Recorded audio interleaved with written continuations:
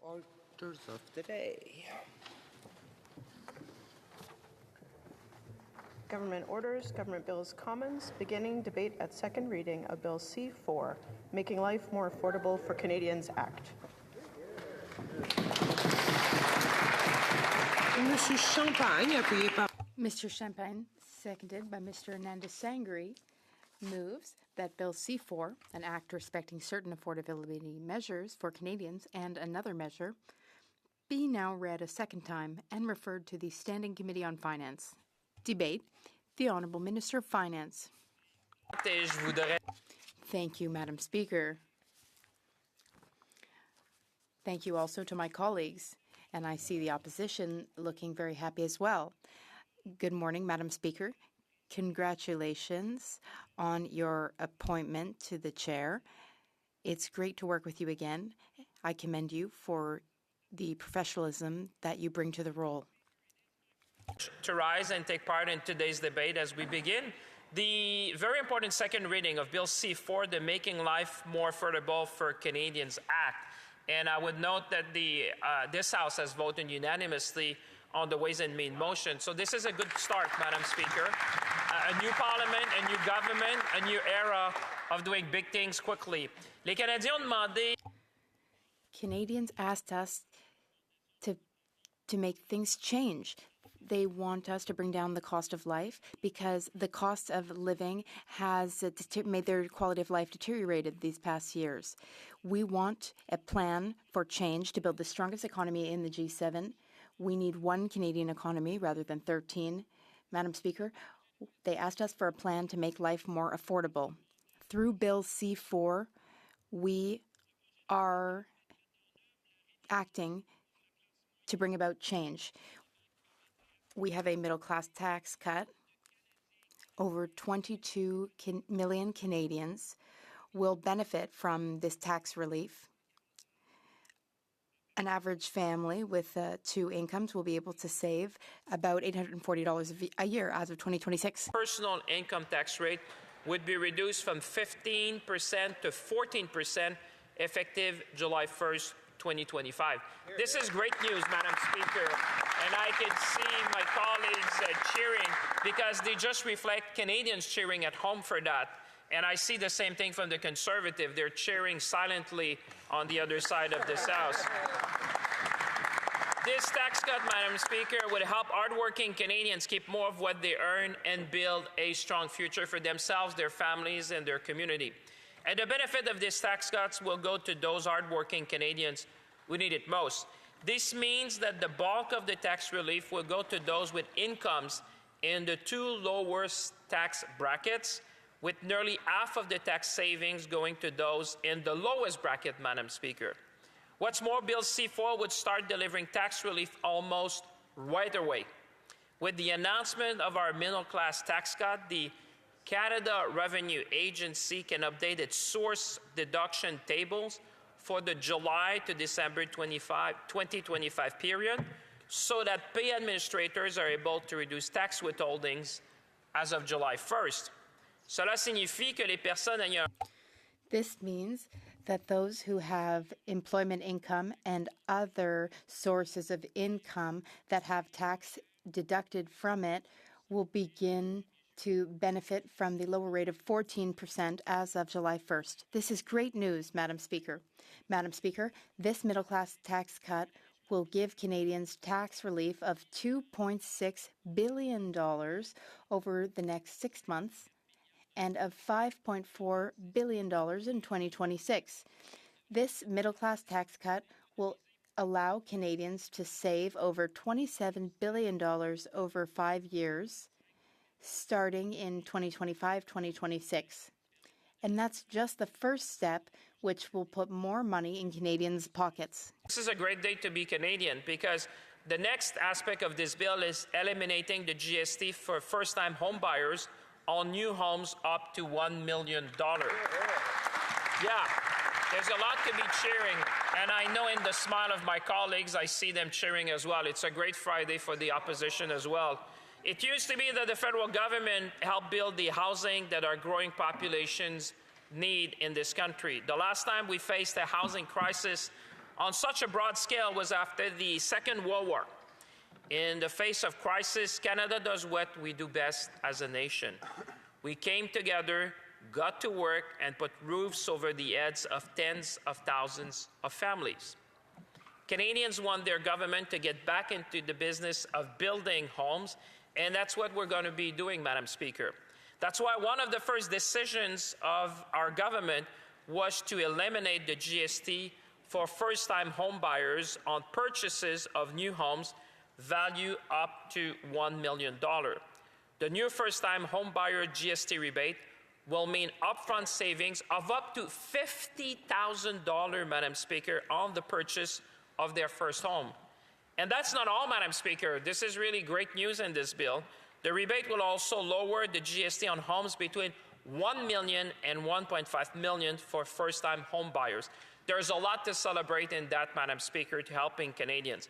Comme mes collègues de la Chambre aujourd'hui le savent.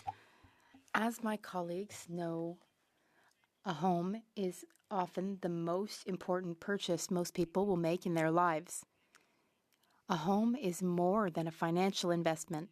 Madam Speaker, a home is an investment in one's future, in one's family, in one's retirement, in one's peace of mind and comfort.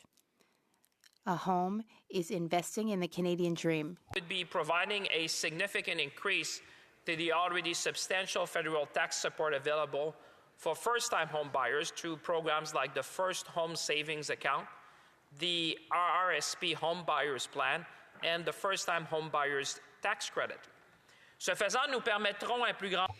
In doing so, we will enable more young people and families to achieve their dream of home ownership. And more Canadians will be able to start investing in their future, their families, their retirement, their peace of mind, and their comfort. In our ambitious plan to build more homes and ensure that the housing market serves Canadians rather than vice versa. We will build on our GST cut for first-time home buyers with a credible plan to build more homes, a true Team Canada approach that will build the future of this country and help build the strongest economy in the G7. And I want to applaud the work of my colleague, also the Minister of Housing, which is going to be a great job in helping to build more homes in this country. Madam Speaker, and I see now my Conservative friend, they're very excited because there's a third measure that I'm sure they're going to be cheering in their hearts and their minds, and they're going to put in their householder to make sure that all Canadians are aware, is we're going to be removing the consumer carbon price from Canadian law, Madam Speaker. I think, in their heart, I'm sure they're going to be, cheering silently, I must say this morning, but silently cheering, because, Madam Speaker, as we know, the first thing that the Prime Minister did upon assuming his responsibilities was to suspend the application of the federal consumer carbon tax effective April 1 of this year. This was a moment for this country, Madam Speaker. Canceling the consumer carbon tax was the first step in our government's plan to ensure that Canadians can keep more of their hard-earned money. While this was effectively accomplished through government regulations, Bill C-4 will take the necessary step beyond regulatory suspension of the fuel charge by completely removing the consumer carbon price from law. En même temps, Madame la Présidente, nous recentrons. At the same time, we will refocus federal carbon pollution pricing standards in order to ensure that carbon pricing systems are in place. They will be in place across Canada for a wide range of greenhouse gas emissions from industry. Pollution for large emitters will continue to be a pillar of Canada's plan to build a strong economy and a greener future for our kids. We will ensure a system that is fair and effective. Industrial carbon pricing is one of the most important greenhouse gas emission reduction policies in the government comprehensive emission reduction plan to bend the emissions curves and meet our 2030 greenhouse gas emission reduction target. In conclusion, Madam Chair, dans l'ensemble, les mesures incluses dans ce projet de loi. Overall, the measures included in this bill will pave the way for economic growth in Canada. Our government has a plan to help Canadians keep more of their hard-earned money. We have a plan to protect them from the worst consequences of the trade war, which is unjustified. We have a plan to build the strongest economy in the G7, to build part of Canada, which will last forever. Government and invest more in the people and businesses that will grow our economy. Canadians elected this government to stand up for our country and to build a strong economy that works for everyone. Canadians voted for change, Madam Chair. Le changement, c'est ajuster. Change means adjusting how we do things. It means making the most of new technology and saving money to invest more. This means that we need to focus on obtaining results for Canadians so that they get what they expect from their government. It's time for Canada to have a government that focuses on getting the most out of investments that stimulate growth and deliver results. Efficiency and effectiveness must guide all of our actions. America's unjustified trade war is an attempt to weaken us, and our sovereignty is under threat. We will not let that happen. We will fight at every step of the way. We will stand up for Canadians, for our industry and our workers. And Madam Chair, it's time to build a future that makes Canada strong. And Bill C-4 is the first step in doing that for our nation. Alors j'encourage. I therefore encourage all of my honourable colleagues to support the first steps of our plan to build a strong Canada by supporting this bill. Free, Madam Speaker, and we should all be proud to be Canadians. Merci. Questions and comments. The honourable member for Fundy Royal. Thank you, Madam Speaker. And with this, we have the Liberals having turned themselves completely inside out. Every Canadian knows when they fill up at the pump, if they're not paying the carbon tax today, it's thanks to Pierre Poilievre and the Conservative team who rallied against it. Now, the question I have for the minister, I don't often visit it, but I'm on the Liberal Party website, and it says when Conservative politicians like Pierre Poilievre rallied against putting a price on pollution, we did it, while putting more money back in the pockets of families. So does the minister have a contact at the party where we could update their website?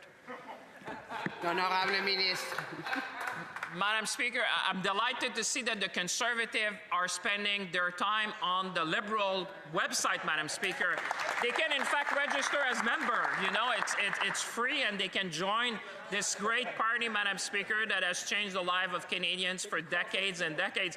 It's very interesting that they would want to look at our website because it's a great website, actually, and I'm pleased to see that they are watching and the policy that is going to build Canada strong. But this morning is not about the Conservative, Madam Speaker. It's not even about our website. It's about Canadians.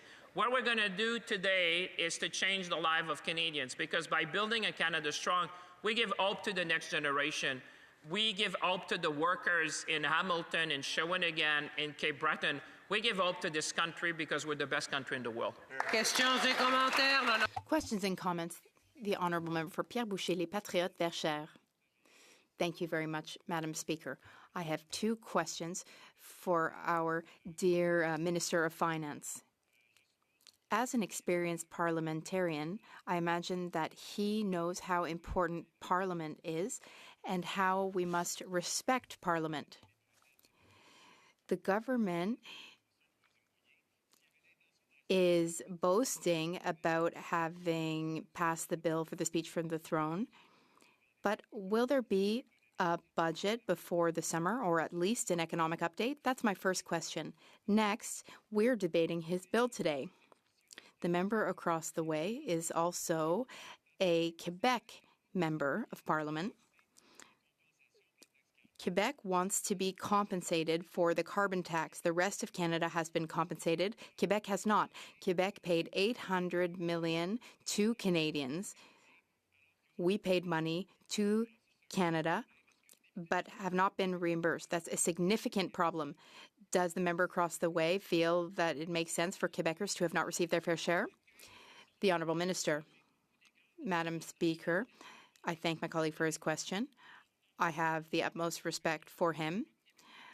Like most Quebecers, I was happy to see the Bloc Québécois vote in support of the motion. Quebec voted for a strong Canada, Madam Speaker. It's very rare for us to see the Bloc Québécois supporting a strong Canada. But of course, where there's a strong Canada, there's a strong Quebec. I'm glad that he, like me, wishes to support Quebec's future. It was very refreshing to see the Bloc Québécois support the government in this initiative in order to decrease taxes for many Canadians. We're always happy to work with the Bloc Québécois, Madam Speaker, because we know that in order to have a strong Quebec, we need a strong Canada. South Kelowna. Madam Speaker, and congratulations on your appointment. I'd like to ask the Minister the following. He talked about the industrial carbon price being fundamentally important. What's really important, Madam Speaker, is when especially we have our steel industry, our aluminum industry under attack, is the price itself. Is the Minister going to tell us here today what the price per ton will be? Or is he going to simply put it in the Canadian Gazette? Madam Speaker, this is about accountability. This is about letting Canadians know what that industrial carbon price will cost them. You know, we have seen that our steel and aluminum industry is under threat. We are really in a trade war, Madam Speaker, and it's time as Canadians that we stand up together. This is not only the role of the federal government, but as a nation, this is the time to stand up for our workers, for industry, and for Canada. That's why yesterday I was with the CEOs of the major steel companies in this country. Many of my colleagues represent communities which would be affected.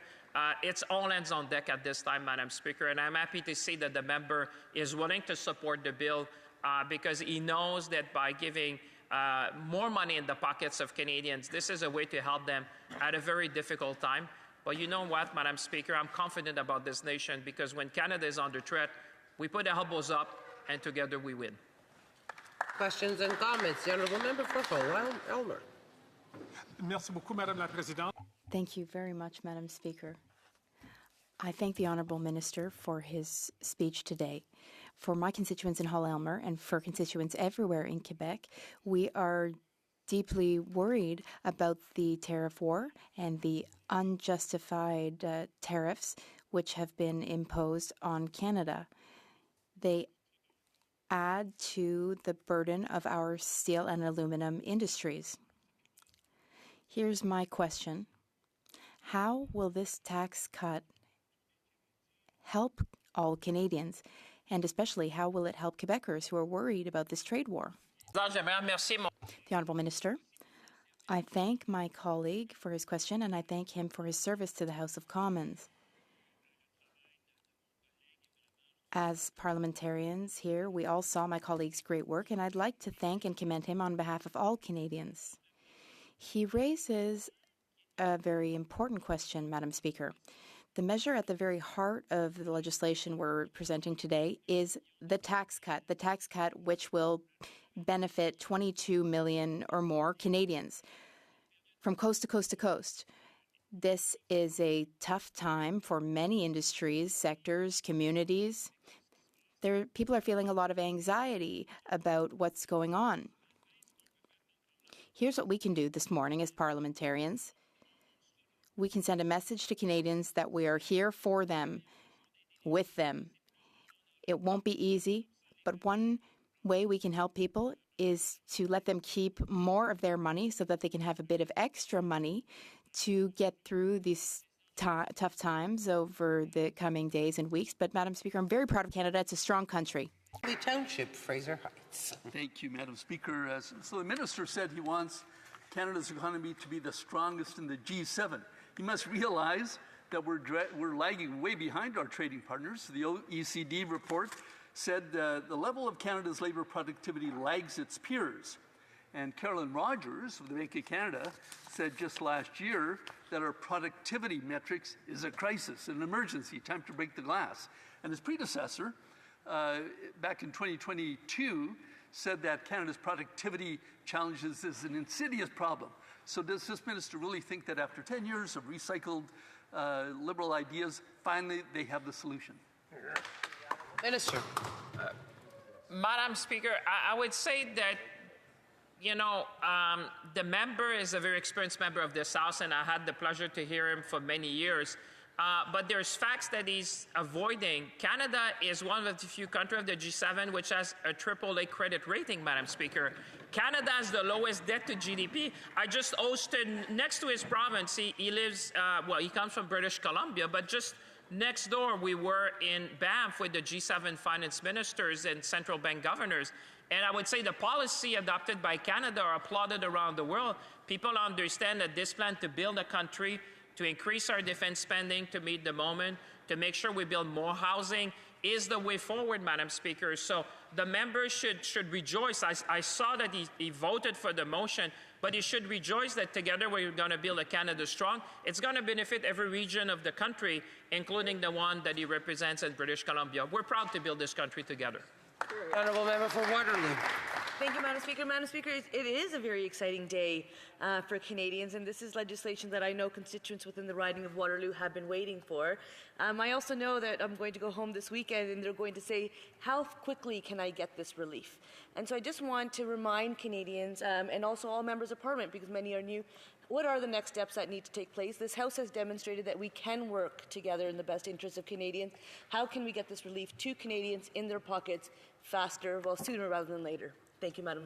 L'honorable ministre, brève Whereas réponse. the member from Waterloo is asking a great question. I mean, she served with distinction, and the people of Waterloo are delighted, and they should be proud of having her representing them, because Waterloo is a bit of the center of innovation in this country.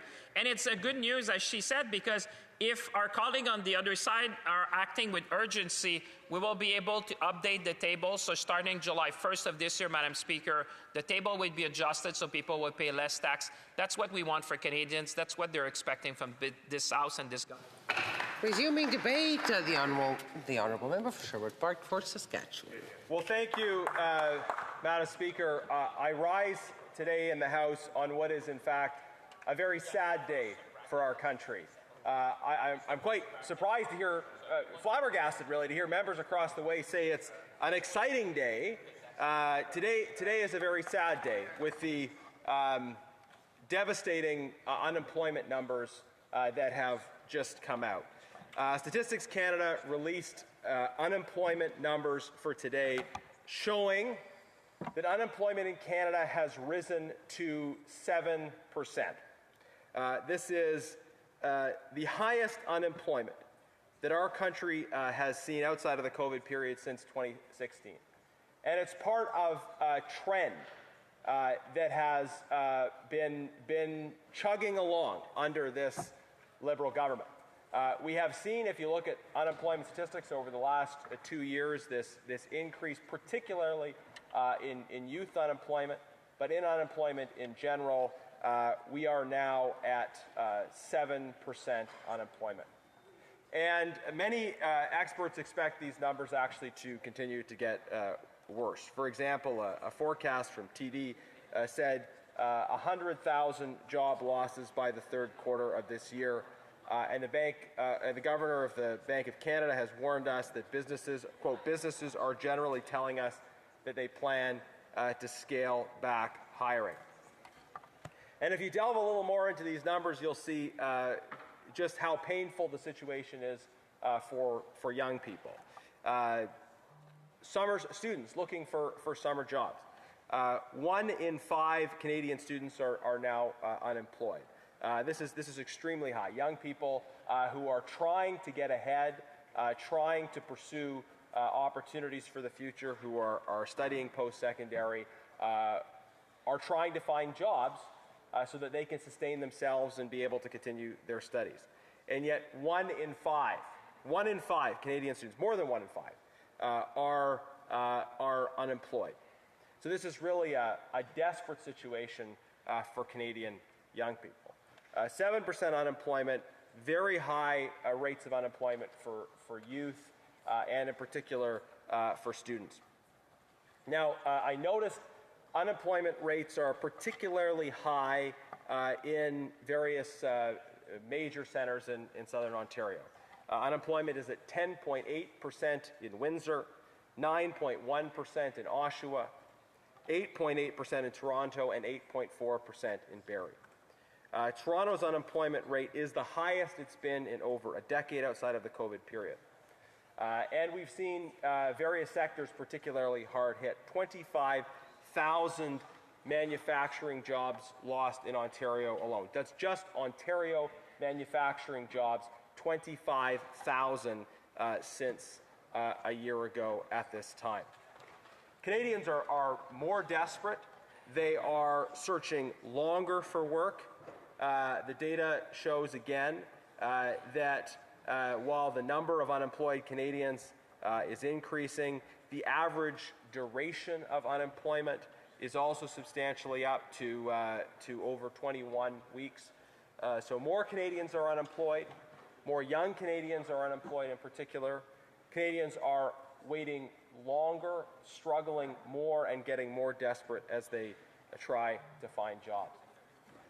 And Madam Speaker, as we were preparing for these numbers, I've been speaking to Canadians who are dealing with unemployment. And in a number of cases, I talked to people who told me that they put in over 1,000 job applications. I talked to one software developer in Vancouver, for example, who told me his story. He's a young man my age, professional, skilled. He had to go abroad for some health care that he needed, that he was struggling to get access to in Canada.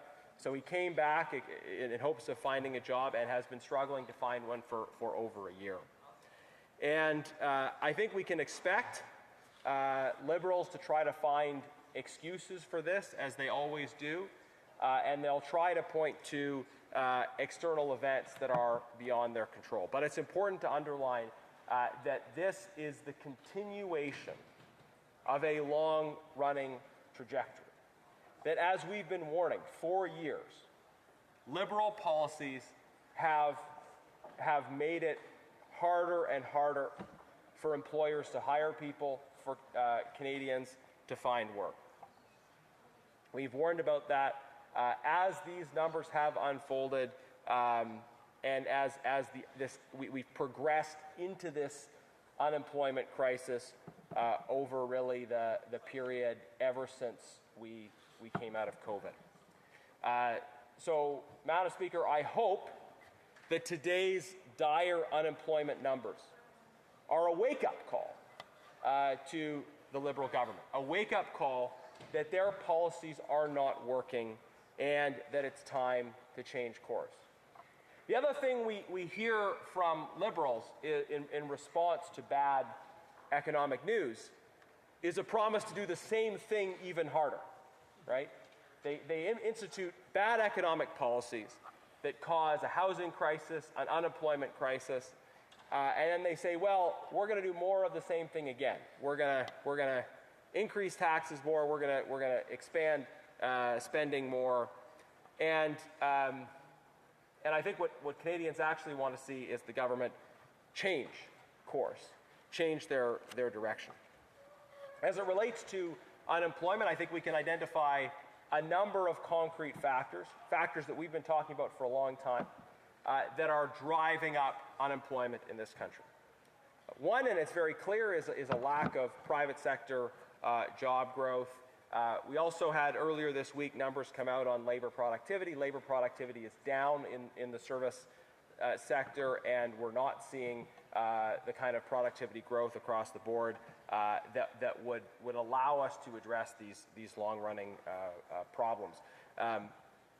We are not seeing investment because of barriers that this government has put up, gatekeepers, obstruction, preventing small and large businesses from moving forward with creating jobs for Canadians. This is most evident in the area of major projects, and projects like pipelines that are critical for fueling job growth. Major projects in the natural resource, mining, and other sectors blocked by Liberal Bill C-69 and other legislation that undermines the ability of major projects to move forward. And we've heard a lot of discourse around major projects from the government, but they continue to speak out of both sides of their mouth, saying they'll keep C-69 in place, saying they'll only move forward with major projects if there's consensus. You're never going to get everyone to agree on things getting built, on investments being made. If you wait for complete unanimity, then we're just never going to build anything. And that has implications for jobs and opportunity for Canadians, as we are seeing in today's, again, 7% unemployment number and the jobs crisis that we're seeing across the board. So getting major projects by repealing Bill C-69, reversing course on the obstruction and red tape, is going to be critical for our future. Also, Madam Speaker, small businesses face all kinds of barriers. We've had growing payroll tax increases that make it harder to hire new Canadians, hire new employees. We've seen a tax on small business over the course of this government's time in office, demonizing small business owners as tax cheats. And these actions by the government have all had an impact on this escalating unemployment crisis that we're seeing. So one thing that we need to do as a country to move forward with addressing this employment crisis is to reverse course on these liberal anti-development, anti-investment policies that have made it so difficult for companies, large and small, to create jobs and to employ Canadians. Another problem that we're seeing is how cost of living is forcing older workers to stay in the workforce for perhaps longer than they intended. The unemployment crisis is particularly acute for young people. We have continuous growth in the unemployment rate for youth. And as I mentioned, particularly pronounced for students looking for summer jobs. And I think a contributing factor to that, as some experts have said, is that while Liberals had predicted the so-called gray tsunami of people in older generations leaving the workforce, what has happened is that dramatic increases in the cost of living, the price of groceries, these things have hit seniors particularly hard, and they've impacted people's ability to retire on the timeline that they intended. So, cost of living, obstruction of development, these policies that we have been talking about filter into these unemployment numbers where we are seeing this continuous growth. And then, Madam Speaker, there was, of course, immigration. The Liberals have made a mess of our immigration system. And the conversation around this has completely changed. I recall 10 years ago, there was broad consensus among Canadians about levels of immigration that were pursued under the previous government, because there was always an emphasis on understanding what Canada's labour market needs were, on viewing immigration through that lens of what is in Canada's interest, of welcoming people to this country who can fill in skill gaps and who can catalyze job growth for Canadians. And that was the prudent, effective, and also welcoming approach taken by the previous government. And it also included a major emphasis on rule of law, on proper enforcement. Under this Liberal government, numbers have ballooned, and there also has been a complete failure of alignment, a failure to align immigration with our national interest needs, align it with those labour market needs. So there are major problems, and levels need to come down. And there is a broader failure of this government on immigration that is contributing to unemployment. Because, for instance, if you have issues of fraud in the LMIA system, which the Globe and Mail has reported on, that has implications for people who are supposed to be coming in cases where there are not Canadians available to work, but who are actually coming in cases where there are Canadians available to work. So we will continue to hold the government accountable on all of these issues, on getting projects moving forward, on creating an environment in which small businesses can invest and grow, on addressing the cost of living crisis affecting seniors and people of all ages, impacting retirement choices, and on immigration. So we've talked about these policies, we've predicted these problems, and again, we see them in the numbers today. The continuation of a long-running trend that now reaches total unemployment up to 7%. And as I mentioned, there are some regional pockets of very low unemployment, but unemployment is particularly high above the national average in many of our central Canadian major cities. And I know people in Toronto in particular are going to be looking at these numbers with great concern, given that it's the highest numbers we've seen in more than a decade. And I think the path forward is clear, Madam Speaker. We need to remove barriers to work. We need to reduce the tax burden on working Canadians. We need to get government out of the way so that businesses can grow and hire, and this government must fix immigration. These changes to deliver government that works for those who work and that works for students and young people pursuing their dreams, these changes are vitally necessary. Despite talking the talk of change, we continue to see a government that doubles down on the policy failures that have got us to this point.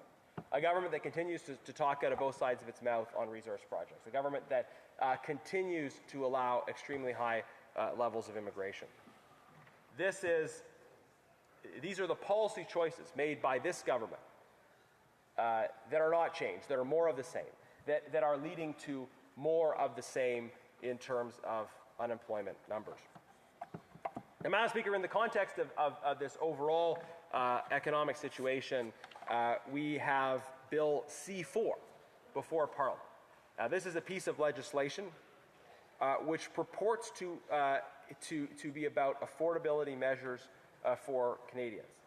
And when it comes to what the government is talking about in this bill, Conservatives have been very clear that we do not think their proposed measures go nearly far enough in terms of providing Canadians with the tax relief that they need. Of course, Conservatives have for a long time talked about the need to get rid of the carbon tax, the consumer carbon tax and the industrial carbon tax. Liberals have in the most hyperbolic terms, denounced that advocacy for 10 years. They continue to believe in a consumer carbon tax as well as an industrial carbon tax, and they would bring it back and raise it if they were ever anywhere close to having a chance to do that. But they perceived that their political interests were at odds with their deeply held convictions, and so they announced an intention to change course on the consumer carbon tax while leaving in place the industrial carbon tax, effectively leaving in place a structure that would see those costs passed along to consumers. And these failures of the government to fully address the barriers to opportunity and to investment, things like the industrial carbon tax, these decisions of the government deter the kind of investment and job growth that this country needs. It's what they have done and in what they have not done. Leaving in place, continuing to raise taxes on various sectors, on small business, on large business, on companies, and on Canadians. This is what is holding back jobs and opportunity. So we don't need to see more of the same. We need to see a change in course. And hopefully today's job numbers will evoke some humility from the government. That they'll look at these numbers and say, for the Canadians in our ridings who are struggling, perhaps we need to do something different. Perhaps we need to reverse course on these policies that have, in fact, prevented job growth and led to the increases in unemployment that we've seen. And I mentioned, I just want to kind of drill down on one specific point here, is the government, we have seen over the years increases in taxes on businesses in the form of increases in payroll taxes. And at a time when unemployment is rising, the government should not be planning to hike payroll taxes. Payroll taxes are a tax directly on employment. They are a tax on jobs. So when you increase the payroll taxes that individuals and businesses have to pay, this makes it harder for them to choose to hire more Canadians. So as we go further into this unemployment crisis, as we reflect on the numbers that are in the Stats Canada report today, we should remind the government of the importance of not further increasing payroll taxes in the year ahead. And I want to very clearly call on the government to not increase payroll taxes in the year ahead. So, Madam Speaker, in conclusion, we have before us Bill C-4, a bill that the government says contains affordability measures. But it is being debated on a day where we find just catastrophic news in the space of unemployment. 7% unemployment, a number not seen since 2016 outside of the COVID period. The third consecutive monthly increase in the unemployment rate. Unemployment has been going up steadily for 2 years. Canada has had virtually no employment growth since January. And again, students hit particularly hard. More than 1 in 5 Canadian students are now unemployed. This is the highest rate in decades, excluding the COVID period. And there are some regional pockets of lower unemployment, very high unemployment above the national average in many of our major cities. These unemployment numbers should be a wake-up call for the government about the need to change course and actually allow our economy to move forward. Questions and comments. Questions et commentaires. The Honourable Parliamentary Secretary to the Government House. Yes, thank you, Mr. Speaker. The member spent a great deal of his time talking about unemployment. And, I don't think there's anyone inside the House, definitely within the Liberal caucus, that was not sympathetic to the issue of an individual that doesn't have a job that's looking for employment. Yeah. And we will continue to work hard as a government to provide opportunity, to provide hope. But I would remind the member opposite, that Liberal administrations in the last 10 years has created literally hundreds of thousands of more jobs than Stephen Harper created in that same 10-year period of time. So I think the members should make note of that. But my question is with respect to the legislation itself. The Conservative Party voted against legislation to give a tax break before, but this is an election-mandated tax break that we have said. Is the member sympathetic to agreeing to see this legislation pass before we rise at the end of June so that Canadians will benefit by this tax break, which was assured to Canadians during the last federal election? Does he support it? The Honourable Member for Sherwood Park, Fort Saskatchewan. Madam Speaker, what worried me most about that question is to hear the member say the Liberal government will continue to. I think what Canadians want to hear is the Liberal government will stop doing, right? Canadians want to hear that the government will stop doing what they have been doing because it's not working, and they will rather do something different. And frankly, during the election, the Liberals wanted to give that impression, right? During the election, Liberals wanted to give the impression that they wouldn't continue to, that they would stop doing. And yet we do see a lot more continuing to than stopping, and the trajectory continues. The member's account of the numbers is simply wrong. He should read the Stats Canada report. 7% unemployment, 1 in 5 students can't find a job. That's a terrible record. It's time to change course. The Honourable Member for Pierre Boucher, Les Patriotes Verchères. Thank you, Madam Speaker. I have a question for my colleague.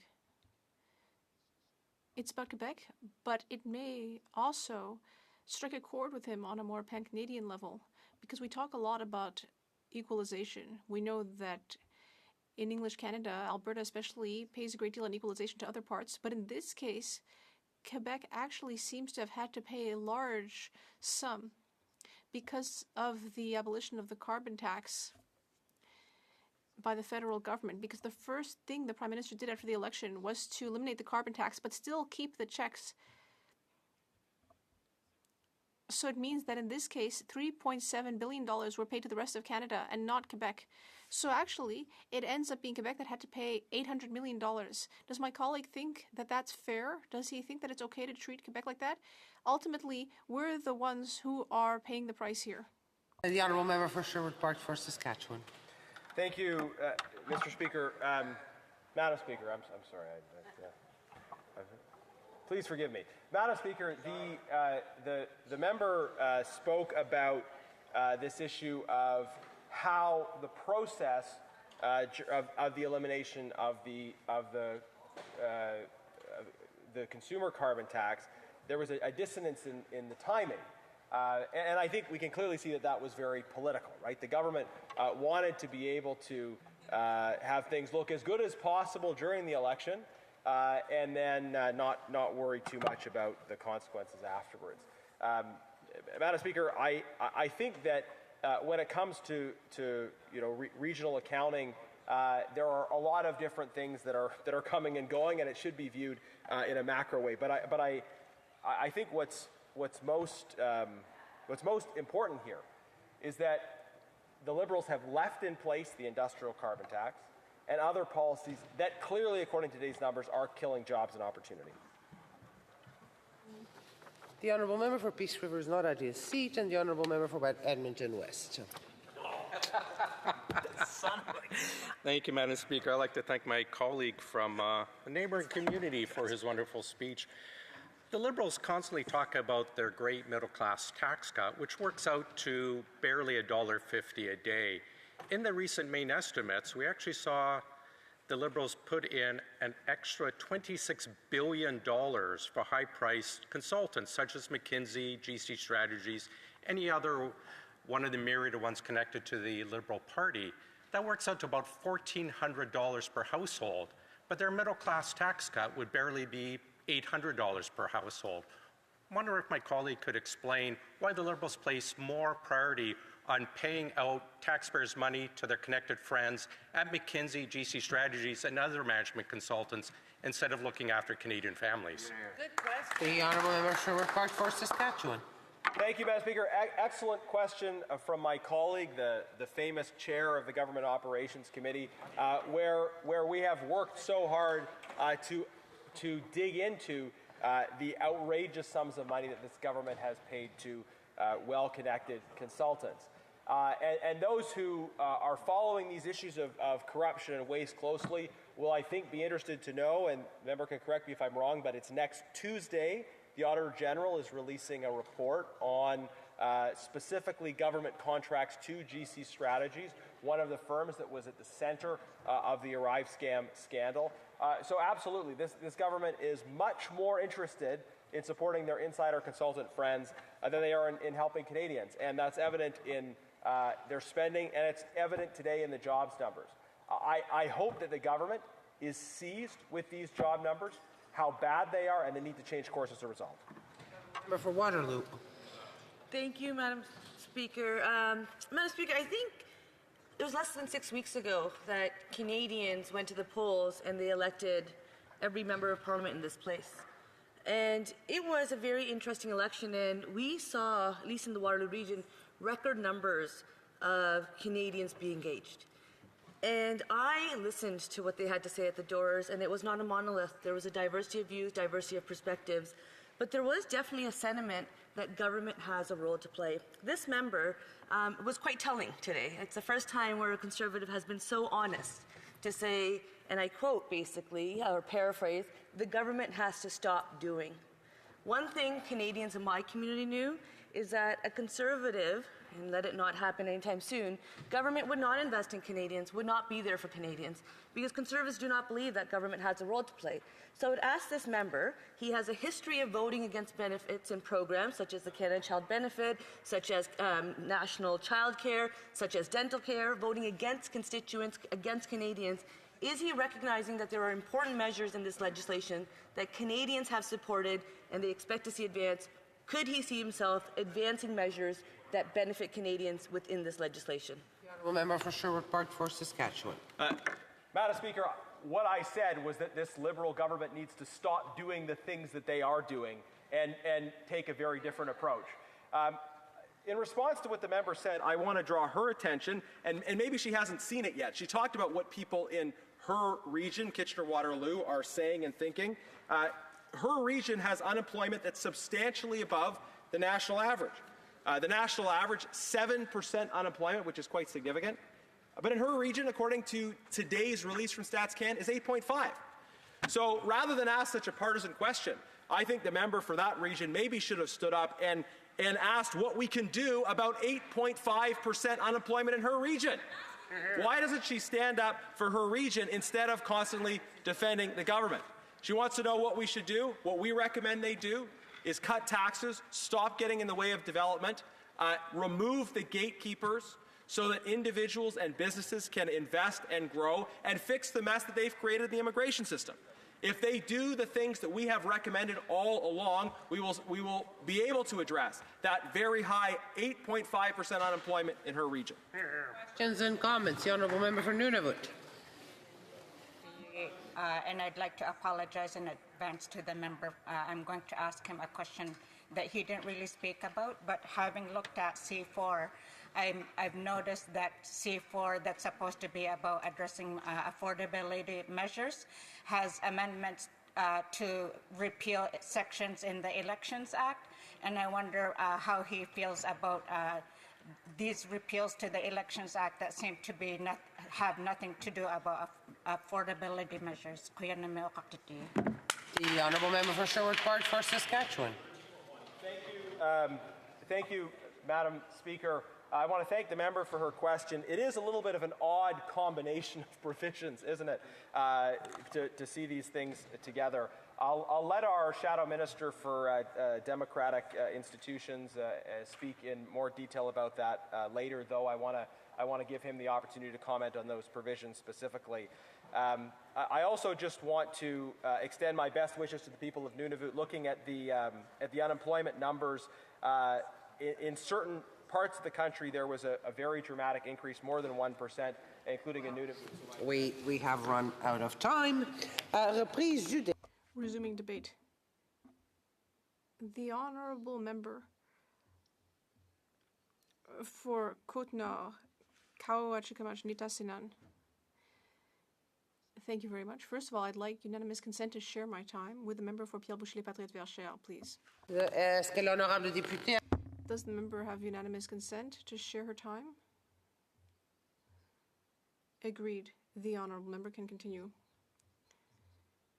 Thank you very much. Well, Madam Speaker, as I haven't been able to yet, I'd like to thank my constituents. I'd like to thank the constituents of Côte-Nord, Kaoa-Chikamach-Nitassinan. I really appreciate their support. They've placed their trust in me for the 4th consecutive time. I was very touched by that trust that they showed in me. I'd like to also thank my team. An MP can't accomplish anything alone without their team, their volunteers. And I'm glad that we can work together on these issues that we care about. We know that there were a lot of economic issues throughout the campaign.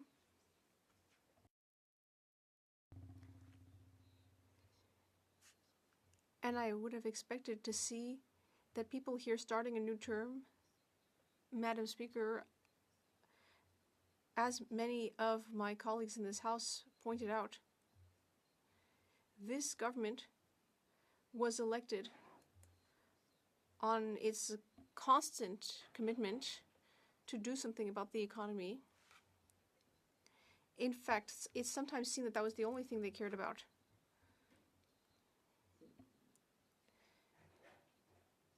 The government said that it would fix, I don't know if that's the right term, but it said it would do something about the U.S. tariffs. It also said it would create a strong Canada, but always in an economic regard. And what I think is concerning here with this government,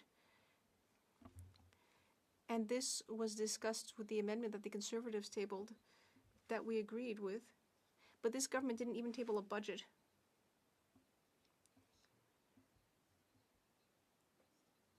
And we know that there's a great deal of concern with steel, aluminum, and forestry in my riding, and yet here, nothing is being presented for these industries. Not even a budget, and yet the government is responsible for talking about its plans for its finances. Of course we should have a plan. And yet in this case there's nothing. That's the first thing I wanted to mention. Because the first thing we see in this bill, C4, is a tax cut. And it's a little surprising to see a tax cut at a time when there's not even a budget.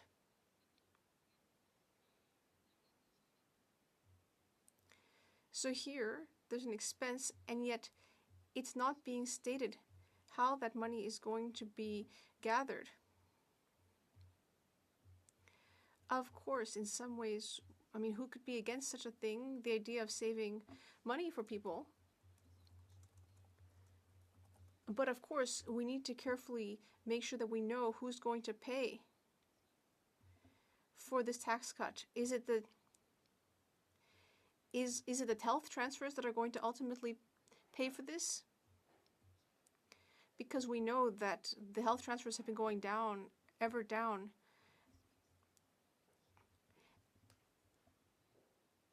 And in my riding, with a huge amount of coastline, there's a really large amount of that huge riding where people can't get health care, or can't access a public a GP or dialysis. That's a very specific example, but it shows that we need to do something about this. The federal government should do something, and yet it doesn't seem to have an actual plan. It just throws out this electioneering tax cut. It's only about $4 a week, and it's not coming up with a plan for how that measure is actually going to be paid for.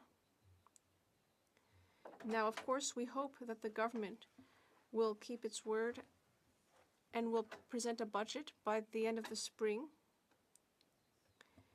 And we hope that it will respect matters of jurisdiction and that it will respect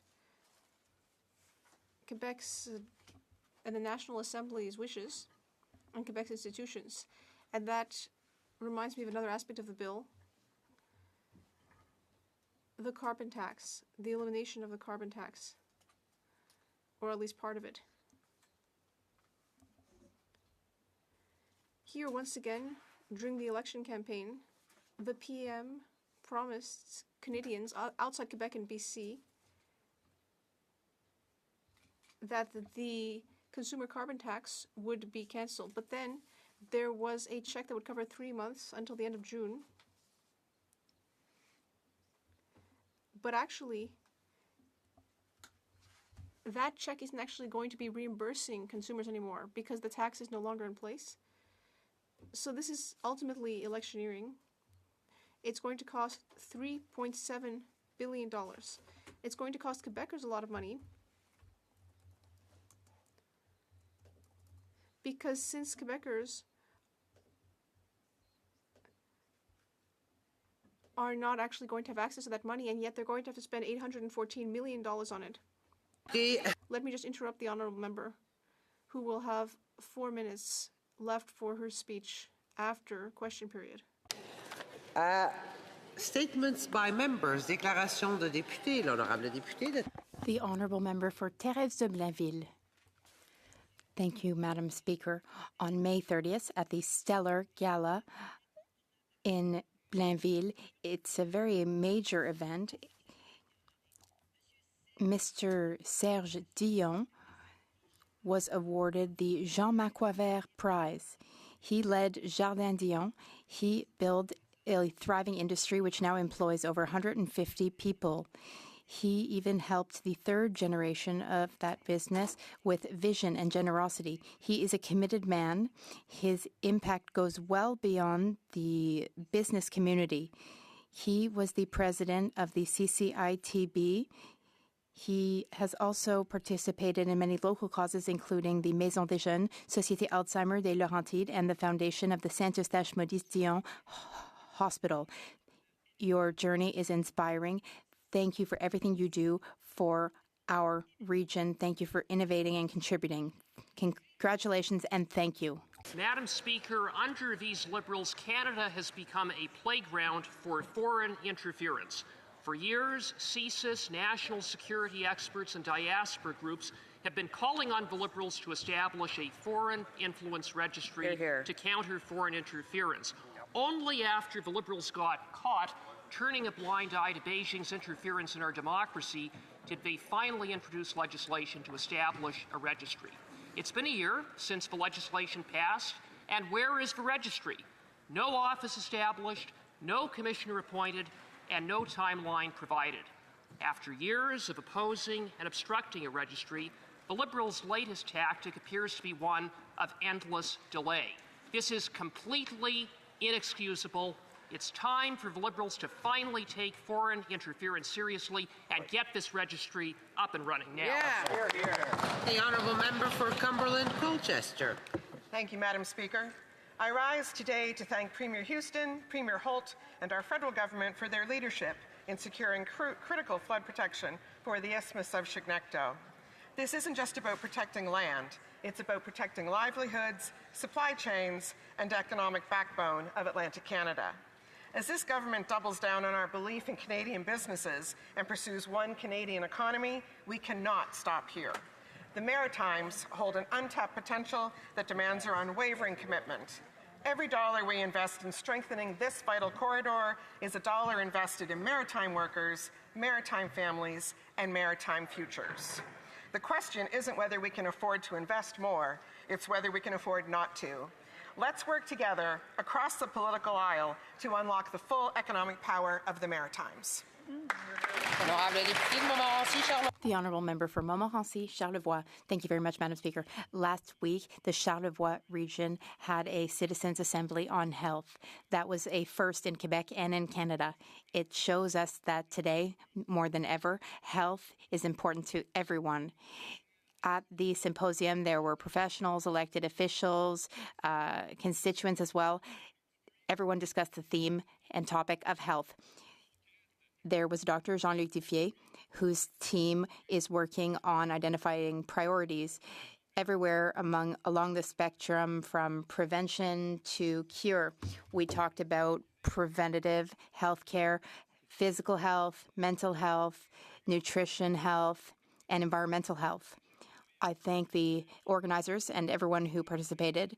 I want everyone who was there to know that in Ottawa, you have in me a strong ally. And congratulations to my region for hosting that symposium. The Honourable Member for Honoré-Mercier. Présidente, alors que je prends la parole pour ma première déclaration de député. As I rise to speak for the first time in this House, for my first member's statement, I would like to thank the constituents of Honoré-Mercier for placing their trust in me. I'm here thanks to you and thanks to a wonderful team of volunteers, friends, and colleagues who believed in the vision of a stronger, fairer, and more united Canada. I'd like to take this opportunity to thank my wife and my 2 young daughters for joining me in this journey. Serving as a member of Parliament, it's an absolute privilege, but it comes with sacrifices, especially for those closest to us.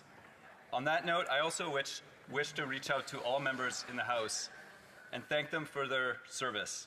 I'd like to thank their families for also supporting them. I invite you all to applaud if you feel thankful for your families playing a vital role in our democratic process.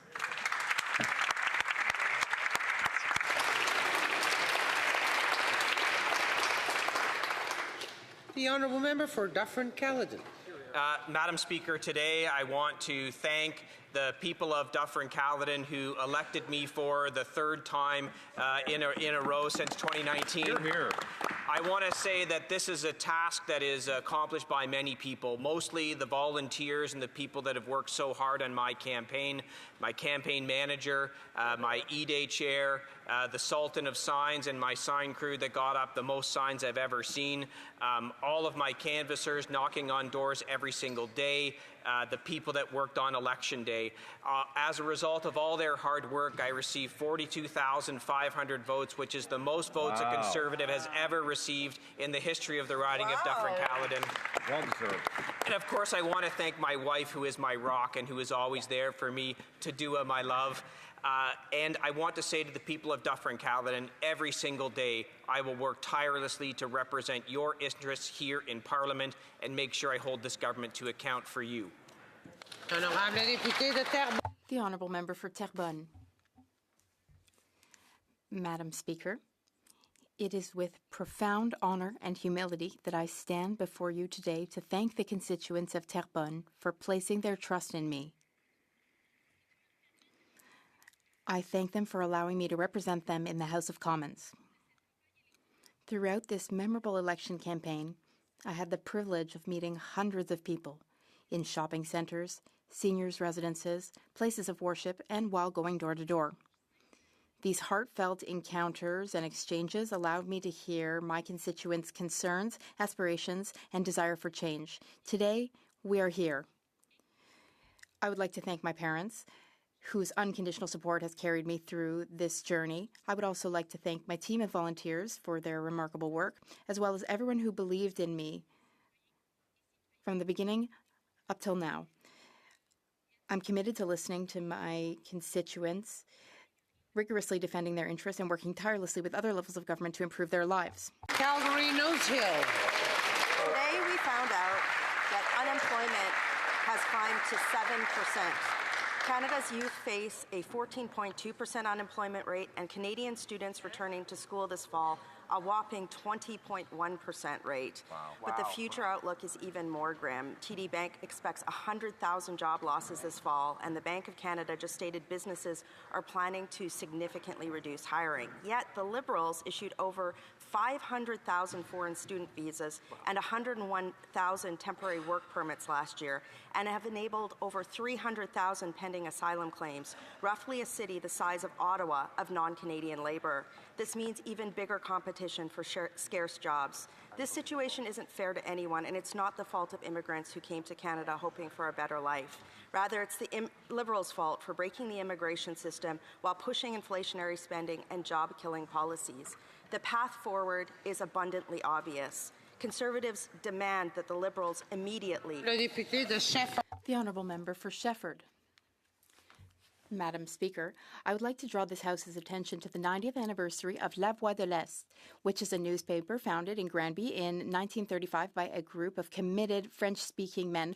Horace Boivin and Joseph Herman Leclerc were politicians, and Aimé Lorient was an industrialist and journalist. From its very beginnings, La Voix de l'Est became a powerful outlet for progressive ideas that helped shape the development of Granby and the region. This newspaper has never been just another publication. For many families, it has been a source of affirmation and cohesion. It remains an essential outlet for our local identity. La Voix de l'Est has evolved over the decades by developing new projects, and recently it was reborn as a cooperative thanks to the determination of its employees. Today, the mission continues digitally with the same level of commitment to quality information. In a context where regional media are fragile, preserving this voice is crucial to maintaining a strong, informed democracy rooted in its communities. Trying to get this right, the Honourable Member for Tayaya Parkdale High Park. Thank you, Madam Speaker. 36 years ago this week, the world watched in horror as peaceful democracy activists in Tiananmen Square were met with tanks and gunfire. Less known but deeply remembered by many of my constituents is that Tibetans have for decades been met with brutal repression as they assert their basic rights to freedom and dignity. Today, that includes a more recent horror: colonial-style boarding schools run by the Chinese government that house approximately 1 million Tibetan children. A new report by the Tibetan Action Institute shares how these schools now separate children as young as 4 years old from their parents, stripping Tibetan children of their religion and mother tongue, threatening to destroy Tibetan culture in China. In recent weeks, I've met with the Sikyong, or leader of the Tibetan government in exile, and several other Tibetan human rights groups, guided by His Holiness the Dalai Lama. Their unwavering commitment to self-determination for Tibet, to justice, and to cultural survival in a nonviolent way is deeply inspiring. Madam Speaker, I'm proud to represent the resilient Tibetan community of Tayakan Parkdale High Park, together with the community represented by my colleague, the member for Etobicoke Lakeshore, the largest population of Tibetans and Tibetan Canadians in North America. To them, we say, we see you, we hear you, we stand by you. The honourable member for Yorkton Melville. Speaker, as a young mother in the early 80s, I experienced the challenges so many mothers are facing today. Under the Pierre Elliott Trudeau Liberal government, our resources were hijacked and our economy was ravaged. Interest rates rose to 22%. When we talk about inflation being the highest in 40 years under this current Liberal government, it takes me back 40 years to when we, as small business owners with a young family, experienced the devastation in real time. Now, my children and grandchildren are facing the same challenges with higher food costs that alone are overwhelming. This Liberal Prime Minister is more of the same, causing even more chaos. 10 years and counting of Liberal inflationary deficits have record numbers of Canadians needing food banks, single mothers watering down milk, and Canadians eating less nutritious meals. And when this Prime Minister, I'm a banker and I know how to grow the economy without spending money, what is he doing to solve his inflationary crisis? Bringing in $500 billion in new spending. Honourable member for Sydney Glace Bay. Madam Speaker, I rise today to recognize a vibrant celebration in the heart of my riding, the annual Club Day hosted by the Boys and Girls Club in Whitney Pier. This year's celebration holds a special significance as the Boys and Girls Club of Canada marks its 125th anniversary. Madam Speaker, that's a remarkable milestone in its legacy of supporting children and youth across this country. For generations, the Boys and Girls Club has been a cornerstone of our community, providing safe, supportive spaces where young people can learn, grow, and thrive. Each year, Club Day brings together families, volunteers, and youth to celebrate the inclusion, leadership, and community that defines the great community of Whitney Pier. This event is more than just a day of fun and activities. It's a powerful reminder of the incredible work being done every day to empower our next generation. So to the staff, Chester Borden, the volunteers, the community of Whitney Pier, your dedication is creating a better Cape Breton, a better Whitney Pier, and I say, happy, happy, happy day for you. The honourable member for St. John's and Croix. Madam Speaker, for 10 years, the Liberals have relentlessly targeted law-abiding firearm owners, hunters, and sport shooters while letting gun smugglers and criminals off the hook. Now the Prime Minister has pledged to reinvigorate Justin Trudeau's gun grab program. The government's main estimates show the Liberals will spend 4 times more targeting legal gun owners than fighting gun crime in our cities. This is not about public safety. It is political theatre designed to appease ideologues who have never held a firearm and do not understand responsible firearm ownership. This includes the Public Safety Minister. As a Member of Parliament for St. John, St. Croix, I will vote against these measures, work to protect communities, and stand with law-abiding firearm owners across the country. Common sense, not ideology, must guide our public safety laws. It is time to bring jail, not bail, for criminals and stop the crime. Yeah, the member for Kingston and the Isles. Thank you, Madam Speaker. I rise today to recognize an extraordinary act of courage and selflessness by Mr. Lee Spafford, a UPS driver in my riding of Kingston and the Islands, whose bravery turned into an ordinary workday into a moment of heroism. While on his delivery route, Mr. Spafford spotted smoke which appeared to be rising behind a house. Without hesitation, he investigated the situation and indeed found the house to be on fire. With no regard for his own safety, he rushed into the burning home and rescued an elderly woman alone and trapped inside.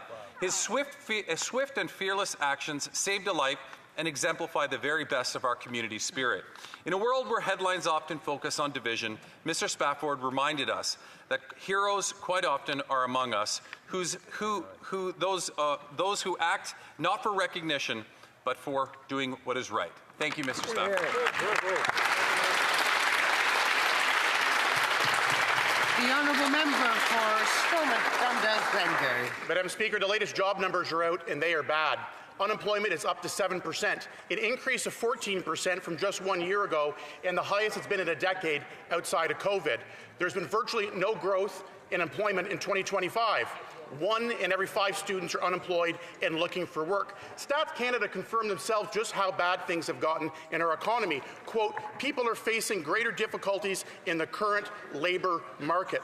This is the result of 10 years of the same Liberal inflationary and job-killing policies, and this Prime Minister wants to double down on the same failed approach that got us into this mess in the first place. He promised to cap spending at 2%, but the first spending bill that he tabled increased it by a whopping 8%. That's $500 billion more of inflationary spending with no budget. So on behalf of the 1.6 million Canadians who are unemployed, when will the Liberals get serious, table a spring budget so Canadians can get back to work? Well done. The honourable member for Prescott Russell Cumberland. Madame la Présidente, je suis profonde. Madam Speaker, I am deeply worried about President Trump's newest threats to impose additional tariffs on our Canadian steel and aluminum industries. The aluminum and steel industries in Canada and the United States are closely integrated. When we work together, we prosper. In April, I had the privilege of visiting Iveco Rolling Mills in L'Orignal, where I heard firsthand from workers and management about the challenges facing our steel industry in Prescott Russell Cumberland. This week, I met again with Iveco's president, Stéphane Orly, to address growing concerns over President Trump's latest threats of a 50% tariff on Canadian steel. I, along with this government, am standing firmly with Iveco and with all steel and aluminum workers in Prescott Russell Cumberland and across Canada. Our government is fighting for the steel and aluminum industries, fighting to ensure fair trade, protect good jobs, and defend these vital industries from unjust foreign pressure. Oral questions. Questions orales. The honourable member for the Park for Saskatchewan. Thank you, Madam Speaker. The job numbers are out, and they're bad. Failing Liberal policies have now caused a full-blown unemployment crisis. 7% unemployment overall. Ontario alone has shed 25,000 manufacturing jobs, and 1 in 5 students can't find a job this summer. So when will this government reverse their job-killing policies so that Canadians can get back to work? Here. Honourable Minister of Finance. Madam Speaker, we have seen the job numbers, and I would say it's in large part to the trade war that we're facing with our neighbor to the south. But Madam Speaker, Canadians, and I think I hear the Conservative will rejoice that later on today we will be tabling legislation, including a plan to build Canada strong, Madam Speaker. That's the type of thing. On this side of the House, they just ask question. On this side of the House, we put plan forward to build Canada strong. The honourable member for Sherwood Park for Saskatchewan. Madam Speaker, the fact is unemployment has been steadily increasing under this government for 2 years. This week I spoke to Josh, a hardworking and experienced labourer in his late 30s. Josh has been unemployed for more than a year and has now put in over 1,000 applications. StatCan's numbers show that unemployed Canadians like Josh are searching longer and becoming more desperate. Now, by raising taxes, obstructing development, and letting immigration get out of control, Liberals are depriving people like Josh of the opportunities that they deserve. Will they change course so that Josh and others can get back to work? Here. Honourable Minister. Madam Speaker, I think about Josh, his families, his community, and all the communities around the country which are affected by this trade war. That's why, Madam Speaker, we are going to table legislation later on today with a plan, because the way to address what's going on in Josh and his employment status is to build a plan, to create opportunities, to build Canada strong, to build a confident Canada, a prosperous Canada. And I would want to salute the work of my colleague, the Minister of Transport and the Minister of One Canadian Economy. They have done great work, Madam Speaker, to build that one Canadian economy that will create... Honourable member for Sherwood Park, Fort Saskatchewan. Madam Speaker, if they had a plan, the typical way you'd put a plan before the House of Commons to address unemployment is in something called a budget. And yet we have no budget. Their response to terrible unemployment numbers is to blame others, blame external events, and to fail to present the House of Commons with a budget. They said a plan beats no plan. They have no plan. They have no budget. They have no plan to address out-of-control unemployment. They need to cut taxes, allow development, and control immigration. When will they change course so that people can get back to work? The Honourable Government House Leader. Madam Speaker, indeed, this government has a plan. This plan will be tabled later today in the form of legislation that member and his colleagues will have a chance to support. A plan to build this country, a plan to collaborate with every premier in this country who has endorsed this plan, a plan to build major projects, a plan to get our economy on track, a plan to create opportunity for Canadians from coast to coast to coast. Will that member stand up and support our plan? The Honourable Member for Moose Jaw, Lake Centre, Lanigan. Madam Speaker, today we learned that Canada's unemployment rate has risen to 7%, the highest in a decade outside the pandemic. For students, this number is even higher at over 21%. Canada's youth are eager to start their career paths but are facing obstacles at every step. They want to have independence and not be a burden to their parents. For 10 years, the Liberals have been at the helm of our economy and things have only gone downhill. The Liberals have created this unemployment crisis. Do they have a real plan to fix it? The Honourable Parliamentary Secretary. John.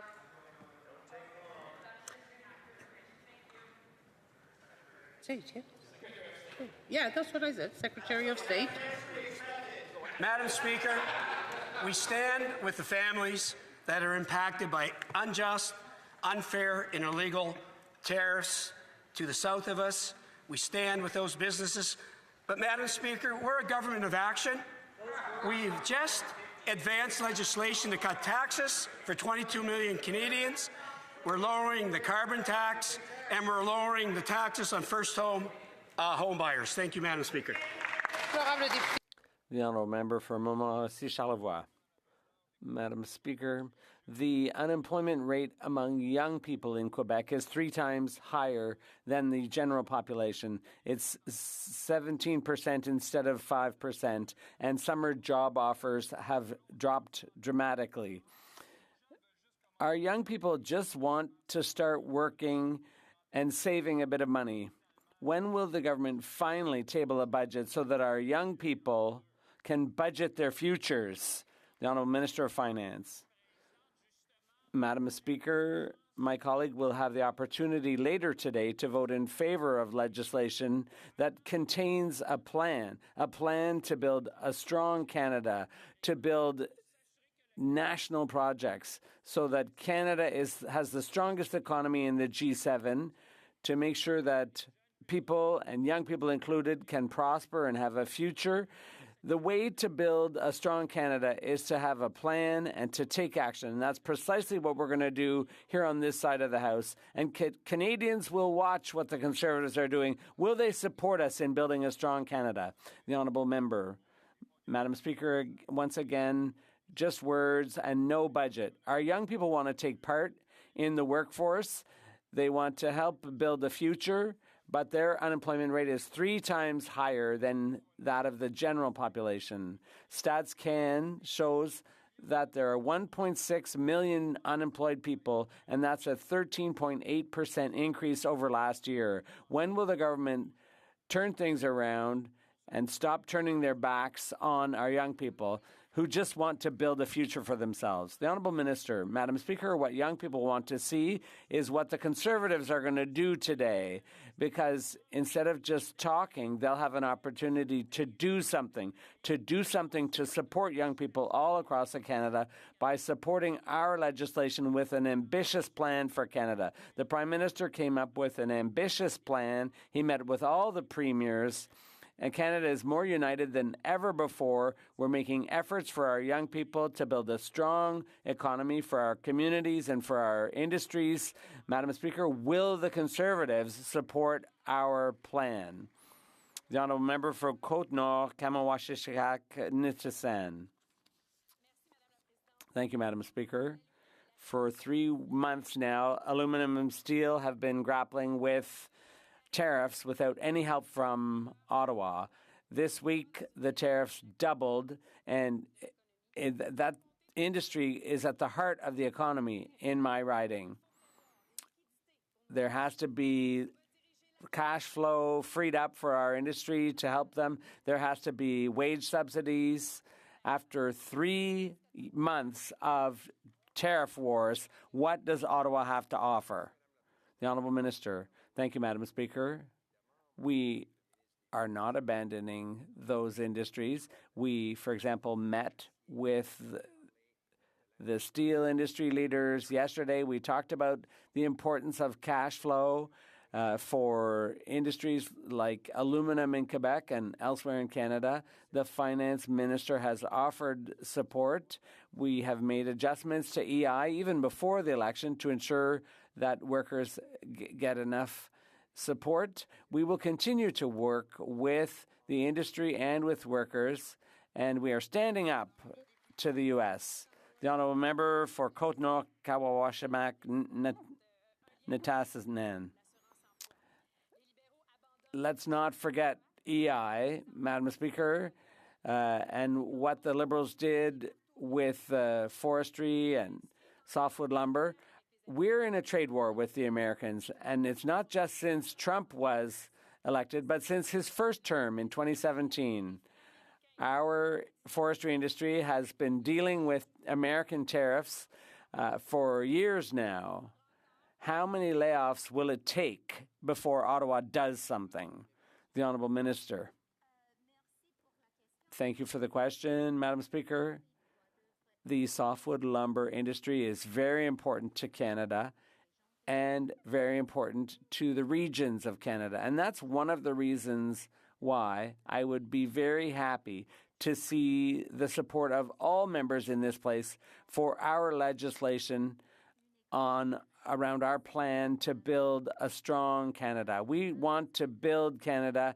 We need softwood to build our future as a country. And that's why everyone here should support our legislation. The Honourable Member for Beauharnois, Salaberry, Soulanges, Huntingdon. Madam Speaker, while the attack by Donald Trump on our economy is getting worse, we need guaranteed access to cash flow. We need a wage subsidy to help workers so that employers can retain their workforce. All we're asking for is something a little bit sooner rather than just promises. We need proactive action, not reactive. What are they waiting for? The Honourable Government House Leader. Thank you very much, Madam Speaker. Like the Conservative caucus, the Bloc will have a golden opportunity very soon to support the Government of Quebec and all provincial and territorial governments all across the country, business people and unions too, and above all, people who are concerned about opportunities. When you're building a country and when you're standing up to Donald Trump and the U.S., we're going to do that by building major national projects all across this country. So the Bloc will have the opportunity later this afternoon to concretely support our plan. Last year, 15,000 islanders relied on Loaves and Fishes, the food bank in my community, while there were 225,000 visits to food banks across BC. 1/3 of those were children.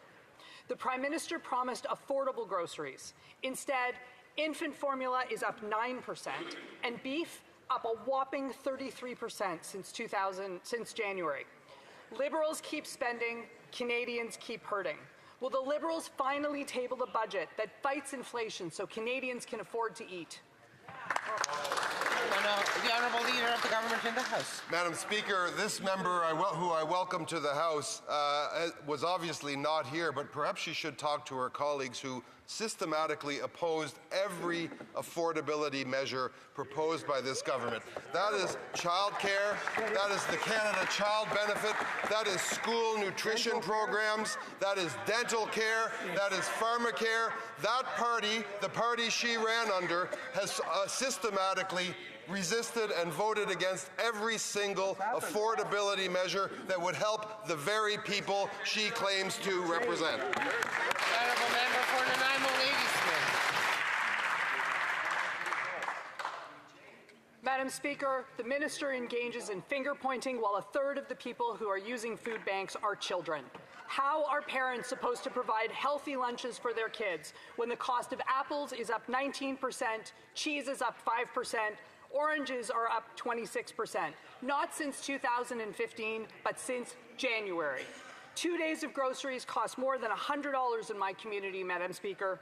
This Liberal government is spending $500 billion without telling Canadian parents where the revenue is coming from. Will the Prime Minister respect the will of this House and table a budget this spring? The Honourable Government House Leader. Madam Speaker, the member asks about budgets. She should ask her colleagues in her own caucus about past budgets, budgets that have helped the very people of which she speaks, the people who are looking for school nutrition programs, who benefit monthly from the indexed Canada Child Benefit, who take their kids and drop them off at federally subsidized childcare. Madam Speaker. Can we allow the minister to answer a question that nobody, that absolutely nobody heckled while it was being asked? The Honourable Minister has 10 seconds. Madam Speaker, that member should ask her colleagues and maybe plea with them. Next time we bring in a measure to help Canadians get ahead, maybe they should support it. Hear, hear. The Honourable Member for Bow River.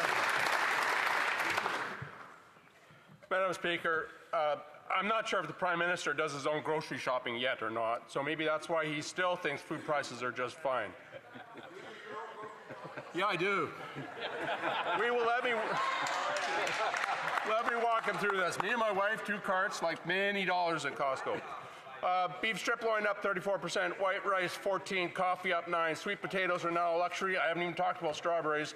What's his response to $500 billion in new spending with no budget, no plan? Will this government finally present a budget that feeds families instead of feeding inflation? Or is this just the price of Liberal leadership? The Honourable Secretary of State. Thank you, Madam Speaker. Madam Speaker, we have watched the party opposite vote against every one of our initiatives that have helped families across this country from coast to coast to coast, whether it be the Canada Child Benefit, the dental program, the day care program, housing initiatives. The party opposite has not done one thing to support families across this country, so shame on them, Madam Speaker. Thank you. The Honourable Member for Bow River. I'd like to thank the member from Edmonton West. That's supposed to be a joke. The Prime Minister doesn't buy his own groceries, so of course he doesn't notice when beef jumps 34%, infant formula climbs 9%. But I do, and so do families in Bow River who are skipping meals so their kids can eat. We don't need lectures, we don't need spin, they need relief. The policies of this past Liberal government haven't been working, this current Liberal government aren't going to work. Will the Liberals finally bring forward a budget that cuts inflation, cuts more taxes, so all Canadians can afford dinner again, or is this just the price of bad Liberal policy? The Honourable Secretary of State. Madam Speaker, let's look at some facts. In 2022, inflation was 8.1%. We've driven that down, per our policies, down to 1.7%. The party opposite holds themselves up as these strong economic stewards. They are not. Under their previous governments, our economy failed. We are going to aggressively rebuild our economy back by investing in Canadians. It's time for all Canadians to come together. Thank you, Madam Speaker. The Honourable Member for Yorkton Melville. Speaker, I was amazed yesterday when the answer to the school food program rose from 400,000 to 500,000 between 2 30-second questions. The Prime Minister said he wanted it to be judged by the experience of Canadians at the grocery store. So let's evaluate him. Apples up 18% since January, oranges 26%, coffee 9%, and beef a staggering 33%.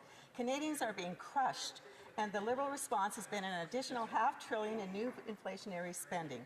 When will they table their budget that reduces inflation and cuts taxes so Canadians can afford to feed their families? Honourable Secretary of State. Thank you, Madam Speaker. Madam Speaker, let's look at facts. The party opposite voted against the school food program. So they wouldn't support children who needed food in schools. They don't support families. They wouldn't support young mothers. They don't support Canadians that need dental work. They don't support very much that supports Canadians. It's time for all Canadians to come together. Madam Speaker, I wish the party opposite would do the same. Vote on our initiatives. Thank you. The honourable member for Bellechasse-les-Etchemins-Lévis. On Monday, the House called for a budget to be tabled this spring, but the Liberals are asking us to approve more than $500 billion in spending without giving us any numbers. Meanwhile, unemployment is up, mortgage payments are late, and even some full-time workers are having to go to food banks. Canadians have to budget before they spend, but apparently not this government. Can they finally tell us when they're going to table a budget, Madam Speaker? The Honourable Government House Leader. The good news, Madam Speaker, is that this member will have an opportunity to support not just one, but two parts of our plan to create opportunities and jobs for all Canadians. And that happens today. We will debate the Affordability Act, which will help 22 million Canadians with the tax cut. And later, we will table a bill supported by stakeholders in Quebec and the Quebec government to create opportunities and build major projects all across Canada. Will the members support that? The honourable member for Bellechasse-les-Etchemins-Lévis.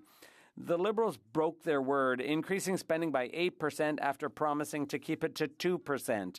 As a result, food inflation is out of control. Since January, beef is up 34%, apples 18%, rice 14%, and baby formula up 9%. Food banks can't keep up. Canadian families are hungry. When are the Liberals finally going to table a budget to bring down inflation and taxes? We only have a few days left. The Honourable Finance Minister. Madam Speaker, my colleague will have an opportunity to show her constituents later today, once again, that she does want to support affordability. Not only did we have second reading of a bill that would cut taxes that 22 million Canadians will benefit from, even in her riding, there will also be an opportunity to show all our political guts by supporting our effort to build Canada strong. People watching TV will be watching to see whether they do the right thing to support us in building a strong Canada. The honourable member for Pierre Boucher. Madam Speaker, $800 million. That's not the next Lotto Canada. That's the amount that the federal government has wasted on fighting our secularism bill in Quebec. The Liberals have already spent $1 million in our tax money to challenge secularism in Quebec. How much are Quebecers going to have to pay so that the federal government can fight their legislation with their own money? The Honourable Minister. Madam Speaker, that's an important question, and in my view, it's important for the federal government to take part in that case, in that litigation. The question of cost is one thing, but it's important to consider the rights of workers. It's very important to protect charter rights and to respect provincial jurisdiction at the same time. The honourable member for Pierre Boucher, Les Patriotes Verchères. But I'm not sure the minister really understands his role when he's attacking Quebec legislation that comes under Quebec jurisdiction. The federal government is proving by interfering in this litigation that they do not support Quebec's desire for secularism at all. They're running counter to Quebec's legislation and the National Assembly. What Quebecers want is not necessarily what Quebecers want. Why are they using Quebecers' tax money to fight this legislation? The Honourable Minister. Thank you, Madam Speaker. Our government for a long time has expressed doubts about the secularism bill, not only because of what we consider abusive use of the notwithstanding clause. So we are intervening. This is a case that goes beyond Quebec's borders, and as my Bloc colleague knows full well, there are plenty of Quebecers who are very concerned about that legislation too. Last job-killing anti-development decade, Liberals now claim they want Canada to be an energy superpower, but will only approve pipelines if there's consensus. Yet there's no consensus even in their own cabinet. Most of these ministers stopped pipelines for years. The PM's top gun said, quote, "It is essential not to increase oil production." And the PM himself says, quote, "Half of oil reserves need to stay in the ground." The PM copied Conservatives on energy after he helped block Canada's for half a decade. Isn't it true they really won't ensure private sector pipelines in all directions could get built in Canada fast at all? The Honourable Minister. Madam Speaker, I'd like to thank the Honourable Member for her question.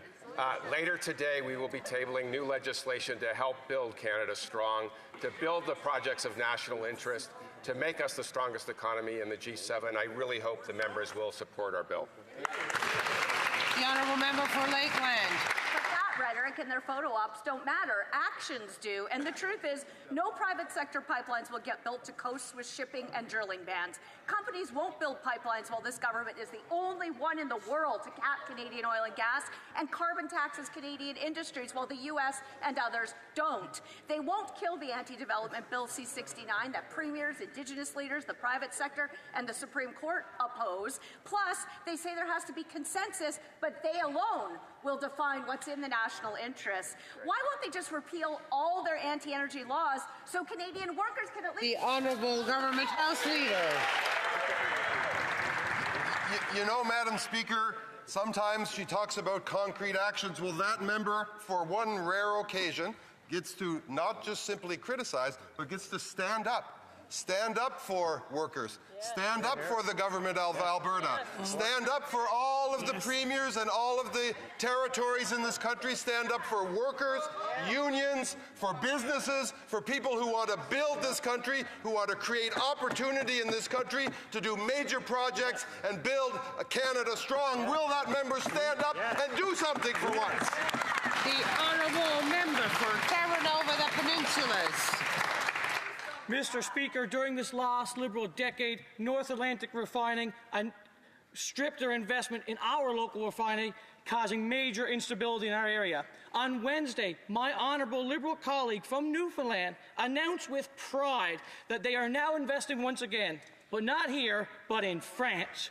This does not seem like something a proud Newfoundlander would announce. My question is, did this Liberal leadership force my fellow Newfoundlander to spin this shameful news? The Honourable Minister. Thank you, Madam Speaker. I think it's really important for the member opposite, and I welcome him to the House, but I think it's really important to remember that there is a bill that will be tabled later today that's about growing this country. And I am so proud of the work that this new government is doing to ensure that Canada meets this moment. That includes Canada becoming a world superpower. And I truly hope that the member opposite is going to be there to vote for all Newfoundland and Labradorians and all Canadians. The Honourable Member for Terranova, the Peninsulas. Madam Speaker, they're good at promises, but not production. In fact, they'll cap it. This refinery used to produce 100% of our island's diesel, propane, jet fuel, and gasoline. Then, this Liberal government wasted $89 million to a conversion for only biodiesel. And now we have to ship in all these other fuels, and everyone is paying the price. Mr. Speaker, does this government realize that their political headline is now costing Newfoundlanders an extra 5 cents a litre to import fuels that used to be made on our rock? The Honourable Minister. Madam Speaker, on Monday we met with the premiers, including the Premier of Newfoundland, to talk about how we will build Canada strong. We had consensus with all of the different premiers. We are tabling, just 5 days later, we are tabling legislation to start building again. We really hope the members will support this new legislation. The Honourable Member for Peace River Westlock. Mr. Speaker, after the Liberals' Bill C-69 cancelled a dozen pipeline projects in Canada, Germany, Japan, Greece, Poland, Latvia, Ukraine, South Korea, the Philippines, and Taiwan have all pleaded with Canada for our LNG. Now, in the middle of a jobs crisis, the promise of an energy superpower, and the world wanting our energy, we could use Canadian steel and Canadian labor to build Canadian pipelines to get Canadian energy to the world. So how many new pipelines? How many new pipelines can we expect operational in the next 2 years? The Honourable Government House Leader. Madam Speaker, that member, just like all of his colleagues, are going to have a golden opportunity. Presented later today, there will be a bill with a plan to build this country with the men and the women and the wood and the steel and the aluminum, with companies, with unions, with workers, men and women from right across this country to build the economy of tomorrow. That member will have a golden opportunity to support this government's plan. Will he do it? The Honourable Member for Cole-Elmer. Madame la Présidente, Madam Speaker, Canadian businesses and workers are coming together to build a clean and competitive economy. But currently, our biggest trade partner is threatening new tariffs. So it is essential that we diversify our trade with other countries. Environment and climate change tell us how Canada's industrial carbon pricing system supports clean growth and helps protect Canada's economic sovereignty. Good question. The Honourable Minister. Sovereignty tax. Je remercie le... I'd like to thank the member for Hull-Elmer for his question. The industrial carbon tax is important in order to build a strong Canadian economy. Canada is seeking to diversify our trade, and in that we are looking at countries around the world adopting border carbon adjustments. Making sure that we have a strong industrial carbon price is a part of the solution to making sure we have access to those markets. Beyond that, it protects our planet, it protects Canadian jobs, unlike the Conservatives who don't care about this and are actually seeking to avoid it. The Honourable Member for Langley Township, Fraser Heights. Thank you, Madam Speaker. The Canadian dream is to own a home, but that dream has been shattered for so many young families. And those who own a home are now facing higher mortgage payments due to higher interest rates caused by 10 years of Liberal government mismanagement of the economy. According to a recent CMHC report, 63% of Canadian homeowners are worried about defaulting on their mortgages, and 17% have actually missed mortgage payments. So my question to the Minister of Housing, will he acknowledge that this Liberal government has totally mismanaged the housing file? Hear, hear. The Honourable Minister. Thank you, Madam Speaker. This new government is focused on rolling out the most ambitious affordable housing plan that Canada has ever seen. And we expect the members opposite to support this. They've raised many questions on this issue. Clearly, they are keen to support our initiatives to scale up affordable housing across Canada with the Build Canada Homes initiative. We look forward to that support. It's time to build. The Honourable Member for Beauce. Madam Speaker, the housing crisis is getting worse throughout the country. Rents have skyrocketed over the last 10 years of this Liberal government. Federal programs for housing are too slow, too expensive, too complicated, and too inflationary. This government's measures are just not enough. Young people in Beauce deserve to be able to buy their own home. I have a simple question. When will this government bring forward a budget? The Honourable Minister. Thank you, Madam Speaker. I would like to start by congratulating my colleague on his election. But I would say that over the last 10 years, his party voted against all of our affordability measures, such as dental care, child care, the child benefit, and other things.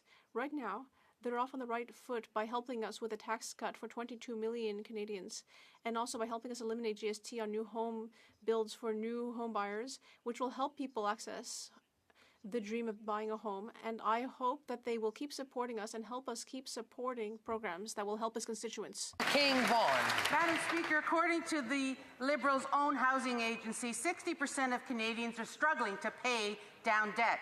and 1 in 4 are using one credit card just to pay off another. The cost of living up 45%, job losses up 34%, and interest rates climbing 29%.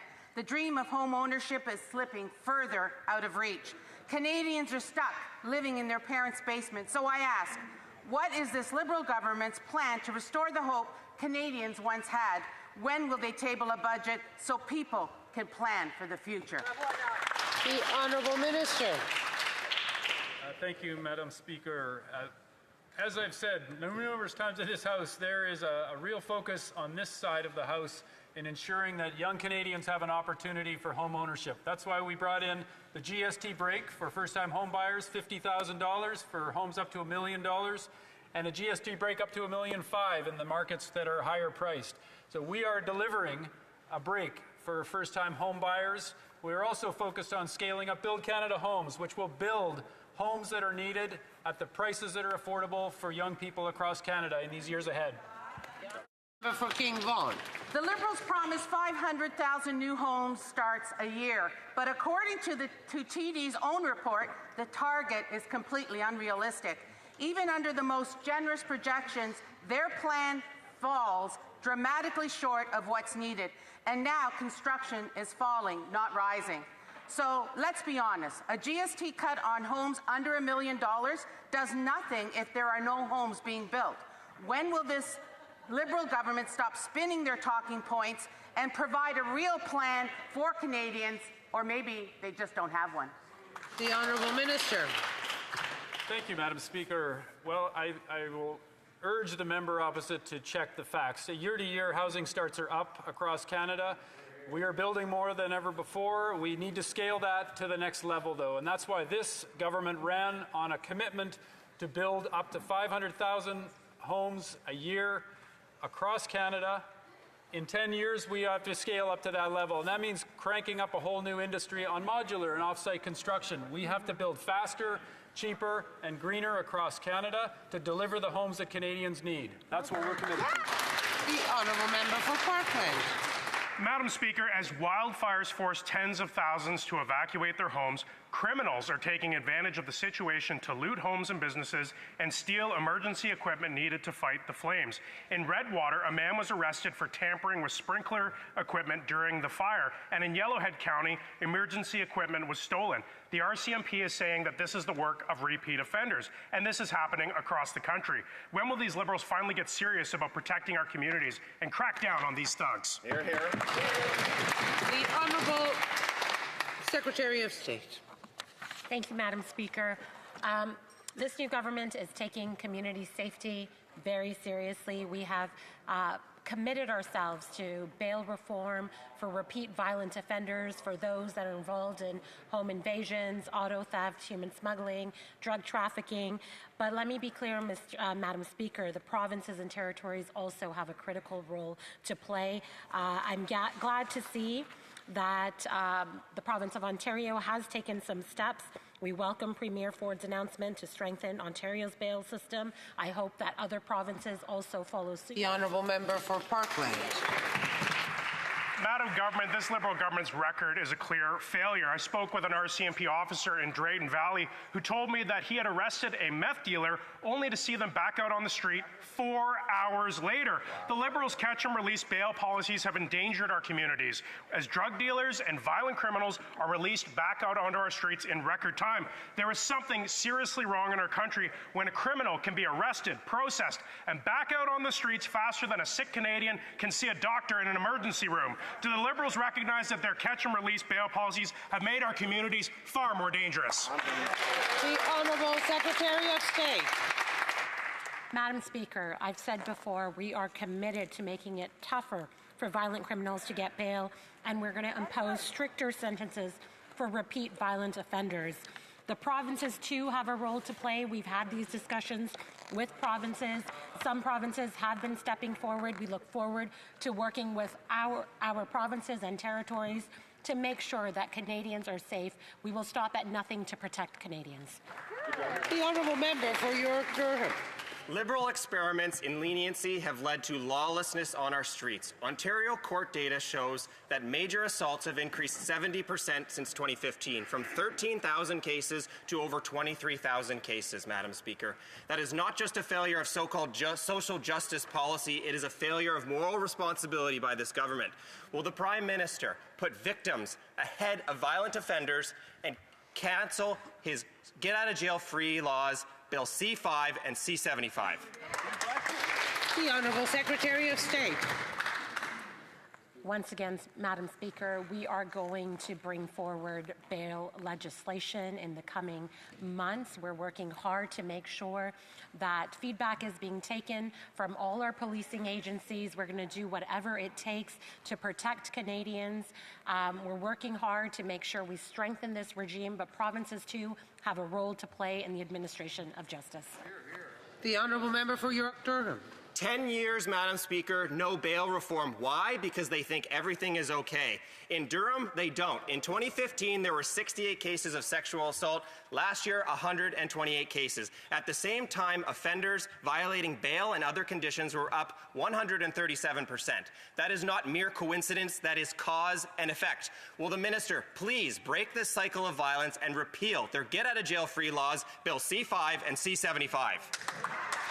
The Honourable Minister of Justice and Attorney General of Canada. Madam Speaker, the honourable member is right to raise concern around crimes involving sexual violence, but his solution is to repeal a law that makes it tougher for people who've committed acts of intimate partner violence to actually escape bail and return to our communities. That is a nonsensical approach. In the months ahead, we are going to be moving forward with legislative reforms that are going to make it harder to get bail for people who commit violent acts, for people who are engaged in auto theft, home invasion, human trafficking, and tougher sentences for violent repeat offenders. We need to be smart, we need to look at the facts, and we need to make sure that we understand the laws that we're putting forward, or in his case, suggest we would take off the books. The Honourable Member for Elgin, St. Thomas, London South. Thank you, Madam Speaker. Last night, the Minister of Public Safety made some shocking admissions. He's the minister responsible for confiscating law-abiding firearms owners' guns. He doesn't know what the firearm safety course is. He doesn't even know what a firearms license is, Madam Speaker. I invite him to come out to my local range, the East Elgin Sportsmen Association, and learn the things he needs to know to do his file. But since the minister doesn't even know the basics of Canada's gun laws, will he halt this government's confiscation of firearms? The Honourable Minister of Public Safety. Madam Speaker, let me first congratulate my colleague opposite for his Adobe editing skills, for the type of trash that he's putting out on social media. But let me just address the issue of buyback. A serious plan to keep our communities safe starts with responsible action to keep guns off our streets, Madam Speaker. The buyback program will provide fair compensation to businesses and firearm owners in possession of prohibited firearms that are otherwise unusable or unsellable. The first phase allows gun stores and gun dealers now holding over 10,000 guns that are now illegal in the Honourable Member for Winnipeg South Centre. Madam Speaker, over the course of the past few weeks, we've watched as devastating wildfires have ravaged through my home province of Manitoba and the neighbouring province of Saskatchewan. Entire communities have been evacuated, homes have been lost, and the air quality has been so poor that everyday activities have been rendered very difficult. Unsurprisingly, in places like Winnipeg, my hometown, the community has responded with kindness and generosity. Can the Minister of Emergency Management and Community Resilience share with this House how other Canadians can step up in this moment of need? Thank you, Madam Speaker. The Honourable Minister.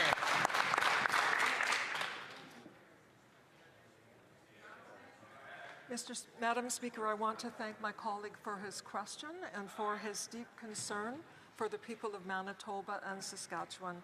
The wildfire season has hit earlier and harder than usual, and Canadians are stepping up to support those affected. That's why we've partnered with Manitoba, Saskatchewan, and the Red Cross to match every single individual donation made to their wildlife appeals. Every dollar Canadians give will go further to provide shelter, food, and essential supplies to those affected by wildfires. Thank you. The Honourable Member for St. John, St. Croix. Madam Speaker, yesterday I asked the government why a convicted child sex offender in New Brunswick is out on bail while appealing his jail sentence. The government blamed the provinces, judges, and the police. Yet this child sex offender was already arrested and sentenced for his crime. The predator got out on bail under federal law, and the government is not closing this dangerous loophole. Now, the minister pointed to C2 as an answer, but this bill does nothing to stop this from happening again. So I ask again, when will Liberals stop convicted child sex offenders from receiving bail? The Honourable Minister. Madam Speaker, I understand this matter involves the Correctional Services Canada, and it's subject to the release by the parole board. Of course, C2 has a number of important measures in place to protect the border, including ensuring that those who are predators, especially on the internet, using child pornography, for example, the law enforcement has the right tools in order to be able to do their jobs more adequately, Madam Speaker. Member for Central Newfoundland. Thank you, Madam Speaker. This year's Northern Cod assessment places the stock just a fraction below the healthy zone. With all those seeking increased quota, one sector stands out in terms of their historical access and adjacency to the resource. Those are the inshore harvesters of the northeast coast of Newfoundland in areas 3K and 3L. So given that these harvesters have had little increase in their share of quota last year, will the minister do the right thing and accept the FFAW proposal to allocate any increase in Northern Cod quota to the inshore fishers of the northeast coast? Hear, hear, hear. The Honourable Minister. Thank you, Madam Speaker. And I well know the historic importance of cod to the province as well as the cultural importance. And I also remember the moratorium 30 years ago, and well remember the absolute devastation to so many communities and individuals. As we begin to move forward and see the stock return to a more healthy zone, it is imperative that we ensure that we balance the future generations of fishers in the province with the need for harvesters to be able to have a reasonable livelihood. And I will look at both. The Honourable Member for Central Newfoundland. Madam Speaker, inshore operators along the northeast coast are seeing heavy predation on their crab stocks by cod. This has impacted their crab quotas and will worsen as the cod stock grows. Plant workers and fish harvesters in this adjacent area must benefit from the growth of the cod stock that's placing livelihoods now dependent on crab in peril. So will the minister not yield to high-paid lobbyists and foreign-funded NGOs and instead do the right thing and accept the FFAW proposal to allocate any increase in Northern Cod to fish harvesters on the inshore sector of the northeast coast? The Honourable Minister. And I will repeat again what I said earlier, because I don't know if my colleague heard me. It is imperative that we balance the future of stocks. We need to have a fishery to pass on to the next generation. At the same time, we need to understand that this is livelihood, and we can do both, but we also need to ensure that we have a stock going forward. Thank you. The Honourable Member for Carleton. Madam Speaker, sport brings people together, builds confidence, and helps young people stay healthy and active. That's why programs like the Community Sport for All initiative are so important, especially for kids who might otherwise face barriers to participating. Could the Secretary of State for Sport update the House on how this program is helping making sport more accessible for Canadians? The Honourable Secretary of State. Madam Speaker, I'd like to thank my neighbours in Burlington North, Milton West for their confidence, but I'd also like to sincerely thank the good people of Carleton for electing that member, a fantastic community champion, as their member of Parliament. The Community Sport for All initiative lifts people up by breaking down barriers to physical activity. Programs like Dribble Dreams in Milton and Ottawa South, United Soccer in that member's riding, an organization that MP knows well because he's so connected to his community. Partners like Kids Sport and Jumpstart have already helped more than 1 million Canadian families and kids enjoy sport and participate. That's because every kid deserves a chance to play, to compete, and belong. When kids play, Madam Speaker, Canada wins. The Honourable Member for l'Honorable Député. The Honourable Member for Richmond North Wesca. Thank you, Madam Speaker. After 10 years of these liberal inflationary deficits, we now see the result. Yesterday, I heard a heart-rending story from someone from Victoriaville. She said, I live alone. It's very hard to make ends meet. At the end of the month, it's very hard to pay the bills. I can barely put food on the table after paying my bills. Sometimes I can't put food on the table at all. She said she is able to eat only if she has money left over. Here in Canada, it was heartbreaking. My question is simple. Will the Liberals finally table a budget so that no one actually has to give up some of their meals? The Honourable Government House Leader.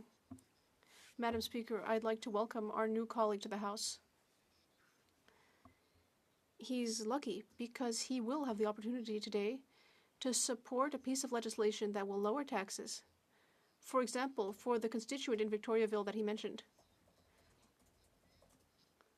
He will also have an opportunity to support a bill that was also supported by his former boss, Mr. Legault. This bill will create big projects, economic activity opportunities for workers, including for people like his constituent. Trump's tariffs are just the latest blow for BC's forestry sector. The industry needs a lifeline so it can provide good jobs in rural communities. Retrofitting mills to generate electricity from biomass could protect jobs and power grids with sustainable energy. The Domtar paper mill in Port Alberni made this switch, and now 88% of its emissions come from biomass. In 2023, the Liberals promised a tax credit for biomass energy, but have delayed implementation while investments head south. Will the Prime Minister show he hasn't forgotten about BC's forestry sector and make sure biomass is in this year's budget? Honourable Minister. Madam Speaker, thank you for the member's question. Our government supports the growth of the biomass sector. Later today, we'll be tabling a bill that will help us build new energy-efficient sources of energy, including biomass, and we hope our member will support the bill. The Honourable Member for Nunavut. Nunavut has the highest rate of child poverty in Canada. Almost half of Inuit children go to school hungry every day at 42%. Yet, the Liberals recently cancelled a Hamlet food voucher program with nothing to replace it. The Nutrition North subsidy does not reduce grocery prices. Meanwhile, the Northwest Company consistently reports hundreds of millions in profits. Will the Liberals admit they believe the so-called nation-building Grace Bay Road is more important than feeding Inuit children? Yes. The Honourable Minister. Thank you, Mr. Speaker. We are committed to ensuring full retail subsidy benefits reach Northerners.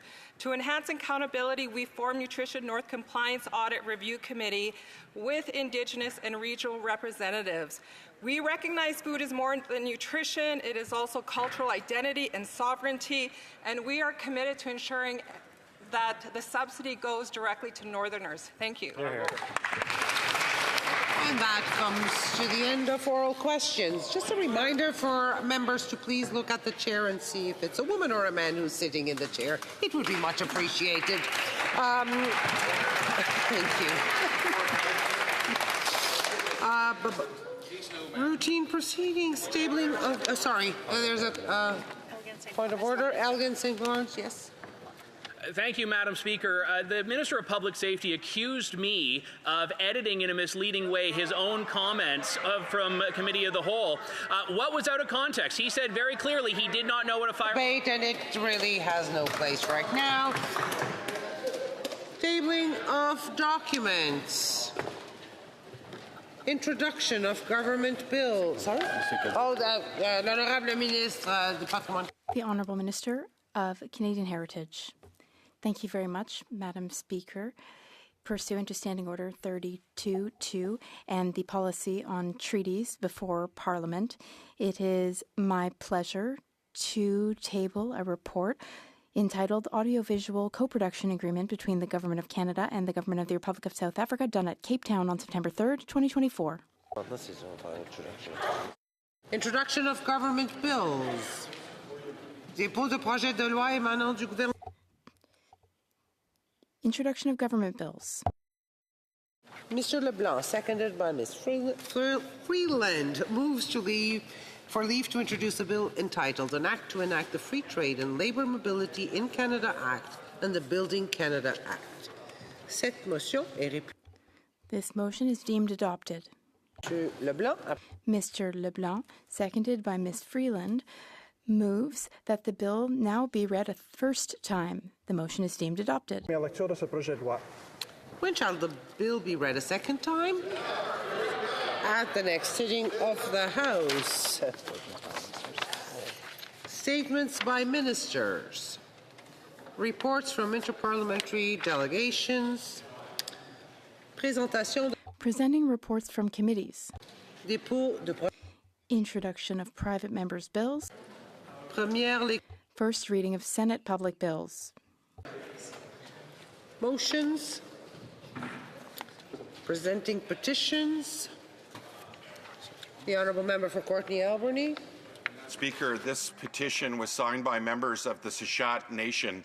And, Madam Speaker, they highlight that an essential part of reconciliation is addressing the harms First Nations have experienced, including the devastating loss of language and culture. They also highlight that there's a growing number of Indigenous language learners, but the number of remaining fluent speakers is falling.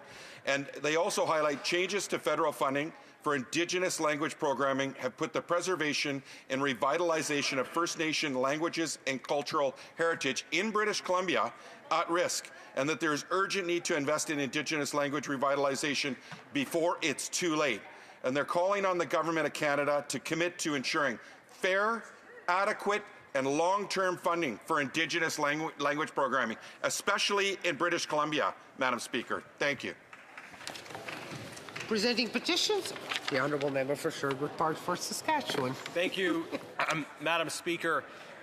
The Liberal Party, according to petitioners, has been attacking the charitable status of various Canadian charitable organizations.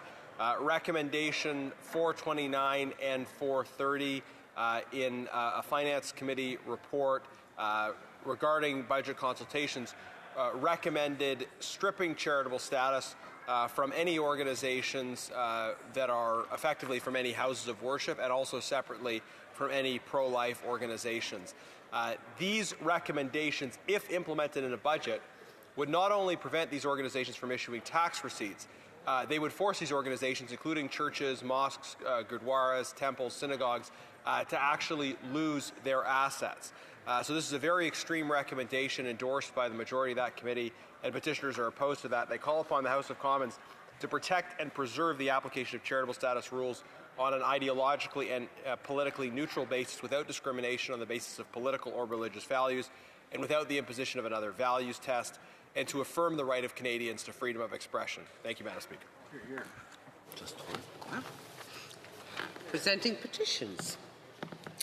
Questions on the order paper. Question inscrite au feuilleton. L'honorable ministre. The Honourable Minister. Thank you very much, Madam Speaker. I suggest that all questions be now allowed to stand. Agreed.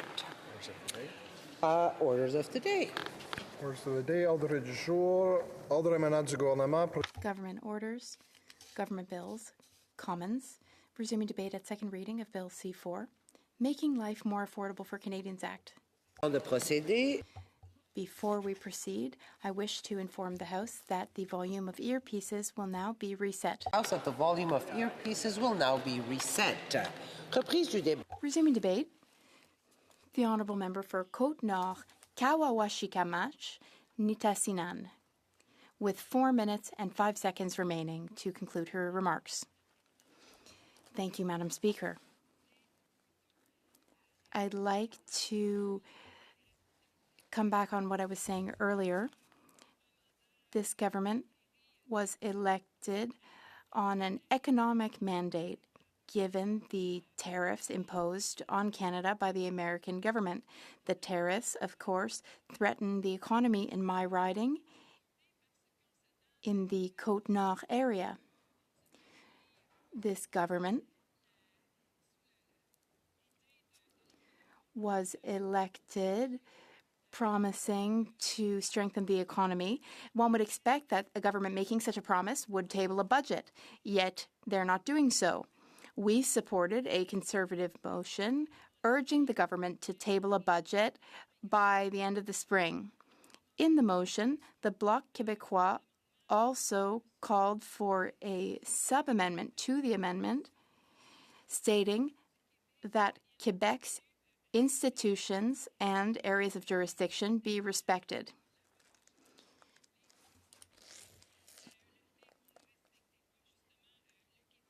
I bring that up because, in fact, Quebec's institutions and areas of jurisdiction are not being respected. Earlier this week, the National Assembly of Quebec condemned and called out an injustice done to Quebecers. They called out an injustice related to the scrapping of the consumer carbon tax. Prime Minister Mark Carney signed that into effect in March, and it was implemented on April 22nd for a total of $3.7 billion. Smack dab in the middle of the election campaign, voters received a check on April 22nd. Not Quebecers, though. The check did not cover any costs that voters in Quebec or Canada might have incurred because the check is always paid out in advance. The check was sent out, the carbon rebate was sent out in April, for April, May, and June, after the carbon tax had already been cancelled for consumers. Quebecers contributed to paying those checks. Quebec has had its own carbon pricing system since 2013. If you pay checks to provinces not covering any of the expenses, well, then that leads us to wonder why Quebec was excluded from the measure. We asked, we're still waiting on an answer. This is what the National Assembly of Quebec called out. The $3.7 billion, Quebecers should receive $874 million. That is what they are owed. We expect Ottawa to give Quebec the $874 million owed to Quebecers. And in fact, those checks, they were very electoralist. We saw before the campaign, during the campaign, and we still see now through Bill C-4 that the federal government is not respecting Quebec or its institutions because the National Assembly of Quebec had to make this request in the first place. The member for Les Verchères, Patriotes, Les Bouchers, he made the request with Quebec's finance minister. They've asked the question. They have not received an answer. We hope that Ottawa will respect Quebec's institutions and areas of jurisdiction. Member for Winnipeg North. You think I know that by now, Mr. Speaker? All good, Mr. Speaker. The legislation that we have before us is very simple, straightforward. It delivers on an election a commitment. I believe that all political entities inside the House of Commons supported the idea, or at the very least the principle of what the Prime Minister was proposing, and that was to give tax relief to Canadians in all regions of the country by my question to the member is, would she not acknowledge and agree that this is something in which Canadians, and given the mandate, deserve? In order for that to occur, we need to pass this legislation. Now, if I can get her comments in regards to that sense of urgency so that they would be able to get that tax break by July 1 this year. L'honorable député. The honourable member. Thank you, Mr. Speaker. I wish to remind the government that usually when we vote, voters are voting for what they would like to be a responsible government. That's what Mr. Carney promised. He promised that the government would be responsible, that the economy would be solid, that things would work well, that we would stand strong against the United States. I have a background in finance. I worked in finance for a few years. I know what I'm talking about. Yet here we have a government, the continuation of a government, not necessarily a fully new government, and we have this government which is not even tabling a budget. So that tells me, Mr. Speaker, that they're not taking the matter seriously. Questions and comments? The honourable member for Pierre Boucher, Les Patriotes Verchères. Thank you, Mr. Speaker. In my colleague's speech, the member for Côte-Nord mentioned that the check for the cancelled carbon tax was paid out even though their money hadn't been collected, this check was paid out everywhere in Canada except in Quebec, which means that Quebecers paid money to the rest of Canada. Why are we treated like second-class citizens in this country? Can my colleague speak to that? The Honourable Member. I thank the member for Pierre Boucher, Les Patriotes Verchères, for his question. There is fiscal imbalance. We always end up losing. We need to be able to decide how to use our own money in ways that are good for us, for Quebec. That's how things need to be. We have a very clear example here. We also have another example with the Secularism Act or law in Quebec. And the federal government is using that against Quebecers. We need full power to be able to legislate for Quebec. Thank you. Member for Langley Township, Fraser Heights. Thank you, Mr. Speaker. Good to see you there. Earlier in debate today, we heard the Minister of Finance say that he wants to make Canada the strongest economy in the G7, but it was pointed out to him that Canada's productivity metrics are lagging behind those of our major trading partners, particularly the United States of America. Does the member see anything in this bill that is going to improve our productivity numbers? And why should Canadians have confidence in this tired old Liberal government who's been promising this for years? La députée. Merci, Monsieur le Président. Mr. Speaker, the simplest answer I could give is no. We're not talking about productivity here, even though the Bloc is calling for support for companies so that productivity can be boosted. Because when you're talking about productivity, you're also talking about competitiveness. But no, this bill is not about that. Thank you, Mr. Speaker. There's 1 minute left for questions and comments. For Budapest North again. Yes, thank you, Mr. Speaker. The other aspect of the legislation is to eliminate, for first-time home buyers, up to $1 million on purchase of a home. And I'm wondering if she could indicate whether or not the Bloc Party supports that. And again, just to reaffirm her position, does she personally support, or does the Bloc support, the tax break to Canadians?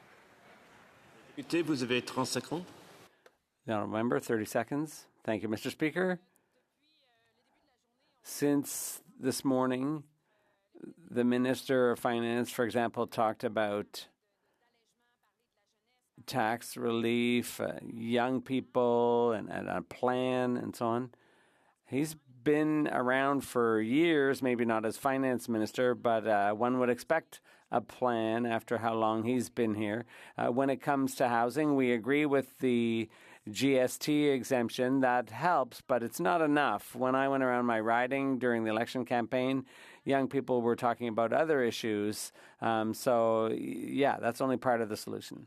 Resuming debate, the honourable member for Pierre Boucher, Les Patriotes Verchères. Thank you, Mr. Speaker. I rise today in the House to speak to Bill C-4. It's interesting because this is the beginning of a new parliament, and normally we judge a new government based on the early steps it takes, the first pieces of legislation that it introduces. And our first disappointment in looking at this government's priorities and C4 is the whole issue of a budget. This government spent the whole election campaign talking about this is a crisis, we have the solutions, and so on. But the next day, where's the plan? Where's the budget? They don't know where we're heading. They don't know what they're doing. And that's sad. It's sad to see, especially for companies in my riding, for example. There's a company that has 1,500 employees, and there's been no federal support for workers in this company that's in the steel and aluminum industry. The U.S. tariffs have doubled to 50% now. And what have the Liberals done? Well, we're negotiating. We're in discussion. That's not going to help people that are losing their jobs and people whose hours have been cut back. So it's important to speak to the Americans, but the tariff, the 25% tariff, has been there for months already, and so there was no support back then, and there's still none. So there's a problem with this government. They say they're there for us, that they've got Canadians' backs, but in concrete terms, there's nothing. So what's disappointing is to see that the government's priorities are not clear at all. Now, this bill would cut income taxes for individuals. We were always a bit skeptical about that. It's not that we're against tax cuts. Obviously, I'm the first one to say that I'm happy with a tax break. But should that be the priority? Is that the first thing they should be doing? Is that going to affect our debt negatively? Is it going to affect our ability to pay for the kind of supports and services that people need? So we can't really say because there's no budget here. So they're talking about reducing the tax rate by 0.5% this year and another 0.5% next year. So the rate would go from 15% to 14.5% in 2025 and then 14% in 2026. This will help 22 million people. You have to earn $57,000 a year, $60,000 roughly speaking. So that's not the ultra rich, but the ultra rich will also take advantage of this because it will help them too. It's available to them as well. So it's a very expensive tax break in terms of government revenues, but it won't help people who pay very little or no tax. So this is going to cost $26 billion over 5 years. Is that the best use of taxpayer money? Well, we don't know. We don't know because there's no budget. We don't know what the situation is, the fiscal situation of the federal government. We know it's going to be very expensive. We know it's going to cost $26 billion over 5 years. We know this government's already in a deficit. So what are they going to do? Are they going to increase the deficit or cut transfers to the provinces? This is important to know because our healthcare system is struggling and there is already not getting enough in transfers. So we have to worry about funding for health care. But that's the question. Where is the government going to cut to offset this very expensive tax break? So the amendment that was tabled to the throne speech by the opposition, well, the Liberals are boasting about having gotten the throne speech passed, but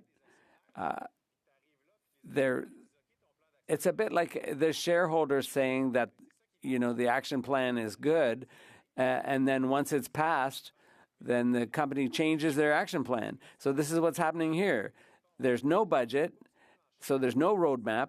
So Mark Carney, Mr. Speaker, I'm not used to not being able to say his name because I was saying it before he became Prime Minister.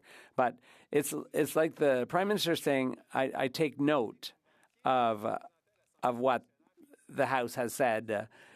It's a bit arrogant to just say, duly noted.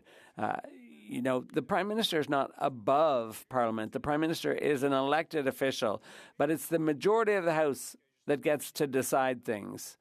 So the Prime Minister was elected largely to stand up to the U.S. president, who may not be a dictator, but gets pretty close to it. But the problem here is that the Prime Minister is asking for a blank check, and we don't know what he's going to do with it. So this is supposed to be a democracy, not a monarch that we're dealing with. So what the Liberals are doing here is they're fumbling around in the dark or asking us to approve things without having a budget to look at. It's a bit like getting in a taxi and the driver asking you to pay in advance, but you don't even know where you're going to be taken. So now the second part of the bill would do away with the GST on first home buyers of new homes, and we're not against that. We had suggested $750,000 be the limit. That's the only difference between the three parties here. The Liberals wanted to set the bar at $1 million, the Conservatives a little higher, and we were saying more like $750,000. So now these differences do have repercussions on the cost of the measure, but we, looking at the Quebec market where houses, obviously not everybody's buying $1 million home in Quebec. We have things aren't quite as out of control price-wise. So we thought $750,000 was reasonable, but we understand that the rest of the country is not the same, the rest of Canada. But given that the context with high inflation, with high rents and high prices on homes and high interest rates, it's harder and harder for people, for first home buyers. And I was one of them not that long ago. And so it's hard for people to afford a house. There's lots of people who'd like to be able to, but who can't. So is getting rid of the GST on first-time new houses, is that going to be the solution? Well, actually, new houses are more expensive than existing houses, so that's not necessarily what first-time homebuyers are looking at buying. What would be other ways, additional ways of helping first-time homebuyers? One example would be to allow parents to draw on their RSPs in order to help first home buyers. So this would give first-time buyers a chance to pay back their parents over time, because that's a good idea, because those parents were eventually going to have to withdraw from their RSPs in retirement. So that would be a way of helping, and we don't understand why that wasn't added to this bill. That would have been helpful. The third part of the bill is the worst part. The worst part because it has to do with the carbon tax and getting rid of the refund here. We're kind of the brunt of the joke here. We Quebecers, we don't have a carbon tax, but the Liberal government.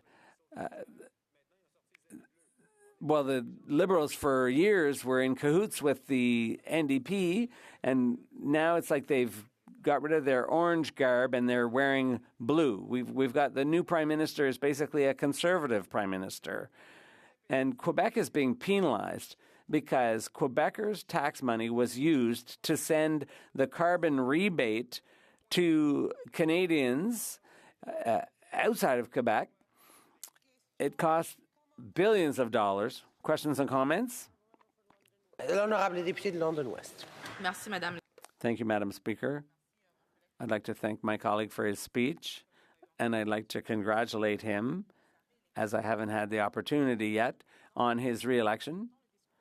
Listening to my colleague, we know that we've just been through an election and Canadians decided to elect a government who told them, this is what we're going to do, we're going to scrap the tax.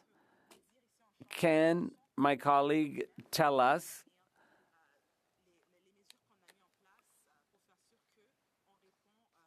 whether there's anything wrong with us doing what we were elected to do here?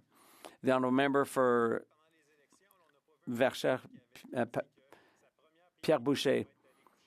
Well, they never said the first thing they were going to do was get into bed with big oil, that they were going to invite the king as a top priority. Seems to me that this is a government with some pretty weird priorities, and that is just copying from the Conservative playbook. I don't think that's what Quebecers voted for, and I don't think it's what most Canadians voted for. Madam Speaker, and I noticed that he's referring to the issue of GST on homes and only first-time home builders.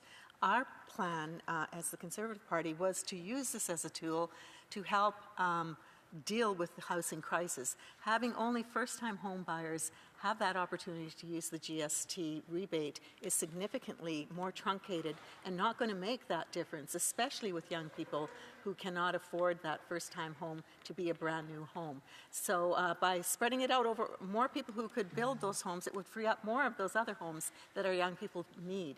Does the member think that that would be a good plan in light of the limitations on the Liberal plan?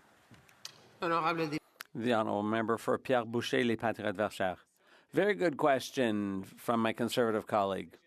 I can't say I have a clear answer to that question because the issue is if you get rid of the GST on all new homes, all first-time buyers, that could lead to price inflation because often people will try to buy the most expensive house they can possibly afford.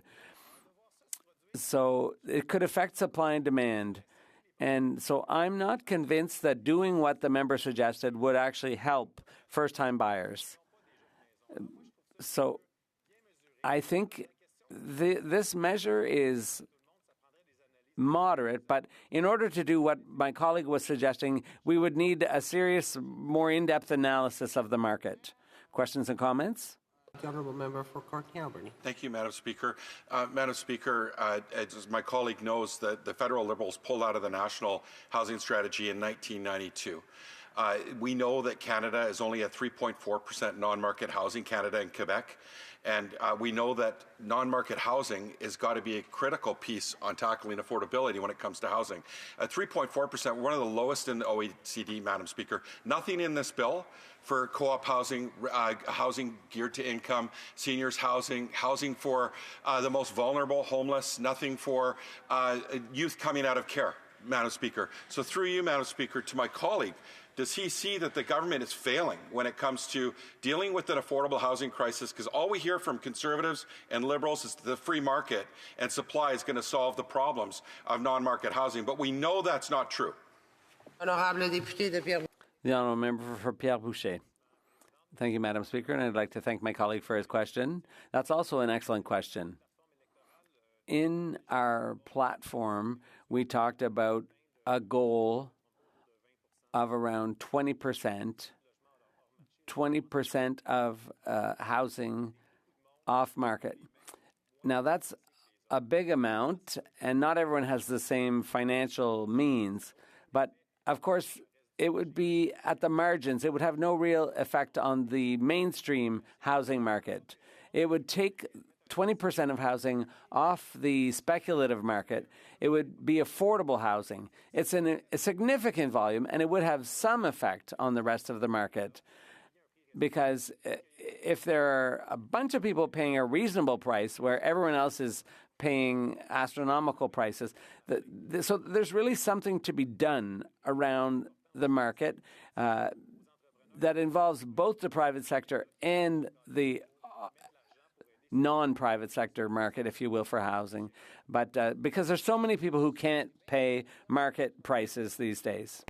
Merci, Madame la Présidente. Thank you, Madam Speaker. I'd like to begin by pointing out that I'll be sharing my time with the member for Mont-Saint-Bruno, l'Acadie. It's indeed an honor and privilege to represent the amazing people of the riding of Waterloo and to be speaking on a bill that is really important and many constituents have been speaking about. And I have to say that I appreciate the opportunity to take part as we do begin today's second reading debate on Bill C4, the Making Life More Affordable Act for Canadians. In our government speech from the throne, we outlined our bold and ambitious plan for the future. And central to that plan is bringing down costs so Canadians can keep more of their paychecks to spend where it matters most. To make that happen, we introduced the Making Life More Affordable for Canadians Act, which is before us today for consideration. The debate has been fruitful and it's been good. And this legislation, upon receiving royal assent, would legislate the delivery of our government's middle-class tax cut, providing tax relief for nearly 22 million Canadians and saving families up to $840 a year in 2026. It would also provide for the elimination of the GST for first-time home buyers on new homes valued up to $1 million, saving them up to $50,000. And it would do so while also lowering the GST for first-time home buyers on new homes valued between $1 million and $1.5 million.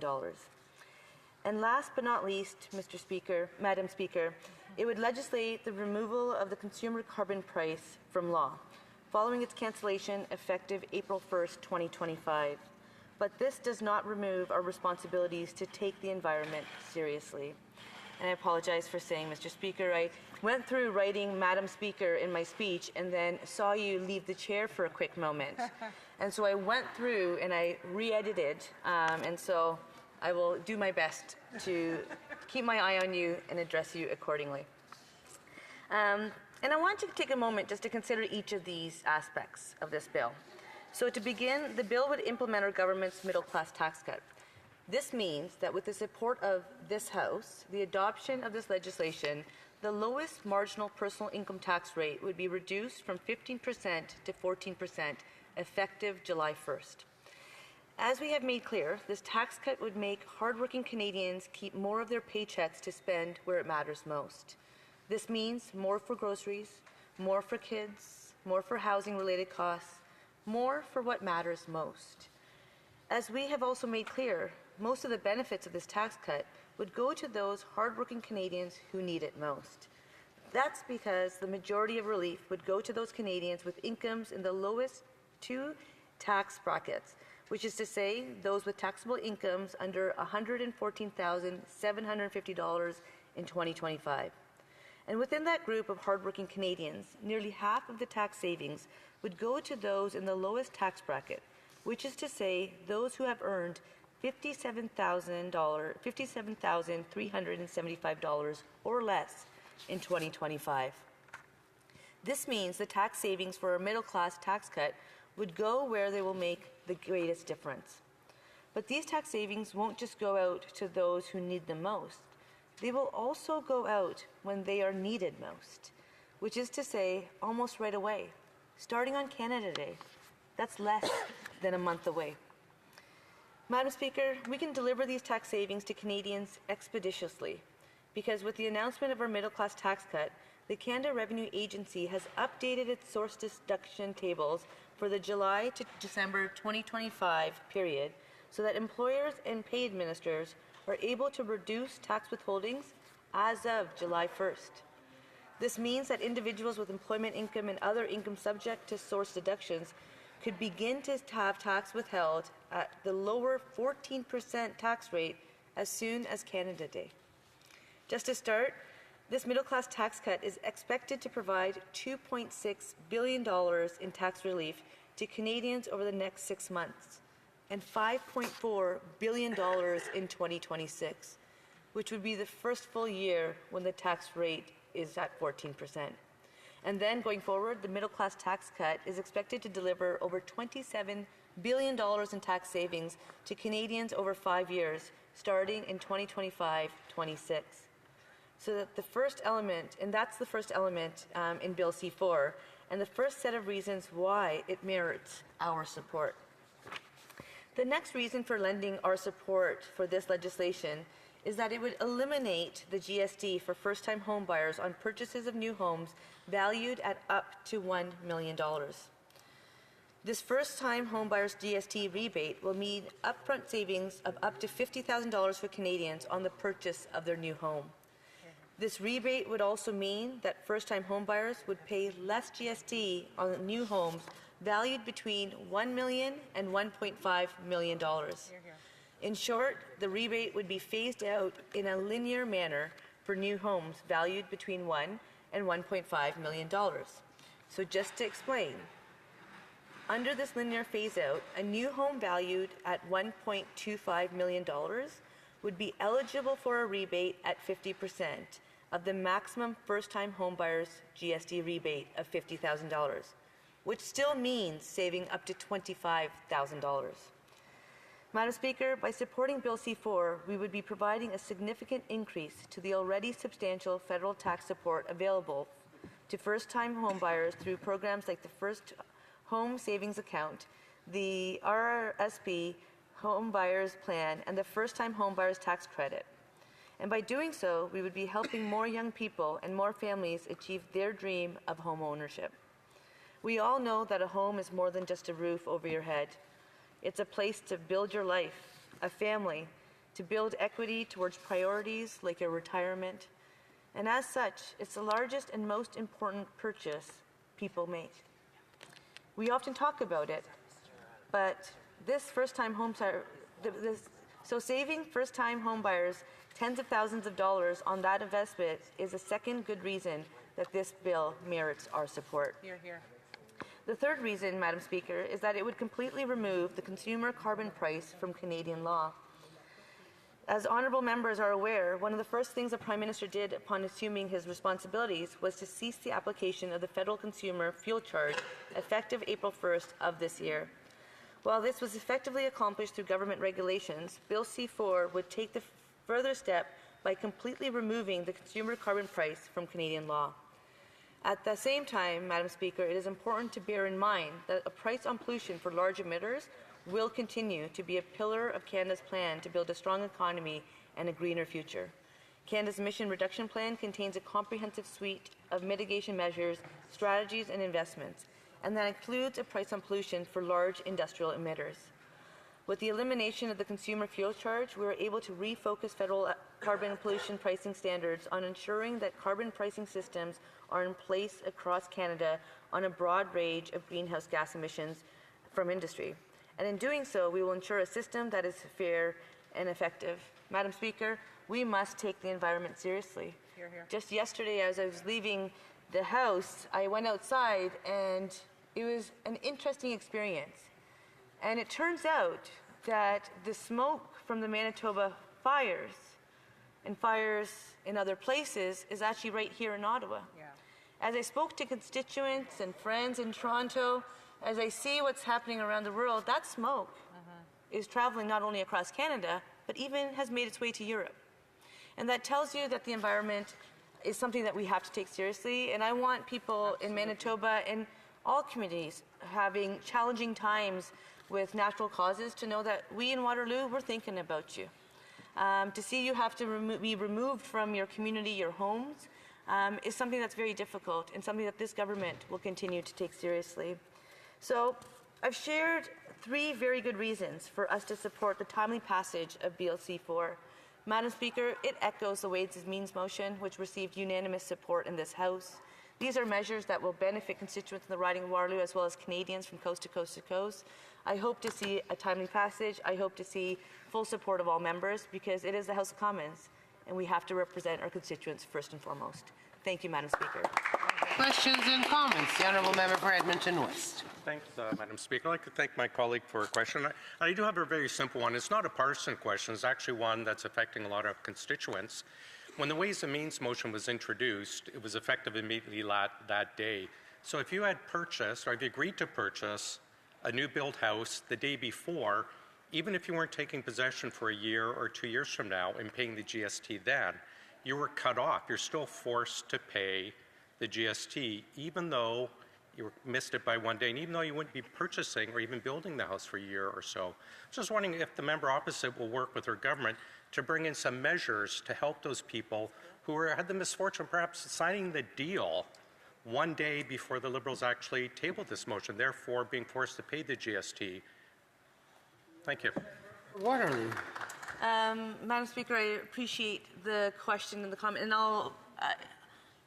the constituents within the riding of Waterloo have a diversity of views and a diversity of perspectives, and this is a matter that has been brought to my attention because we also have people purchasing their first homes in our community, and I would assume that every member of Parliament who is engaging with constituents is hearing this. And I actually welcome the opportunity to work with all members, including the government, to ensure that we are making life more affordable for Canadians. My challenge with it, to be honest, and I've shared this with constituents, there's always, whenever you have a date, there's always going to be the people from the day before. And that's what's always kind of challenging is how do we get it done? But what I really am hearing from the member is that we need to do things faster. So the immediate passage of this will get more people to be able to benefit, and I hope to receive his support and to see that the question be called and Canadians actually be able to benefit, and let's work on the ones from the day before. Thank you. The Honourable Member for Beauharnois. I'd like to thank my colleague for her speech. I've been on the procedure committee with her. I know she's a woman of principle and rigor. I'd like to hear from her on the following question. On April 1st, the Prime Minister, during the campaign, put an end to the carbon tax. So in theory, that tax is now over. So people from every province, except BC and Quebec, well, these people would have received their rebate for the carbon tax. But since the carbon tax was no longer being levied, in theory, they wouldn't be getting that rebate.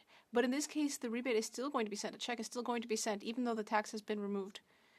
Does my colleague think that this is fair, given that people in BC and in Quebec didn't get any of the money from the rebate, or they won't get it, but by sending taxes to Ottawa, they're contributing to paying for that electioneering compensation for people in other provinces? Madame la Présidente. Oui.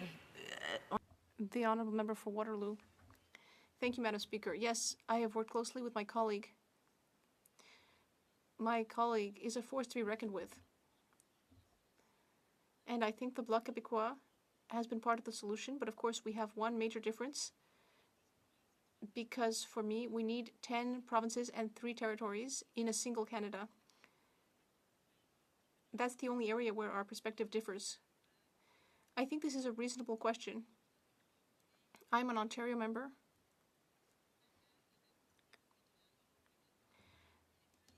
I know what's being done at the federal and provincial levels. But unfortunately, I don't have details about what happened in BC and Quebec. But I do think that as a government, we need to do our fair share.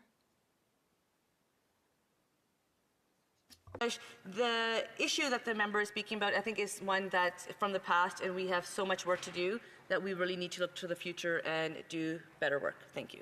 Honourable Member for Yorkton Melville. And I appreciate that the first carbon tax is being taken off. It's actually a retail carbon tax, which, yes, also is a consumer carbon tax. The truth of the matter is the industrial carbon tax is also a consumer carbon tax. So I'm wondering if the government has taken that into account as they're looking at these new homes that are going to be built and looked at what the additional cost will be on each of those homes for the wood, for the concrete, for all of the utilities involved in building that home. Will that offset what they would have had from the GST rebate because of the increased cost through that industrial carbon tax? The Honourable Member for Waterloo. Thank you, Madam Speaker. Madam Speaker, I think when we actually look at this legislation and what it will do to benefit Canadians, we really need to recognize the importance of having this legislation advance. And the member will have opportunities throughout the whole process, but really trying to parse out, things are getting more expensive. What can we do? We can try to make life more affordable and be there for Canadians. That's what this government's doing. Resuming debate, reprise du débat. L'honorable député de... The Honourable Member for Mont-Saint-Bruno-L'Acadie. Thank you, Madam Speaker. I'd like to thank my colleagues. For months, I've been meeting my constituents. Wherever they are, whether in our markets, our schools, our neighborhoods, I have heard a lot from them. For example, Manon. She is a mother, and in many cases, she must choose between paying for rent or for groceries. Today, I'm quite happy and proud to be able to rise in this honorable house to speak to this affordability legislation. It's good news for our country, for our families. It's good news for Mont-Saint-Bruno-L'Acadie. It shows commitment to Canadians. It shows commitment to enabling people to live and to thrive rather than merely to survive, so that they can feed and house themselves with dignity. Our government has heard the call, and it has taken action accordingly. We have taken concrete action that will offer tangible results for the people living in Mont-Saint-Bruno-L'Acadie. The middle-class tax cut, cutting GST on first-time purchases of new homes under $1 million, the end of carbon pricing for consumers. These measures will give families some breathing room. And when people have more breathing room, they can invest in their communities. They can buy local. They can support local business, farmers, and entrepreneurs. This is good for people, it's good for business, and it's good for our economy. This legislation will also increase equality. It shows that no one should have to choose between two essential needs: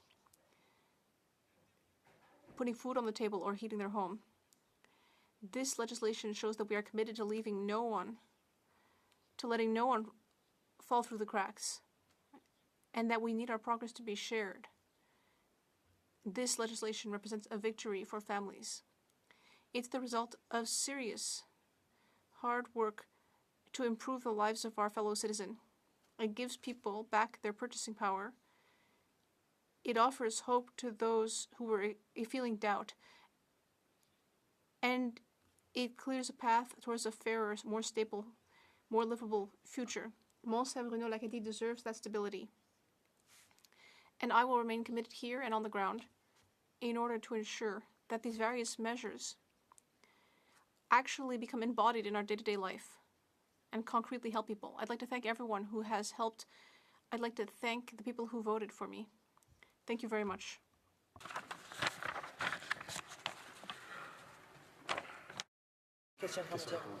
Questions et commentaires. Questions from the honourable member for Peace River West Block. Yeah. Well, thank you, Madam Chair, and I want to thank the honourable member for his speech and welcome him to this place. I know that he's a new member, and I know that this is going to be the adventure of a lifetime for him, as it has been for me. I just wanted to ask the honourable member why, when they are cancelling the consumer carbon tax for the whole host of reasons that Conservatives have laid out over the years, why are they not removing the industrial carbon tax? Thank you, Madam Chair. L'honorable député de Mont-Saint-Bruno-L'Acadie. The honourable member for Mont-Saint-Bruno-L'Acadie. Thank you, Madam Speaker. I'd like to thank my colleague. Today, my colleague across the way has an excellent opportunity to vote for legislation that will lower the cost of living for Canadians. Will he and his party support us today? Questions and comments? For Courtney Alberni. Madam Speaker, first I want to congratulate my colleague on his election and on his speech. And Madam Speaker, right now we know that a big chunk of our country is on fire. We're over 2,000 kilometers away from the fires that are happening in Saskatchewan, Manitoba, and Alberta. And here in Ottawa, the health index says the air quality is at 9.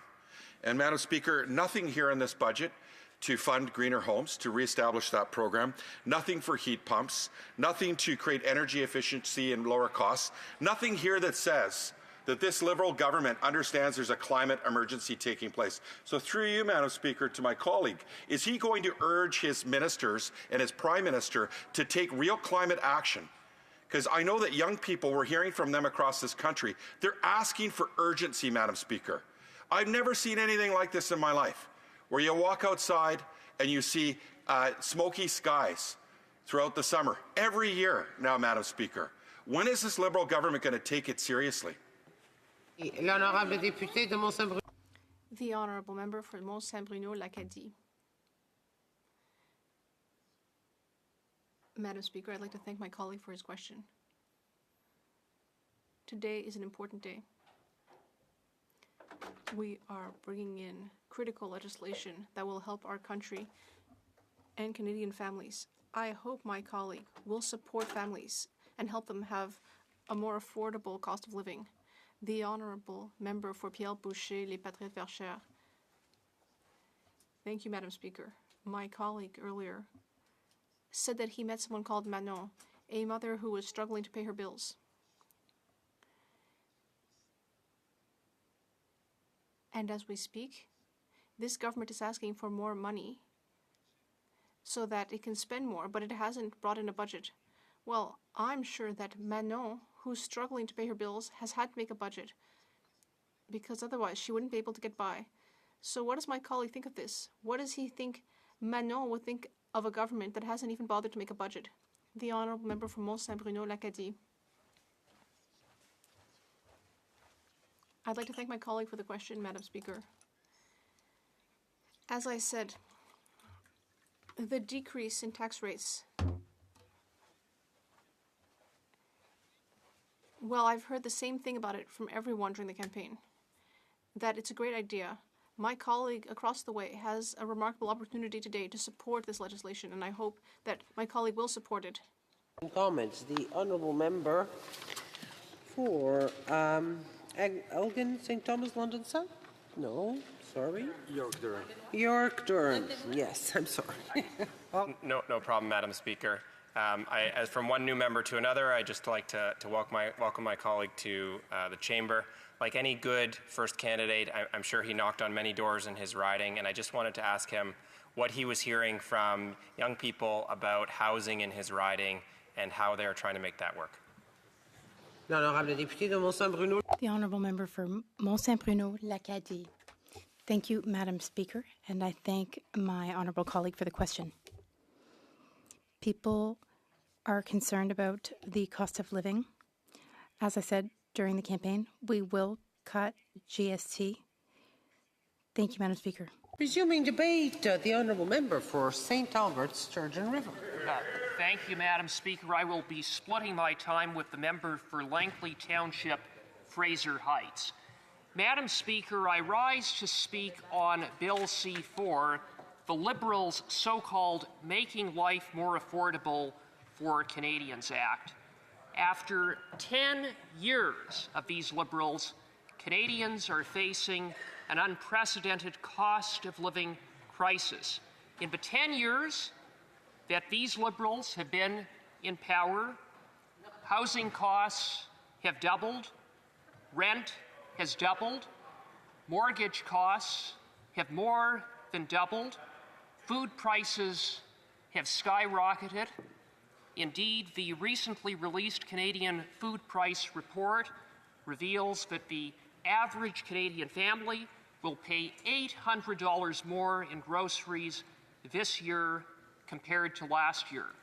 This, as a record 2 million Canadians per month are lined up at the food bank, and more than half of Canadians are $200 or less away from insolvency. Now, in the face of this cost of living crisis, the Liberals act as though they are mere bystanders. But the fact of the matter is that a big part of the reason why we are facing this cost of living crisis is because of the failed and costly policies of these Liberals over the past 10 years. Let's look at the record. This is a government that has presided over a fire hose of reckless spending and money printing that has fueled inflation. It is no accident that quite recently inflation had hit a 40-year high. This is a government that pummeled everyday Canadians with a punitive carbon tax that increased the cost of everything, including essentials such as food, fuel, and home heating. This is a government that year after year increased payroll taxes and other taxes and imposed costly new regulations. And this is a government that has managed to spend tens of billions of dollars building bureaucracy instead of the homes that Canadians need completely failing to address the supply shortage within the housing market. So, in the face of that disastrous record, here we are debating what the Liberals are selling as the solution to the cost of living crisis that they bear so much responsibility for creating. The best that can be said of this bill is that it is an admission of failure on the part of the Liberals combined with a series of half measures. Take the carbon tax, an admission of failure. This bill repeals the consumer carbon tax. Now, if there was one policy that has been the legacy of this government over the past 10 years, it's arguably been the carbon tax. These Liberals said that the carbon tax was absolutely essential, that it was the best policy tool available to combat climate change, which they purport to be the biggest crisis of our lifetime. But not only that, the Liberals said that Canadians were actually better off paying the carbon tax. Why? Because the Liberals claimed that Canadians got more money back in the way of rebates than they paid in the carbon tax. Now, if that were true, then why would the Liberals be repealing that very carbon tax as part of their so-called Making Life More Affordable for Canadians Act? The Liberals can't have it both ways. Either Canadians were better off or worse off because of the carbon tax. This represents an admission of guilt on the part of the Liberals that for years they were misleading Canadians about the carbon tax, and that Conservatives were right all along, that the carbon tax was fueling inflation and increasing the cost of everything, contributing to the cost of living crisis. And I've got to say, with respect to the Prime Minister himself, that he likes to portray himself as someone who's very different than Justin Trudeau. But when it comes to the consumer carbon tax, the Prime Minister was one of the architects of the carbon tax as an advisor to Justin Trudeau, wherein the Prime Minister said that it was absolutely the right policy. And not only that, that it represented a model for the world to follow. And now, he's done a complete 180. And so it is an admission by the Prime Minister that he got it wrong all along, and that the central key policy of the past 10 years of these Liberals was a complete failure. Now, while it's an admission of failure by the Liberals, we say it is also a half measure to repeal the consumer carbon tax. It is our position that the Liberals should repeal the industrial carbon tax. The Prime Minister's policy is to maintain that punitive tax and to continue to increase that tax year after year until 2030. It is a tax that undermines Canada's competitiveness. It is a tax that disadvantages key sectors of the economy. This at a time when sectors of the economy are grappling with 25% and 50% U.S. tariffs, tariffs that the U.S. ambassador said today are likely to remain in place for the foreseeable future.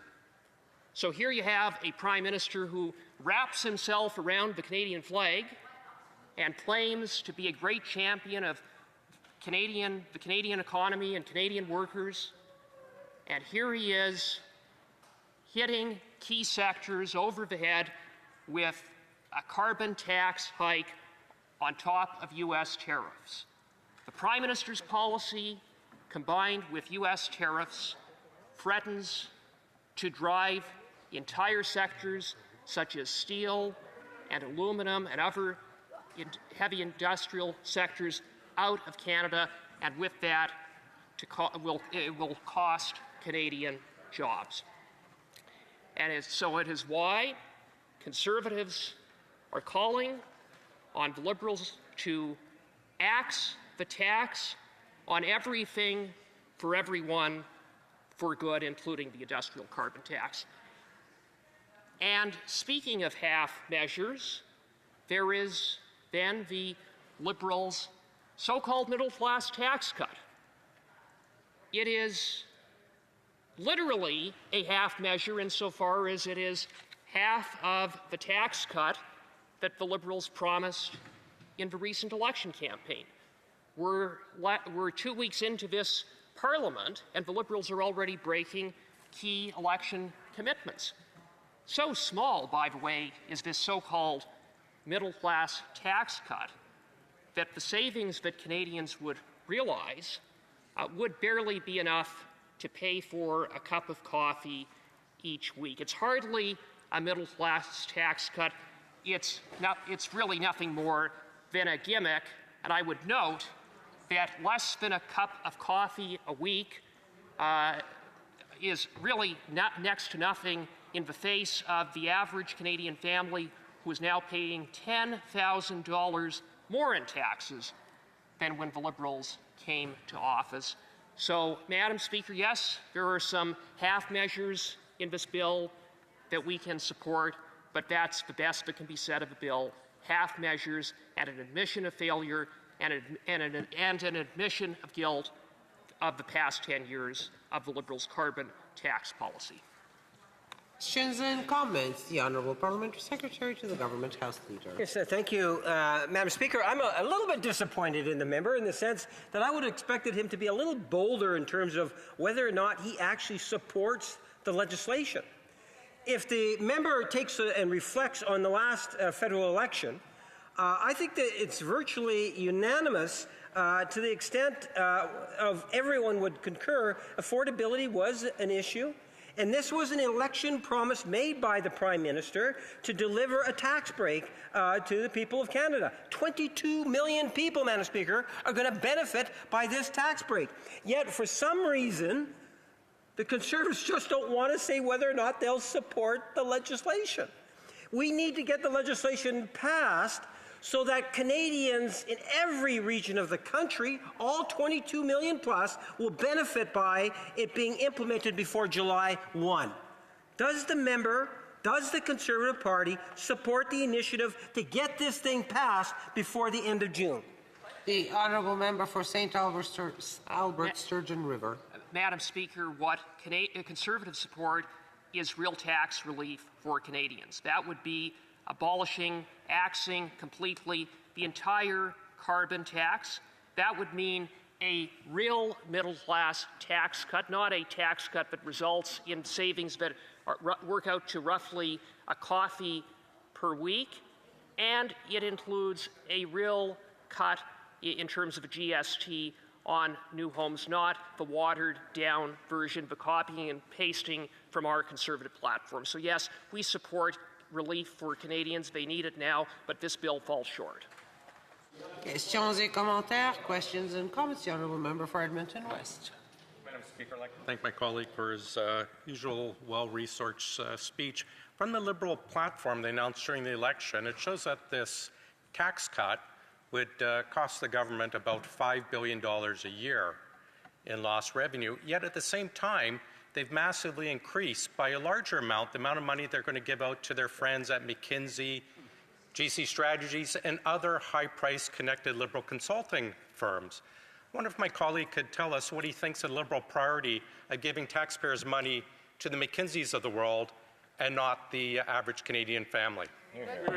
Member for St. Albert Sturgeon River. Well, Madam Speaker, it demonstrates that this current Prime Minister represents a continuation of the same with this government, because that has been one of the defining features of the Liberals, which has been to pad the pockets of their friends, of Liberal insiders. We saw that with McKinsey. We saw that with the $400 million green slush fund that seized Parliament last fall, and we see the same with this budget. Questions and comments? The Honourable Member for Nunavut. I'm going to ask the member a similar question that I asked earlier in C4, where it seeks to amend portions of the Elections Act, which has nothing to do with affordability, and I wonder what his thoughts are on that. The Honourable Member for St. Albert's, Sturgeon River. Thank you, Madam Speaker, and I take the honourable member's point that it would have been more appropriate to have provided those amendments in the form of a separate piece of legislation. With regards to the substance of Part 4, the amendments to the Canada Elections Act, I do support those amendments to have a uniform system in place with respect to privacy laws falling exclusively under federal jurisdiction as they pertain to federal political parties. Questions and comments? The Honourable Member for Yorkton Melville, a brief question. Thank you, Madam Speaker. We've heard that they are going to be removing the carbon tax, which is called a consumer tax. However, I'd like my colleague to speak to the fact that it's actually a retail carbon tax, which they're replacing with an industrial carbon tax, which ultimately impacts the consumer, and whether he thinks that will impact the cost of these homes that they're taking the GST off of, but probably increasing the overall cost. Regardless. Honourable Member for St. Albert, Sturgeon River, a very brief answer. Well, Madam Speaker, the bottom line is that the Prime Minister's commitment to increase the industrial carbon tax not only undermines Canada's competitiveness, but the costs borne will be passed on to consumers. So Canadians will, in fact, be paying more, not less, as a result of this Prime Minister's industrial carbon tax hike.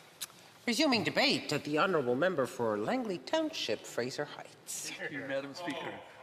Thank you. I rise today to speak on the Making Life More Affordable for Canadians Act. Now, this is an act that was made necessary by a decade of economic mismanagement by the Liberal government. So why are things unaffordable for Canadians? Well, inflation is up. Let's take a look at the cost of groceries, 3.8% inflation year over year, as according to Stats Canada April figures, which is twice the aggregate inflation for the same period for the whole economy, the Consumer Price Index.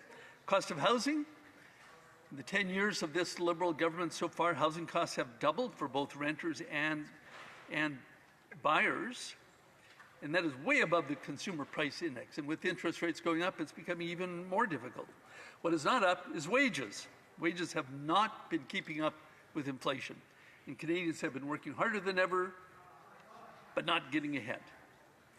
As a matter of fact, we are in a de facto recession if we measure GDP on a per capita basis. Yes, our GDP continues to grow very slowly, very gradually, but below the rate of immigration. More people are working, but not as productively as they should. Now, that's not their fault. The Liberal government has been mismanaging the economy for all these years, focusing more on distributing wealth rather than creating new wealth. And this has led to a decade of deficit spending, money printing, inflation, high interest rates, and anemic economic growth. That's the challenge. Now, I want to quote, this is not just Conservatives talking, I want to quote from the former Liberal Minister of Finance in her 2022 budget, which incidentally, Madam Speaker, was called A Plan to Grow Our Economy and Make Life More Affordable. So here we are 3 years later, same phraseology, but nothing has happened. Nothing has improved. This is what she had to say in her 2022 budget. But we are falling behind when it comes to economic productivity. Productivity matters because it is what guarantees the dream of every parent, that our children will be more prosperous than we are. This is a well-known Canadian problem, an insidious one, her words. It is time for Canadians to tackle it. Now, it's not just the Liberal Minister of Finance that was saying that. Just as recently as a year ago, Carolyn Rogers of the Bank of Canada had this to say about productivity. It is a way to inoculate the economy against inflation. Economy with low productivity can grow only so quickly before inflation sets in. But an economy with strong productivity can have faster growth, more jobs, higher wages, and less risk of inflation. She continues. That's why I wanted to talk about Canada's long-standing poor record on productivity and show you just how big the problem is. You've seen it, the signs that said, in case of emergency, break glass. She said, well, it's time to break the glass. This is an emergency. It was an emergency then, continues to be an emergency today. The OECD, in a report that came out just last month, had this to say about Canada's economy. The level of Canada's labor productivity lags behind its peers, and the current trade tensions with the United States is likely to compound it. Revamping our country's productivity requires a combination of policy actions. Canada's natural disadvantage in having dispersed and relatively small markets has been countered by making sure regulatory barriers are as low as possible, including those restricting domestic trade. So I agree with all of that. Get rid of regulatory barriers. That's what we have been saying all along for the last 2 or 3 years on the Conservative side. We said, let the government gatekeepers get out of the way. Let free enterprise unleash it. Unfortunately, this draft bill doesn't talk about anything like that. It doesn't talk about reducing red tape. It doesn't talk about improving productivity. The actions that this government could take that would lead to permanent and sustainable affordability. That's what they're after. They're not achieving it. But, Madam Speaker, this bill does talk about lowering taxes, and we don't disagree with that. Conservatives generally support lower taxes, less government, more free market initiatives, more competition, because free market competition makes us more profitable, makes us stronger, makes us more resilient, makes us more productive, and that allows for higher wages for hardworking Canadians so that they can afford to live. But I want to take this tax break into perspective. It's been said that, I didn't do the math myself, but it's going to result in roughly $800 in savings for the average Canadian family. Now, if I take the average Canadian family in my riding of Langley Township, Fraser Heights, who might have a mortgage on their house of $500,000, which is completely conceivable with starter homes being around $1 million, let's say that they have to renew their mortgage. Interest rates are up 2% since the last time they renewed or secured their interest rate. And that works out to about $830 every month. So will this family welcome a tax break of $800? Yes, of course it would. It'll help them for 1 month. Trouble is there are 11 months in the year. And so the help really doesn't go very far at all. It's a half measure. Now, I'm here to say that there is a better way for the government to do this, to really make life more affordable, and that is to grow the economy, to create a sustainable environment where wages can go up without creating inflation. This is what the economists have been telling us. This is what the former finance minister recognizes. It's what the Bank of Canada recognizes. This government doesn't seem to get the idea.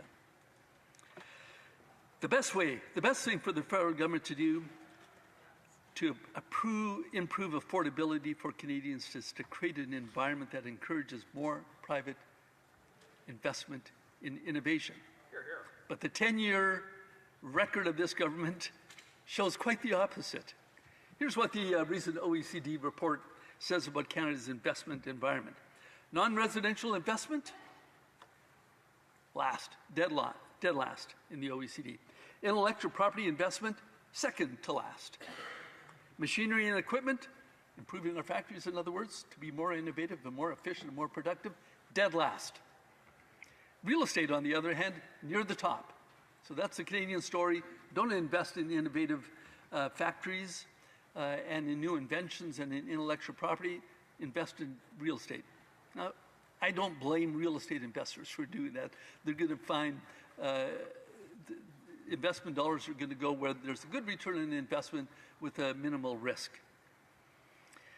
Now, we've seen governments, both provincial and federal, tackling the perceived real estate market by sometimes making it more difficult and less attractive to invest in real estate. Oh, let's increase capital gains taxes. Other times we see the government doing exactly the opposite, as we see them doing here today, making it easier to invest in housing. Let's give homeowners a GST break. Now, we don't disagree with that, Madam Speaker. The Conservative Party ran on axing the tax, income tax, carbon tax, GST on new homes, but we are not impressed with the half measures that we see in this bill. We'll be looking for other initiatives from this government to take big, bold steps to actually take serious action for improving Canada's economy and improving affordability for Canadians. Is this the government that's going to do it? They keep saying, oh, it's a new government. Well, I look at the benches on the opposite side, and many of the old faces, certainly we're hearing the old rhetoric, we're hearing old ideas being recycled, and I'm not confident that this is the party, that this is the government that is going to show us a big turnaround in Canada's economy. Thank you. Questions and comments. The Honourable Parliamentary Secretary to the Government House Leader. Well, Madam Speaker, it is a new Prime Minister, and it is indeed a new government. And we have seen a number of initiatives that have been taken that make it very clear that we have our Conservative friends across the way feeling a little uncomfortable, because one would think there would be some natural things that they would be voting in favor of. I can recall the last time we gave a substantial tax break to Canadians, a number of years ago, Conservatives voted against it. Now here we have yet another piece of legislation, Bill C-4, significant tax break. Will the member commit that he will vote in favor of this legislation and even possibly go further and maybe even suggest the Conservatives might actually vote in favor of the legislation? Member for Langley Township, Fraser Heights. Well, I would like to thank the member for Winnipeg North for his question. Yeah, so there he goes again, saying, well, it's a whole new government. No, it's not. It's the same old ideas, it's just being recycled, repackaged, and somehow they're expecting Canadians to believe that this time, finally, they've got the idea, they've got the solutions. Talking about housing. You know, housing prices have doubled in the 10 years of their regime. So what is so different today that Canadians can have confidence that it's going to be different? We're not impressed with the half measures of this bill. Questions et commentaires? Questions and comments? Honourable Member for Peace River West Rock. Peace River West Rock? Madam Speaker, and I am in my correct seat today, so Bravo. I thank you for recognizing me. I want to thank the honourable member for his great speech. I know that he has a long career in the law profession, and I was just wondering, and land development I think was the area. I'm just wondering if you can comment a little bit about what are the trend lines around new home building in his neck of the woods. Thank you. The Honourable Member for Langley Township, Fraser Heights. So new housing construction starts in my area, Lower Mainland, are down.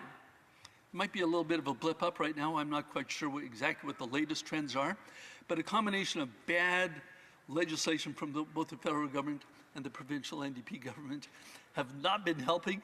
We just wish that the government would stay out of the way, encourage private enterprise to take care of the housing problem. I think it would happen in a balanced economy. Thank you. Questions and comments. Questions et commentaires. L'honorable député de... The Honourable Member for Pierre Boucher, Les Patriotes Verchères.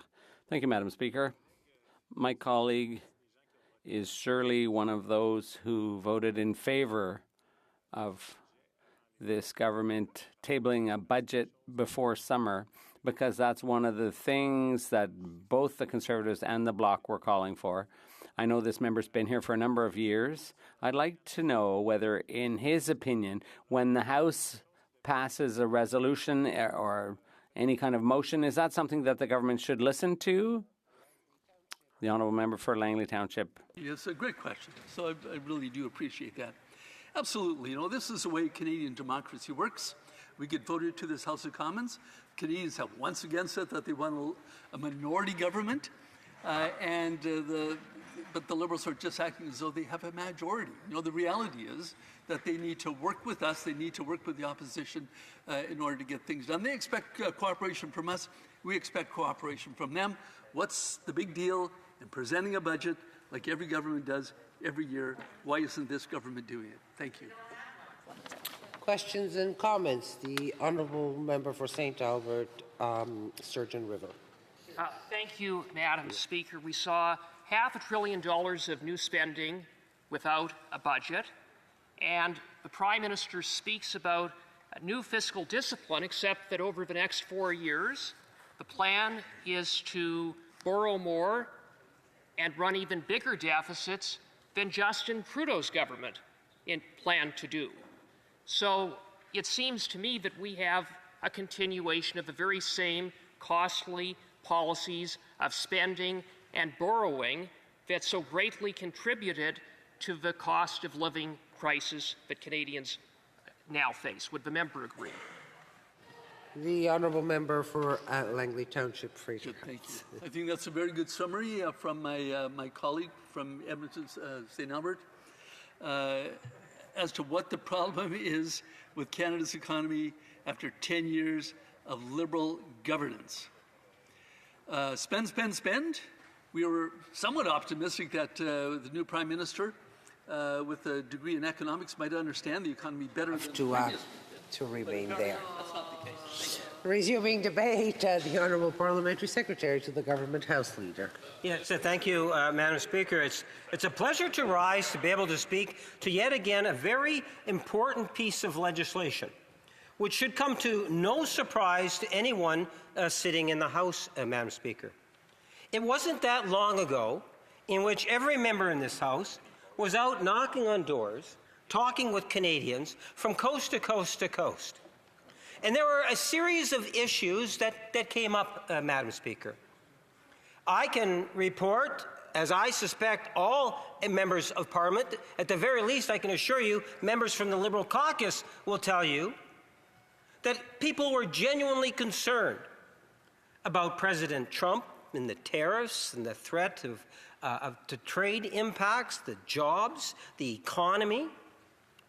People were concerned about the issue of affordability. They were concerned about some of the issues related to crime and the having a secure Canadian border.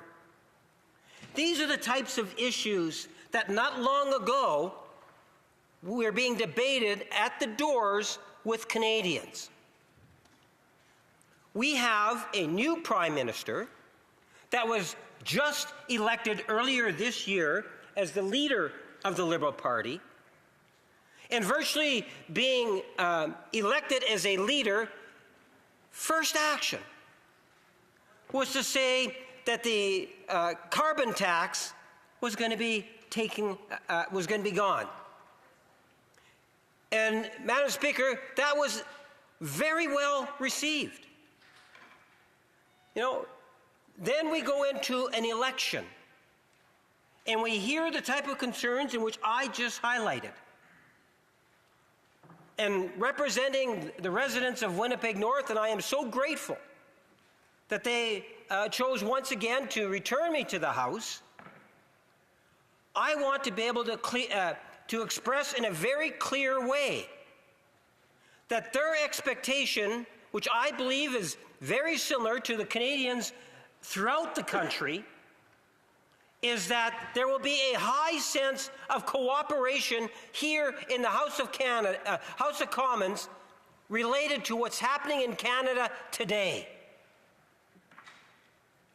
And I have now on several occasions challenged members of the Conservative Party in particular to recognize the last election, the issues that were being discussed at the door, as Liberals have been doing time and time again, and to reflect in terms of the types of legislation that is being introduced.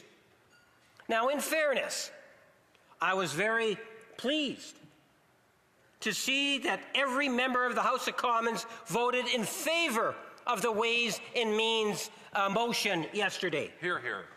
It was a significant amount of money, and everyone inside this House recognized that, and they voted in favor of it, Madam Speaker. Smart move. That is a smart move, absolutely. It was the right thing to do. But there's a lot more to it, Madam Speaker. I want you to think in terms of those other issues that we were hearing at the doors not that long ago. Take a look at the legislation. And the best bill, and I'm going to quickly refer to 3, but the best bill is actually C4. What is actually within C4? It's a direct tax break, reducing it from 15% to 14% for every Canadian worker that's making less than $57,000 a year. That means 22 million Canadians are going to benefit by this aspect of the legislation. And it is a significant amount of money. When you think of the average family of 2 come 2026, you're talking well over $800, Madam Speaker. That is a lot of money. And one would think that the members opposite, based on the election and what they were saying to the voters, and what voters indicated to every political entity inside this House, on the issue of affordability, they wanted to see a leader that would take some action. This Prime Minister and this Liberal caucus recognize that, and that is the reason why we have this bill in front of us today. That's right. Because we believe that we do need to bring in this tax break, Madam Speaker, in which 22 million Canadians will actually benefit by it. Simple question that I've asked opposite even today. And they waffle. It's as if Pierre Poilievre hasn't given them their instructions as to what it is they're going to be doing on it, Madam Speaker. Many of my colleagues would think it would be a no-brainer that they want to support that initiative. You'd think he'd have the time to do it. That might have been recorded as a heckle, possibly. I won't repeat it. But yes.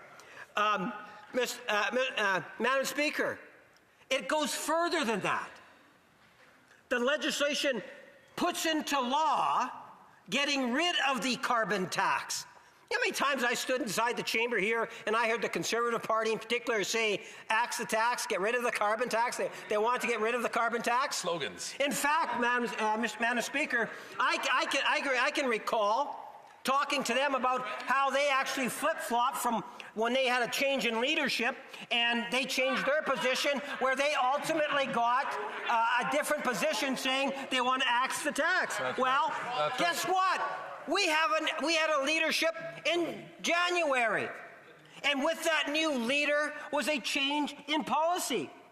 You would think that the Conservatives would support that. I thought you'd be outraged. But you know, Madam Speaker, again, they go off on some other line. But that's a substantial aspect of this legislation, yet, again, no indication. I ask them, and they just don't say what they're going to do on the legislation. You know, if they believed in what it is that they were talking about for the last little while, one would think that at least they would be saying, yes, that is a good thing, and we are going to be supporting the legislation. So there's 2 aspects of the legislation in which the Conservatives are kind of holding back on. There's a third one. And it's, again, a significant tax break. Imagine being a first-time home buyer and you're out there wanting to purchase a house. We are providing a financial incentive in the form of a tax break for first-time home buyers for a property up to $1 million. Really glad we came up with And where do you think the Conservatives are falling on that issue? Where? Hard to tell. It's hard to tell. Surprise, Those surprise. are the big 3 issues. Those are the big 3 things within the legislation. And one would think that they would have the inner, I don't know what you want to call it, Madam Speaker. They'd be strong enough to say that, yes, C4 is an important piece of legislation, and we are going to vote in favor of it. I do not understand why they can't say that. Those are the three things. What aspect of that do they actually oppose? I can't figure it out. So maybe when they get the opportunity to ask me a question, why don't they start the question off by saying, we actually support the legislation, and then go on with the question? Or, we don't support the legislation, and here's why, and then go ahead and ask the question. Provide some clarity to Canadians. Remember, it's not like we have a great deal of time. This tax break takes effect for July 1. If we do not pass this legislation by July 1, you're compromising the tax benefits of Canadians. So, Madam Speaker, well, the member says call for an election. Well, you know, we had one just 4 or 5 weeks ago. I don't know if Canadians want to see another election, but we will continue moving forward, being a little bit more optimistic that the last election made a very strong statement in itself, and Canadians do have an expectation that Conservatives and the Democrats and Bloc members will work along with the government and support some critical initiatives. There is a deadline with this piece of legislation. We need to see the legislation passed. I would hope that my Conservative colleagues and friends across the way will give Canadians what they were asking for in the last election, and the Prime Minister made the commitment to give them that tax break, along with 169 other Liberal members of Parliament, Madam Speaker. I believe that we can do that. There is no excuse for us not to do that. New Prime Minister, new government. And I can tell you, Madam Speaker, shame on you. Take a look at the legislation where we highlight the benefits of C4. And I can tell you, take a look at that legislative agenda.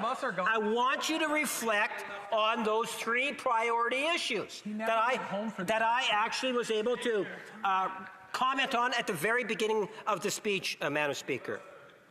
Think in terms of the One Canadian Economy Act, C5, just introduced today. Right? Great bill. Reflect in terms of what it is Canadians were telling us during the election. They're nervous.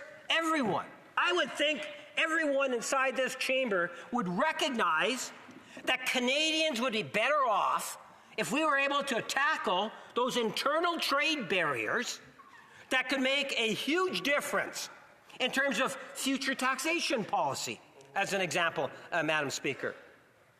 We're talking about billions of dollars.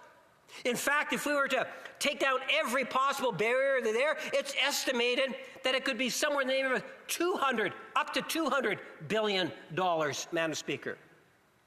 Imagine the benefits, the economic and taxation benefits, Madam Speaker, in terms of potential future tax breaks, possibly, Madam Speaker. One never knows. We have to build that one economy. Again, that is a commitment that the Prime Minister made to Canadians. It is an election-mandated commitment. And today, we receive another piece of legislation to deal with that commitment, just like C4, where we made that a commitment. Think about it. Just earlier this week, the Prime Minister is in discussions, meeting in Saskatchewan with all the different First Ministers, and 4 or 5 days later, here we are on the floor of the House of Commons being provided the opportunity to once again take on an issue of great substance and ultimately bring Canada together in a stronger and healthier way. And what we look towards the opposition members of all political stripes is to recognize we had political parties of all stripes in Saskatchewan. We have Canadians of all stripes, of everything you can possibly imagine, virtually coming together and wanting to see a higher sense of cooperation on these election platform issues. That's one of the reasons why the Prime Minister today is the Prime Minister today, because of understanding and being able to explain to Canadians the types of actions that are necessary in order to manage the economy and to bring us through over the next 2, 3, 4 years, whenever the next election might be, Madam Speaker. So then you could talk about Bill C2. Again, thinking in terms of potential budget expenditures, securing our borders. It is a priority piece of legislation. It's a priority because Canadians mandated it from the last election in a very clear fashion. It's not like the election was a year ago, Madam Speaker. We're talking, 6 weeks, 5 weeks ago? April 28th was the election day, where they raised the issues of One Canada, tax breaks, and concern related to our borders, dealing with things like fentanyl, automobile theft. And again, we have legislation that's there to deal with that. Members opposite talk about safety in communities. We're talking about 1,000 new RCMP officers. We're talking about 1,000 new Canada Border Control agents, Madam Speaker. Again, bundle them together. Take a look at C2, C4, C5. All three of those bills come out of the election that we just had. Members opposite want to talk about, well, if you believe it's out of your platform, then there should be no reason why you don't support it. You would think. You would think. Well, Madam Speaker, the point is we're not here to serve a political party per se. We're here to serve our constituents and collectively all Canadians. And this is something in which Canadians made very clear, crystal clear, that we want this legislation to get through. And we can do that, Madam Speaker. It's amazing what one can do with unanimous consent when it comes to legislation. We've seen it in the past, and there's no reason why we can't see it this time round, Madam Speaker. Trust me, there will be a lot more legislation that will be coming, and it will be thoroughly debated, no doubt. It will go through the committee process and so forth. But the big three items this week that have been introduced, I believe have been mandated by Canadians in a very real and tangible way.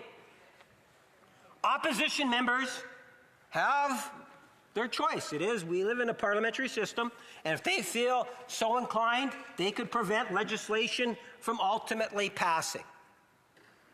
But I can assure members opposite, I like to think that I am a very opinionated person, and I will be sharing my thoughts and reflections on opposition and what they do over the next couple weeks to the constituents in which I represent, and I suspect that the same will be duplicated throughout the country, Madam Speaker.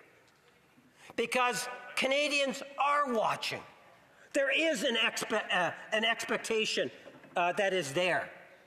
It's not like we have a legislative agenda of 25 bills, not yet anyway, Madam Speaker. We have the priority legislation that's coming directly out of the election.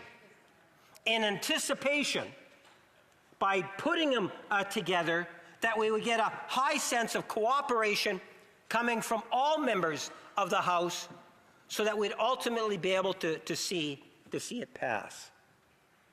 And that would be my ask of all members today, is to take a look at it almost as a package deal where Canadians, I believe, are very, very supportive. Nothing prevents members opposite to approach the appropriate ministers if they have specific concerns. yesterday in talking, for example, about one of the border bill, Bill C2. There's a lot of misinformation in the Conservatives' benches in regards to the mail system and how it is that we're going to make Canadians safer by making changes in the legislation that enabled law enforcement officers to get a warrant in essence, to be able to go through a letter, Madam Speaker. Something in which they could never do before. So there is a lot to go through. I recognize that. But I challenge members to raise them. Let's get legislation in a position where we could ultimately see it passed. That is what I'm hoping to see, and that's what I'm going to continue to advocate, Madam Speaker. I did want to comment in regards to the housing, because housing is a very big issue, and it's incorporated inside the legislation that we're talking about today. And I want to emphasize the program, Build Canada Homes.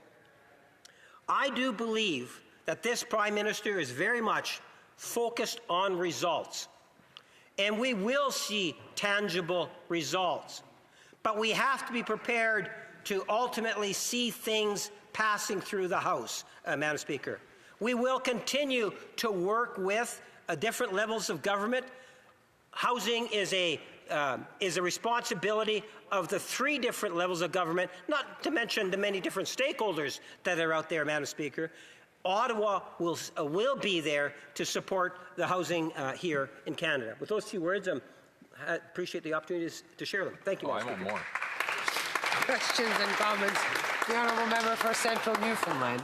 Madam Speaker, the Parliamentary Secretary to the House Leader just talked about Canadians tuned in. Well, if they're tuned in, if they're watching a rerun of a 10-year-old show, the same show, it's the same show from the same guy who's bawling and blaring over there, never giving his colleagues a chance to speak. And he spoke about at the election, Madam Speaker. He was wondering what we heard at the doors.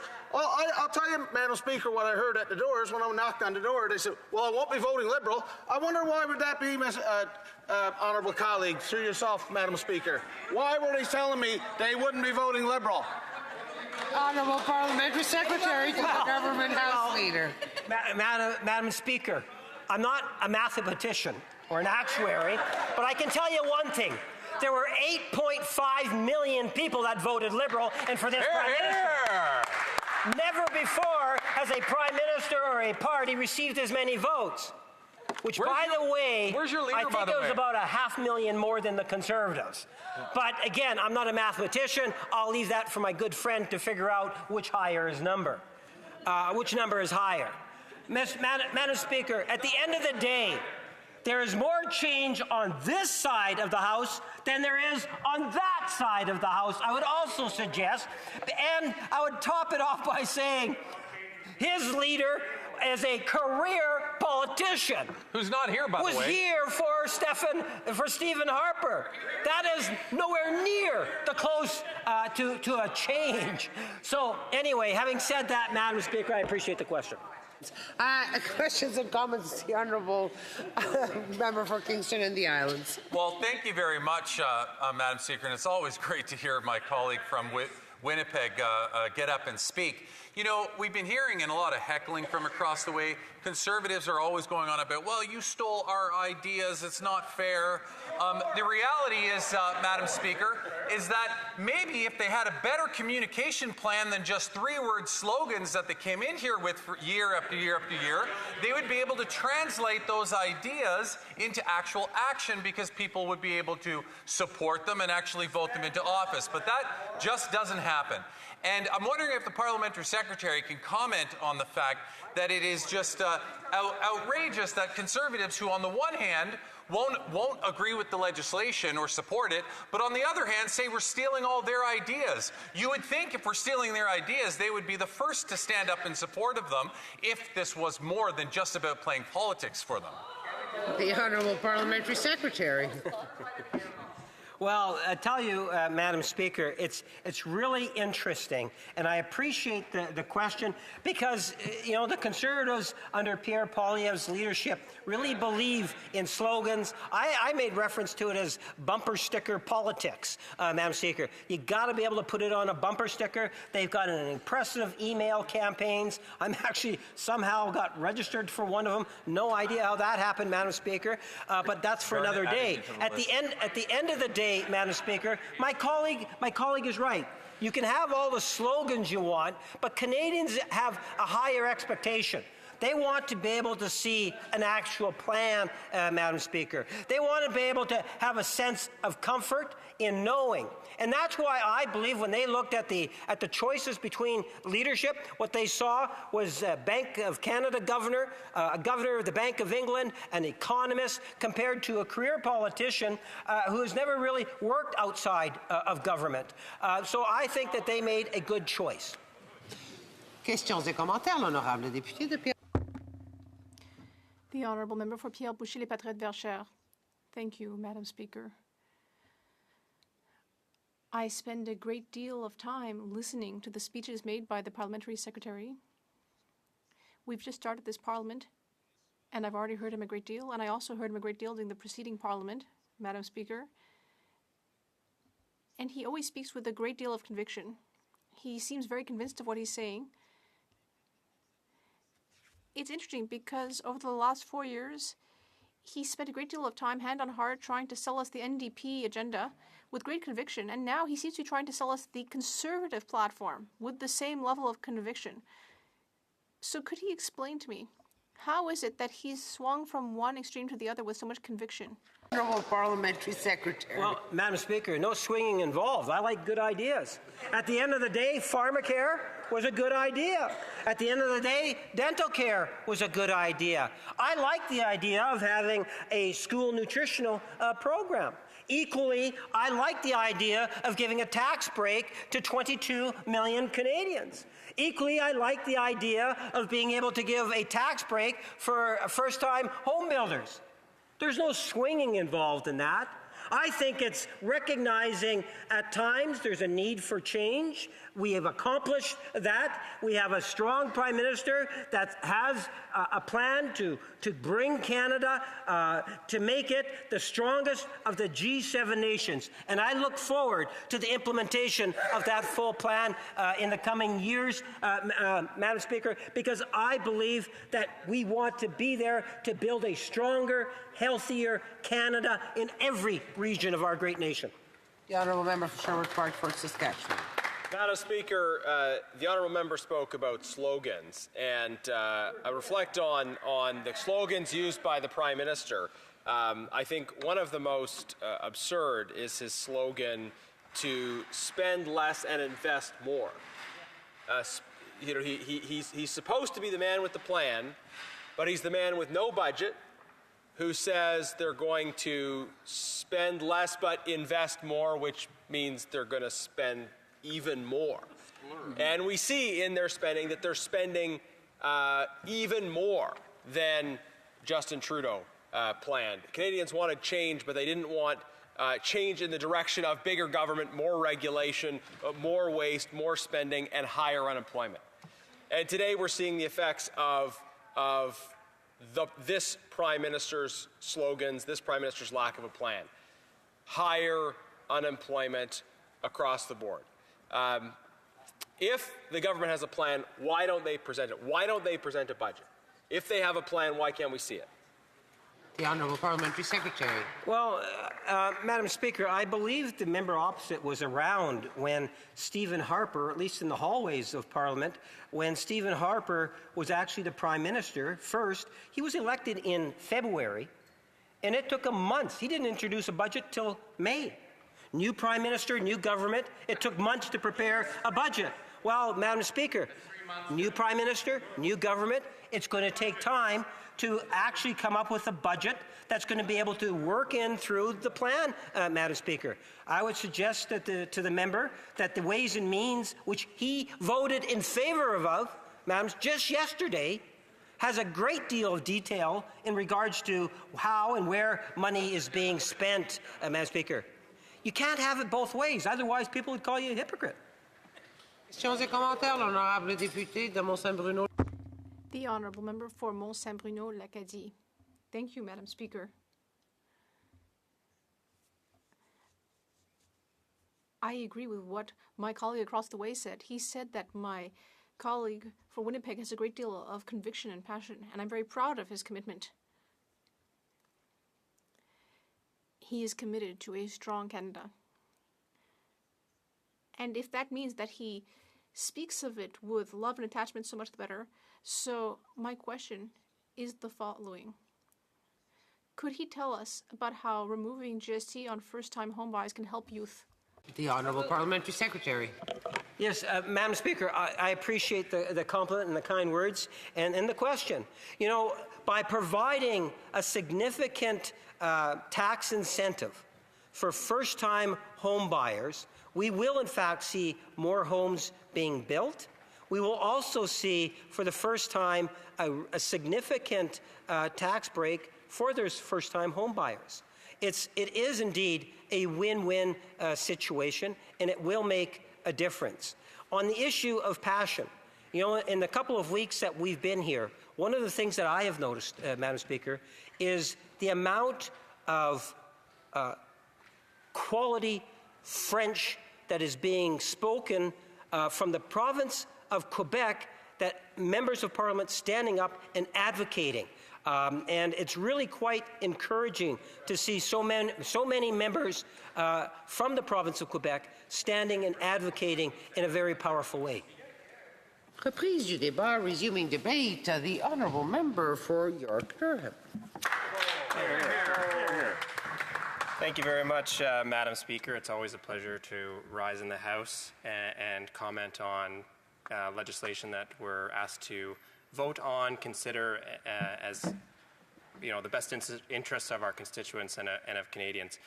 I wanted to start. I know this is a bill supposedly on affordability, but peeling back the onion, it's fairly meager. And there's been a lot of comments about if this was in your platform, why won't you support it? Are you going to support it? What's your position? I would say if you're going to steal our ideas, steal all of them. Go full on them. Don't just a half measure. Madam Speaker. So I think that if they're going to take good ideas, take the full good idea. If you take half an idea, well, you get half the result. You get liberals, I guess. You get liberals. I also wanted to begin and my apologies, Madam Speaker. I did want to mention that I will be sharing my time with the member from King Vaughan. Apologies. Still learning the ropes, as you can see.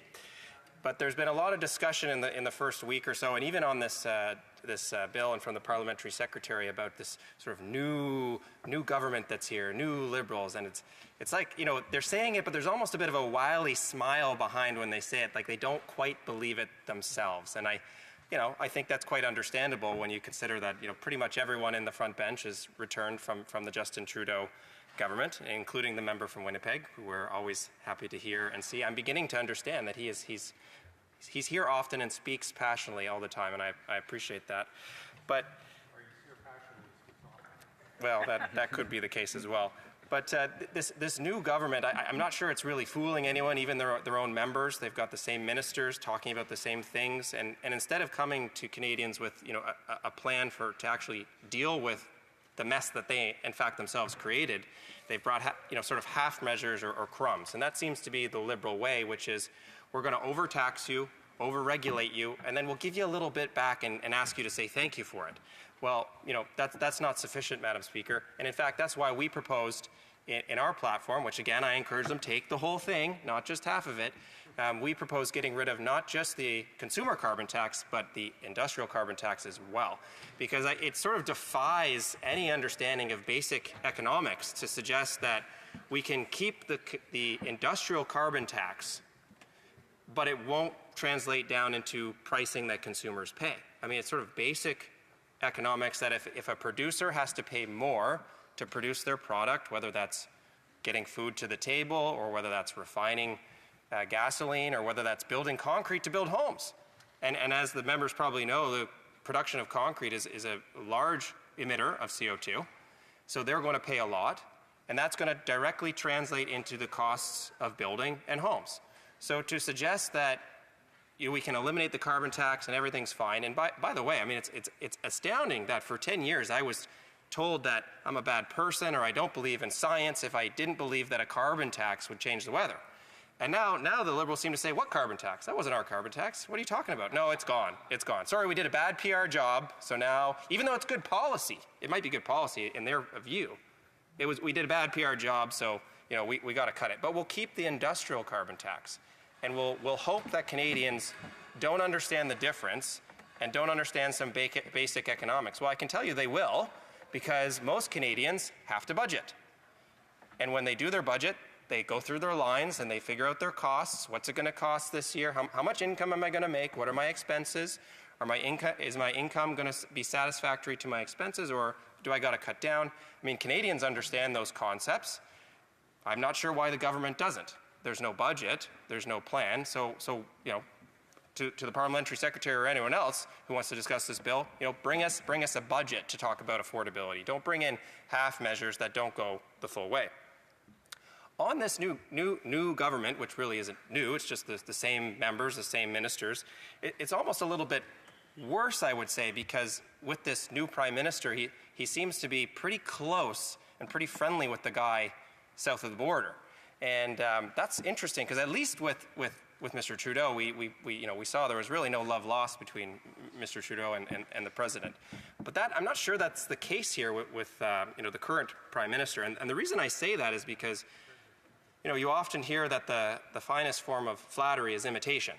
And so we have seen our prime minister imitating, Mr. Trump's actions, whether it was his, quote, first action to eliminate the consumer carbon tax, which was signing a document, which to this day, I'm not even really sure what that document was.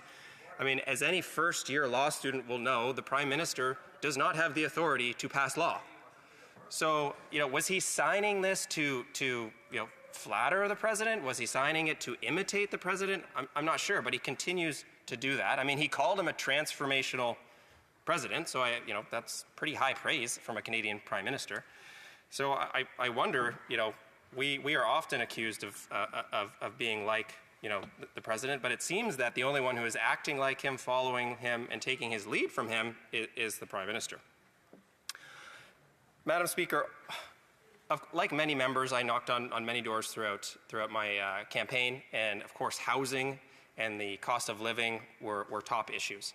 And I'm from a northern GTA riding, sort of the last GTA riding in York region and Durham region, and housing is pretty expensive in my area of the country.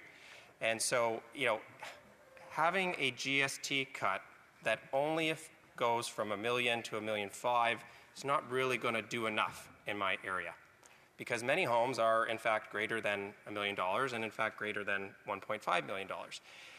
And even more so, Madam Speaker, is that this proposal is only for new home buyers. It's not for new homes. So let's not forget that there's a difference here. And this is why I say, if you're going to steal our idea, steal the whole thing. I mean, this is not just me saying this. Industry has said this. Build, the industry association, has said that this proposal will only affect a small number of home buyers. And in fact, I believe their quote is that it will not, quote, substantially improve affordability. So if the act is about affordability, but industry is telling you that this proposal won't do anything about that, then what's the point of this? If you're going to bring forward a proposal to affect affordability, it should at least achieve the objective that you have set out for yourself. I mean, by your own measure, you are failing at that then. So I would suggest that they go back to our platform, read it. I know they were reading it, because that's clear. They should go back and actually read it. Maybe they could propose an amendment, or we could, to fix it for them and bring it in line with our platform. I know, the members are keen to learn what we have to say because we have good ideas. So it's there. Let's bring it in. But I will also say, Madam Speaker, that many home buyers are not necessarily first-time home buyers. So many people start, in a condo or a smaller home when they're first married before they have children. And then when they need to move into another stage of life, get a bigger home, more bedrooms, more children perhaps, they buy another home. So those people are not first-time home buyers, but they're still new home buyers in the sense they're moving their way up the property ladder. This proposal won't do anything for them. because they will not be, quote, technically first-time home buyers, Madam Speaker. So I think it doesn't go far enough, and I think I would encourage the government, the Liberal government, to go back, take our suggestions back. As they say, we're open to what the government has to propose when it's taken from good ideas that are ours. Go back, look at those proposals, maybe amend the bill and bring it back. And then maybe we can discuss, have a debate on that and whether that would be acceptable. On the carbon tax again, Madam Speaker, I do want to raise an important issue that was brought to my attention during my election. I have two great First Nations in my riding. One of them is the Chippewas of Georgina Island First Nation. They are located on an island in the middle of Lake Simcoe, which is only accessible by ferry. So when the carbon tax was implemented, the cost of diesel fuel to run that ferry increased. Now, even if you believe that a carbon tax would change the weather, you have to believe in that there's sort of elasticity of supply. That if I can't use this fuel, I can use something else to substitute it. Well, when you run a ferry, you can't because it runs on diesel, and that's the only way to get to the First Nation. So I would like the members opposite to comment, and perhaps in reviewing this bill, and maybe if we could propose some amendments to it, that they would consider refunding those to communities like the Chippewas of Georgina Island who had no alternative and could only purchase diesel fuel. Because I think that would really help affordability on the First Nations. Madam Speaker, thank you very much. Questions et commentaires. Questions and comments? The Honourable Member for Sherwood Park for Saskatchewan. Thank you, Mr. Speaker. I want to thank my colleague for an excellent speech. And it's interesting, this whole discussion around the carbon tax. I was in this place for 10 years listening to Liberals talk about how great the carbon tax was and about how it was either the carbon tax or the apocalypse. Well, if they really believe that, then now they're talking about bringing on the apocalypse, I suppose. But they never believed that. It was always just something that they said. And yet they've also left in place the industrial carbon tax. And we see the continuation of policies like the industrial carbon tax that are leading to the high and growing unemployment rate. And here in the Conservative Party, we're here to fight for jobs, for people to be able to get back to work. And yet Liberals continue down this path of making it harder and harder for Canadians, especially young Canadians, to find jobs. So I wonder if the member could share a little bit about his response to the unemployment numbers today, 7%, substantially higher in big cities in Ontario, especially Toronto. What is his response to these numbers? The Honourable Member for York Durham. Thank you, Madam Speaker. Thank you to my colleague for the question. I mean, the numbers are out and they're bad.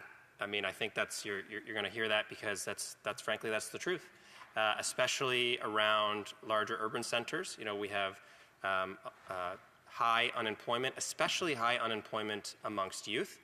And I believe that's over 20% in the latest numbers. That's troubling because when people can't get their first job, they can't get experience, they can't build confidence, and that's going to be a problem going forward. Now, it's interesting on that point. The highest unemployment is among youth, but actually the youth vote actually went, if you look at the youth vote, went all towards Conservatives. And I can say that, interestingly enough, for the first time in my life, I can say that the Conservative Party is the party of youth and energy, and that bodes very well for us. Questions and comments? The Honourable Parliamentary Secretary to the Government House Leader. Yes, Madam Speaker. I'm just looking for a clarification from the member. He had indicated that under the first-time home buyer that condominiums and I think even housing co-ops, I thought there was some consideration given within the current legislation. Is he saying that that is not the case? I'm not 100% certain, but I thought I had read something that indicated that it was. Does he know whether or not that is the case? The Honourable Member for York Durham. Happy to provide clarification to the member opposite. My comment on that was not about new home buyers. It was about buyers in general. So if many home buyers start in a condo, and of course they may benefit in the first instance, but when they move throughout their different life phases, for example, moving from a small condo because you're first married and you don't need more space, moving to a home where you want to have children, you wouldn't benefit from this proposal. Unlike our proposal in the Conservative Party, you would have benefited from. And that's why industry has said that the Liberal proposal will not significantly improve affordability. That's not my words, Madam Speaker. That's Build's words.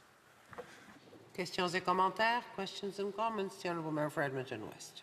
Thank you, Madam Speaker. I'd like to thank my colleague for an excellent, well-thought-out speech.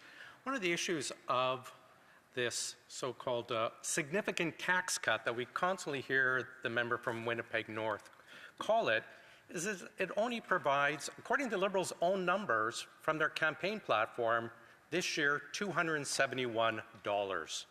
That's less than $1 a day. And yet, according to Dalhousie University, the average family is going to be spending over $600 more for food this year. I wonder if my colleague could comment on the so-called significant tax cut from the Liberals won't even cover half of the increase in food costs this year for the average family. Member for York Durham. Thank you, Madam Speaker. A great question. I mean, that not only are the employment numbers bad, food inflation numbers are bad. Again, don't take my word for it. Go and look at the food professor. He put them out this week. We saw things like oranges up 26%, beef up 33 or 34%, depending on the cut. You know, the costs are spiraling out of control, and the Liberals' approach is let's give you a few breadcrumbs back, and we'll ask you to thank us for it. And I think Canadians will see through that, and will see that it's really the job-killing regulation, industry-killing emissions cap that is putting people out of work so they can't even afford the groceries that are even getting more expensive. Resuming debate, the Honourable Member for King Vaughan. Thank you, Madam Speaker. I would like to begin by sincerely thanking the residents, my family, and the dedicated team of King Vaughan for once again placing their trust in me to represent them in this House. I rise today not just to speak to Bill C-4, but to speak for those who are not mentioned in it, for those who are too often left out of our national conversation. I rise for our seniors. As Shadow Minister for Seniors, I must highlight how this legislation fails to address the unique challenges seniors face and why this omission fails to support those who built the foundation of our nation. Bill C-4, Making Life More Affordable for Canadians Act, is a missed opportunity. It offers tax cuts and housing rebates, but nowhere in its pages does it mention the word seniors. Not once. Not in the context of housing, not in the context of health care, not in the context of pensions, not even in the context of affordability. Their voices, contributions, and needs deserve recognition and action. And yet, Madam Speaker, seniors are the fastest growing demographics in this country. By 2030, nearly 1 in 4 Canadians will be over the age of 65. They are our parents, our grandparents, our neighbours. They built this country, and now too many of them are being left behind. Bill C-4's attempt at affordability falls short. They blatantly neglect seniors on fixed incomes who are struggling with soaring costs for essentials like medication, housing, and care. The industry carbon tax, which inflates prices across the board and burdens all consumers, hits seniors particularly hard, as their fixed incomes are unable to keep pace. This oversight reveals a flawed approach, prioritizing certain demographics while ignoring the vulnerable elders who face relentless financial strain without adequate support. Seniors face tough challenges today. Many live on fixed pensions that don't stretch far enough to cover rising costs for things like medicine, rent, or groceries. People with disability and seniors who can't afford to feed themselves are increasingly turning to food banks. I have volunteered at seniors' homes for over a decade, and when I speak to seniors in my community, I hear it day in and day out. They don't understand why their taxes and utility bills continue to go up. In Canada, seniors face a variety of challenges that are often overlooked. access to health care and long-term care remains a significant issue, worsened by the growing shortage of family doctors and specialists. As a result, many seniors are left without regular medical support, leading to preventable health complications. This often forces them to seek care in emergency room, placing additional strain on already overburdened hospitals and tying up critical resources. Chronic diseases such as arthritis, cancer, heart disease, diabetes, and respiratory illnesses disproportionately affects seniors and severely impacts their quality of life. Meanwhile, the rising costs of essentials like groceries and electricity are particularly harsh for those living on fixed income. Imagine having to choose between heating your home or buying food. However, perhaps the most heartbreaking issue is loneliness and social isolation. Many seniors spend their days in solitude.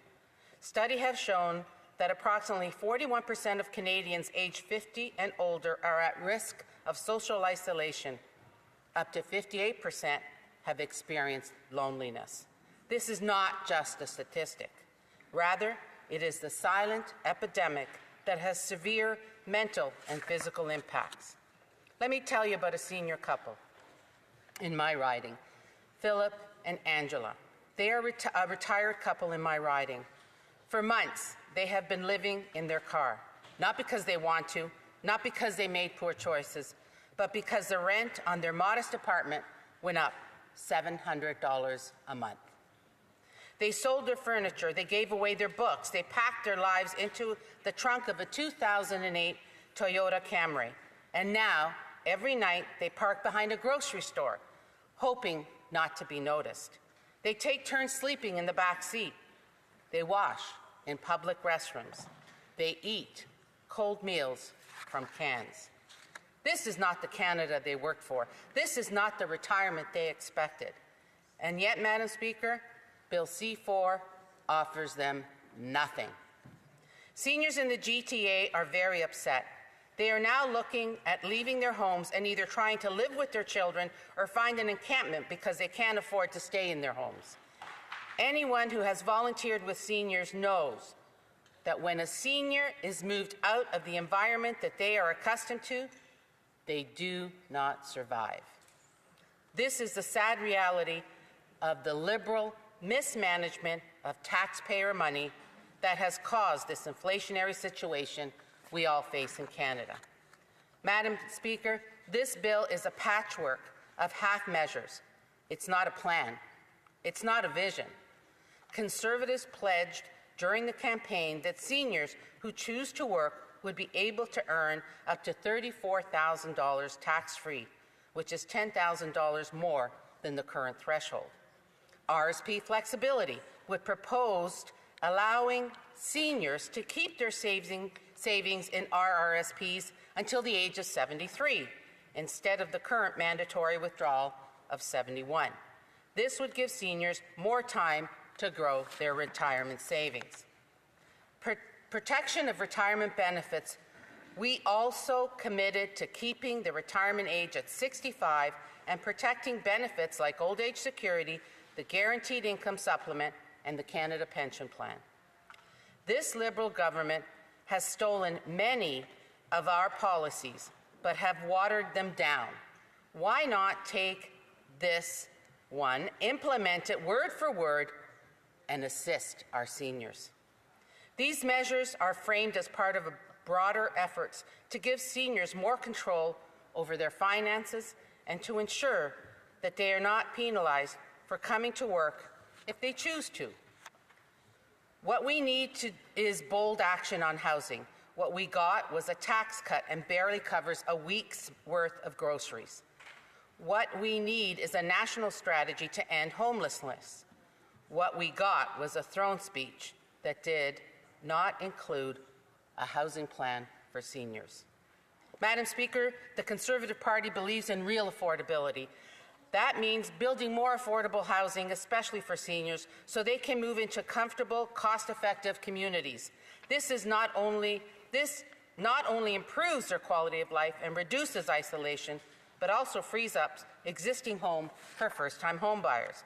By creating dedicated senior housing, we can build vibrant communities where seniors live with dignity and connection, while also opening doors for younger generations to enter the housing market.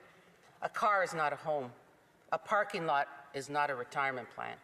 We must prioritize affordability to ensure that seniors have access to nutritious foods and a secure livelihood. This support can help reduce isolation and restore dignity. I met a senior in my riding who skips meals to afford her medication. Her pension isn't enough, and stories like this are common. Yet, Bill C-4 offers no support, no hope. This isn't just a mistake. It shows the government's priorities are wrong. The only way low-income seniors are going to afford living is by reducing the tax on affordability. As Shadow Minister of Seniors, I say this Liberal government must do better. Seniors aren't asking for charity. They want fairness and dignity. After years of contributing to Canada, this bill fails them. I call for changes to include real help for seniors or a new bill that puts them first. Colleagues, imagine this. You've worked your entire life looking forward to a well-earned retirement only to find that you can't afford it. You quietly struggle to make ends meet, not wanting to burden your loved ones with your hardship. What happens when your career has moved on without you and your income no longer covers your basic needs? This is the reality for far too many seniors. We must restore dignity to those who paved the way for us. Let's ensure... And we are out of time. Questions and comments? The Honourable Parliamentary Secretary. Yes, so thank you, Madam Speaker. Before I was a little bit hesitant, now I'm 100% sure. In regards to the legislation does in fact provide that tax relief for individual first-time home buyers when you're dealing with condos and in fact co-ops. So that is something that was kind of raised as a possible suggestion from the Conservative Party. So, and that's why I say when you take a look at the legislation and the ideas that are within this particular bill, I would think that the Conservative Party would feel comfortable in supporting. And my question to the member is, does she support the principles of this bill herself, and can she reflect in terms of what the Conservative Party's feelings are on this legislation? The Honourable Member for King Vaughan. Madam Speaker, I would like my honourable colleague to speak to Angela and Philip and explain to them why they're living in their car. Their $800 savings won't even pay for 1 month's worth of increase in the rent. So how do we explain this to the seniors that are living in their car and having to hide so that they don't burden their families? Questions and comments? Questions et commentaires, l'honorable député Pierre Boucher. The Honourable Member for Pierre Boucher. Madam Speaker, like many Conservative members, my colleague has said a lot about the carbon tax, and that's something that's inevitable given this bill, which has a part of it that eliminates the consumer carbon tax.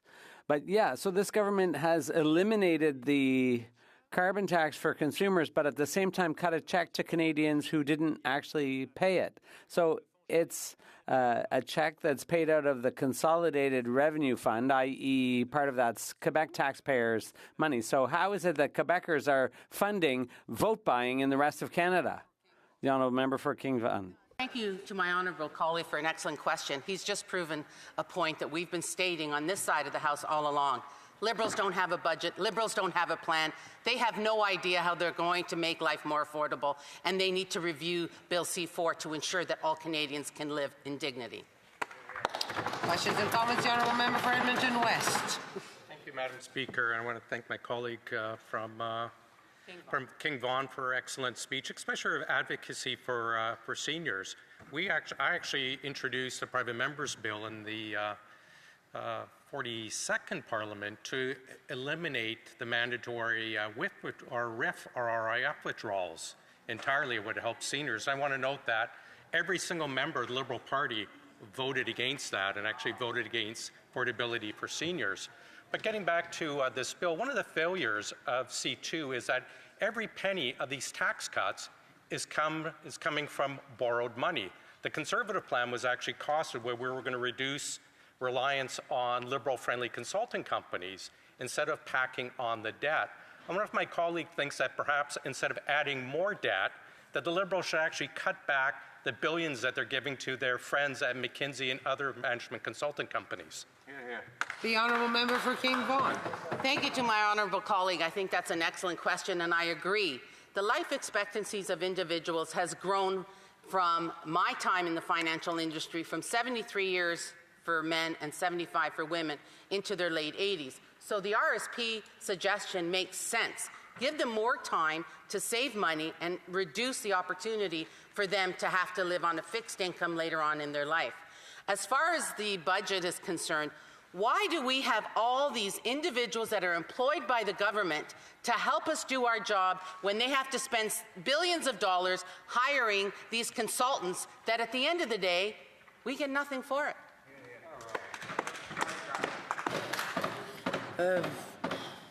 Very, very brief question from the Parliamentary Secretary. Really brief. Mr. Speaker, can the member explain to me why it is that the Conservatives have any credibility on the issue of seniors when Stephen Harper and Pierre Poilievre tried to raise the age of retirement of OAS from 65 to 67? The honourable member for King Vaughan, a very brief answer. Yeah, I will have a quick response. The my honourable colleague across the way has to know that the average age of people in my riding that are working are into their late 70s because they can't afford to live. So how does he explain It being 2:30, this House stands adjourned until next Monday at 11 a.m. pursuant to Standing Order 24-1. Thank you, the honourable members.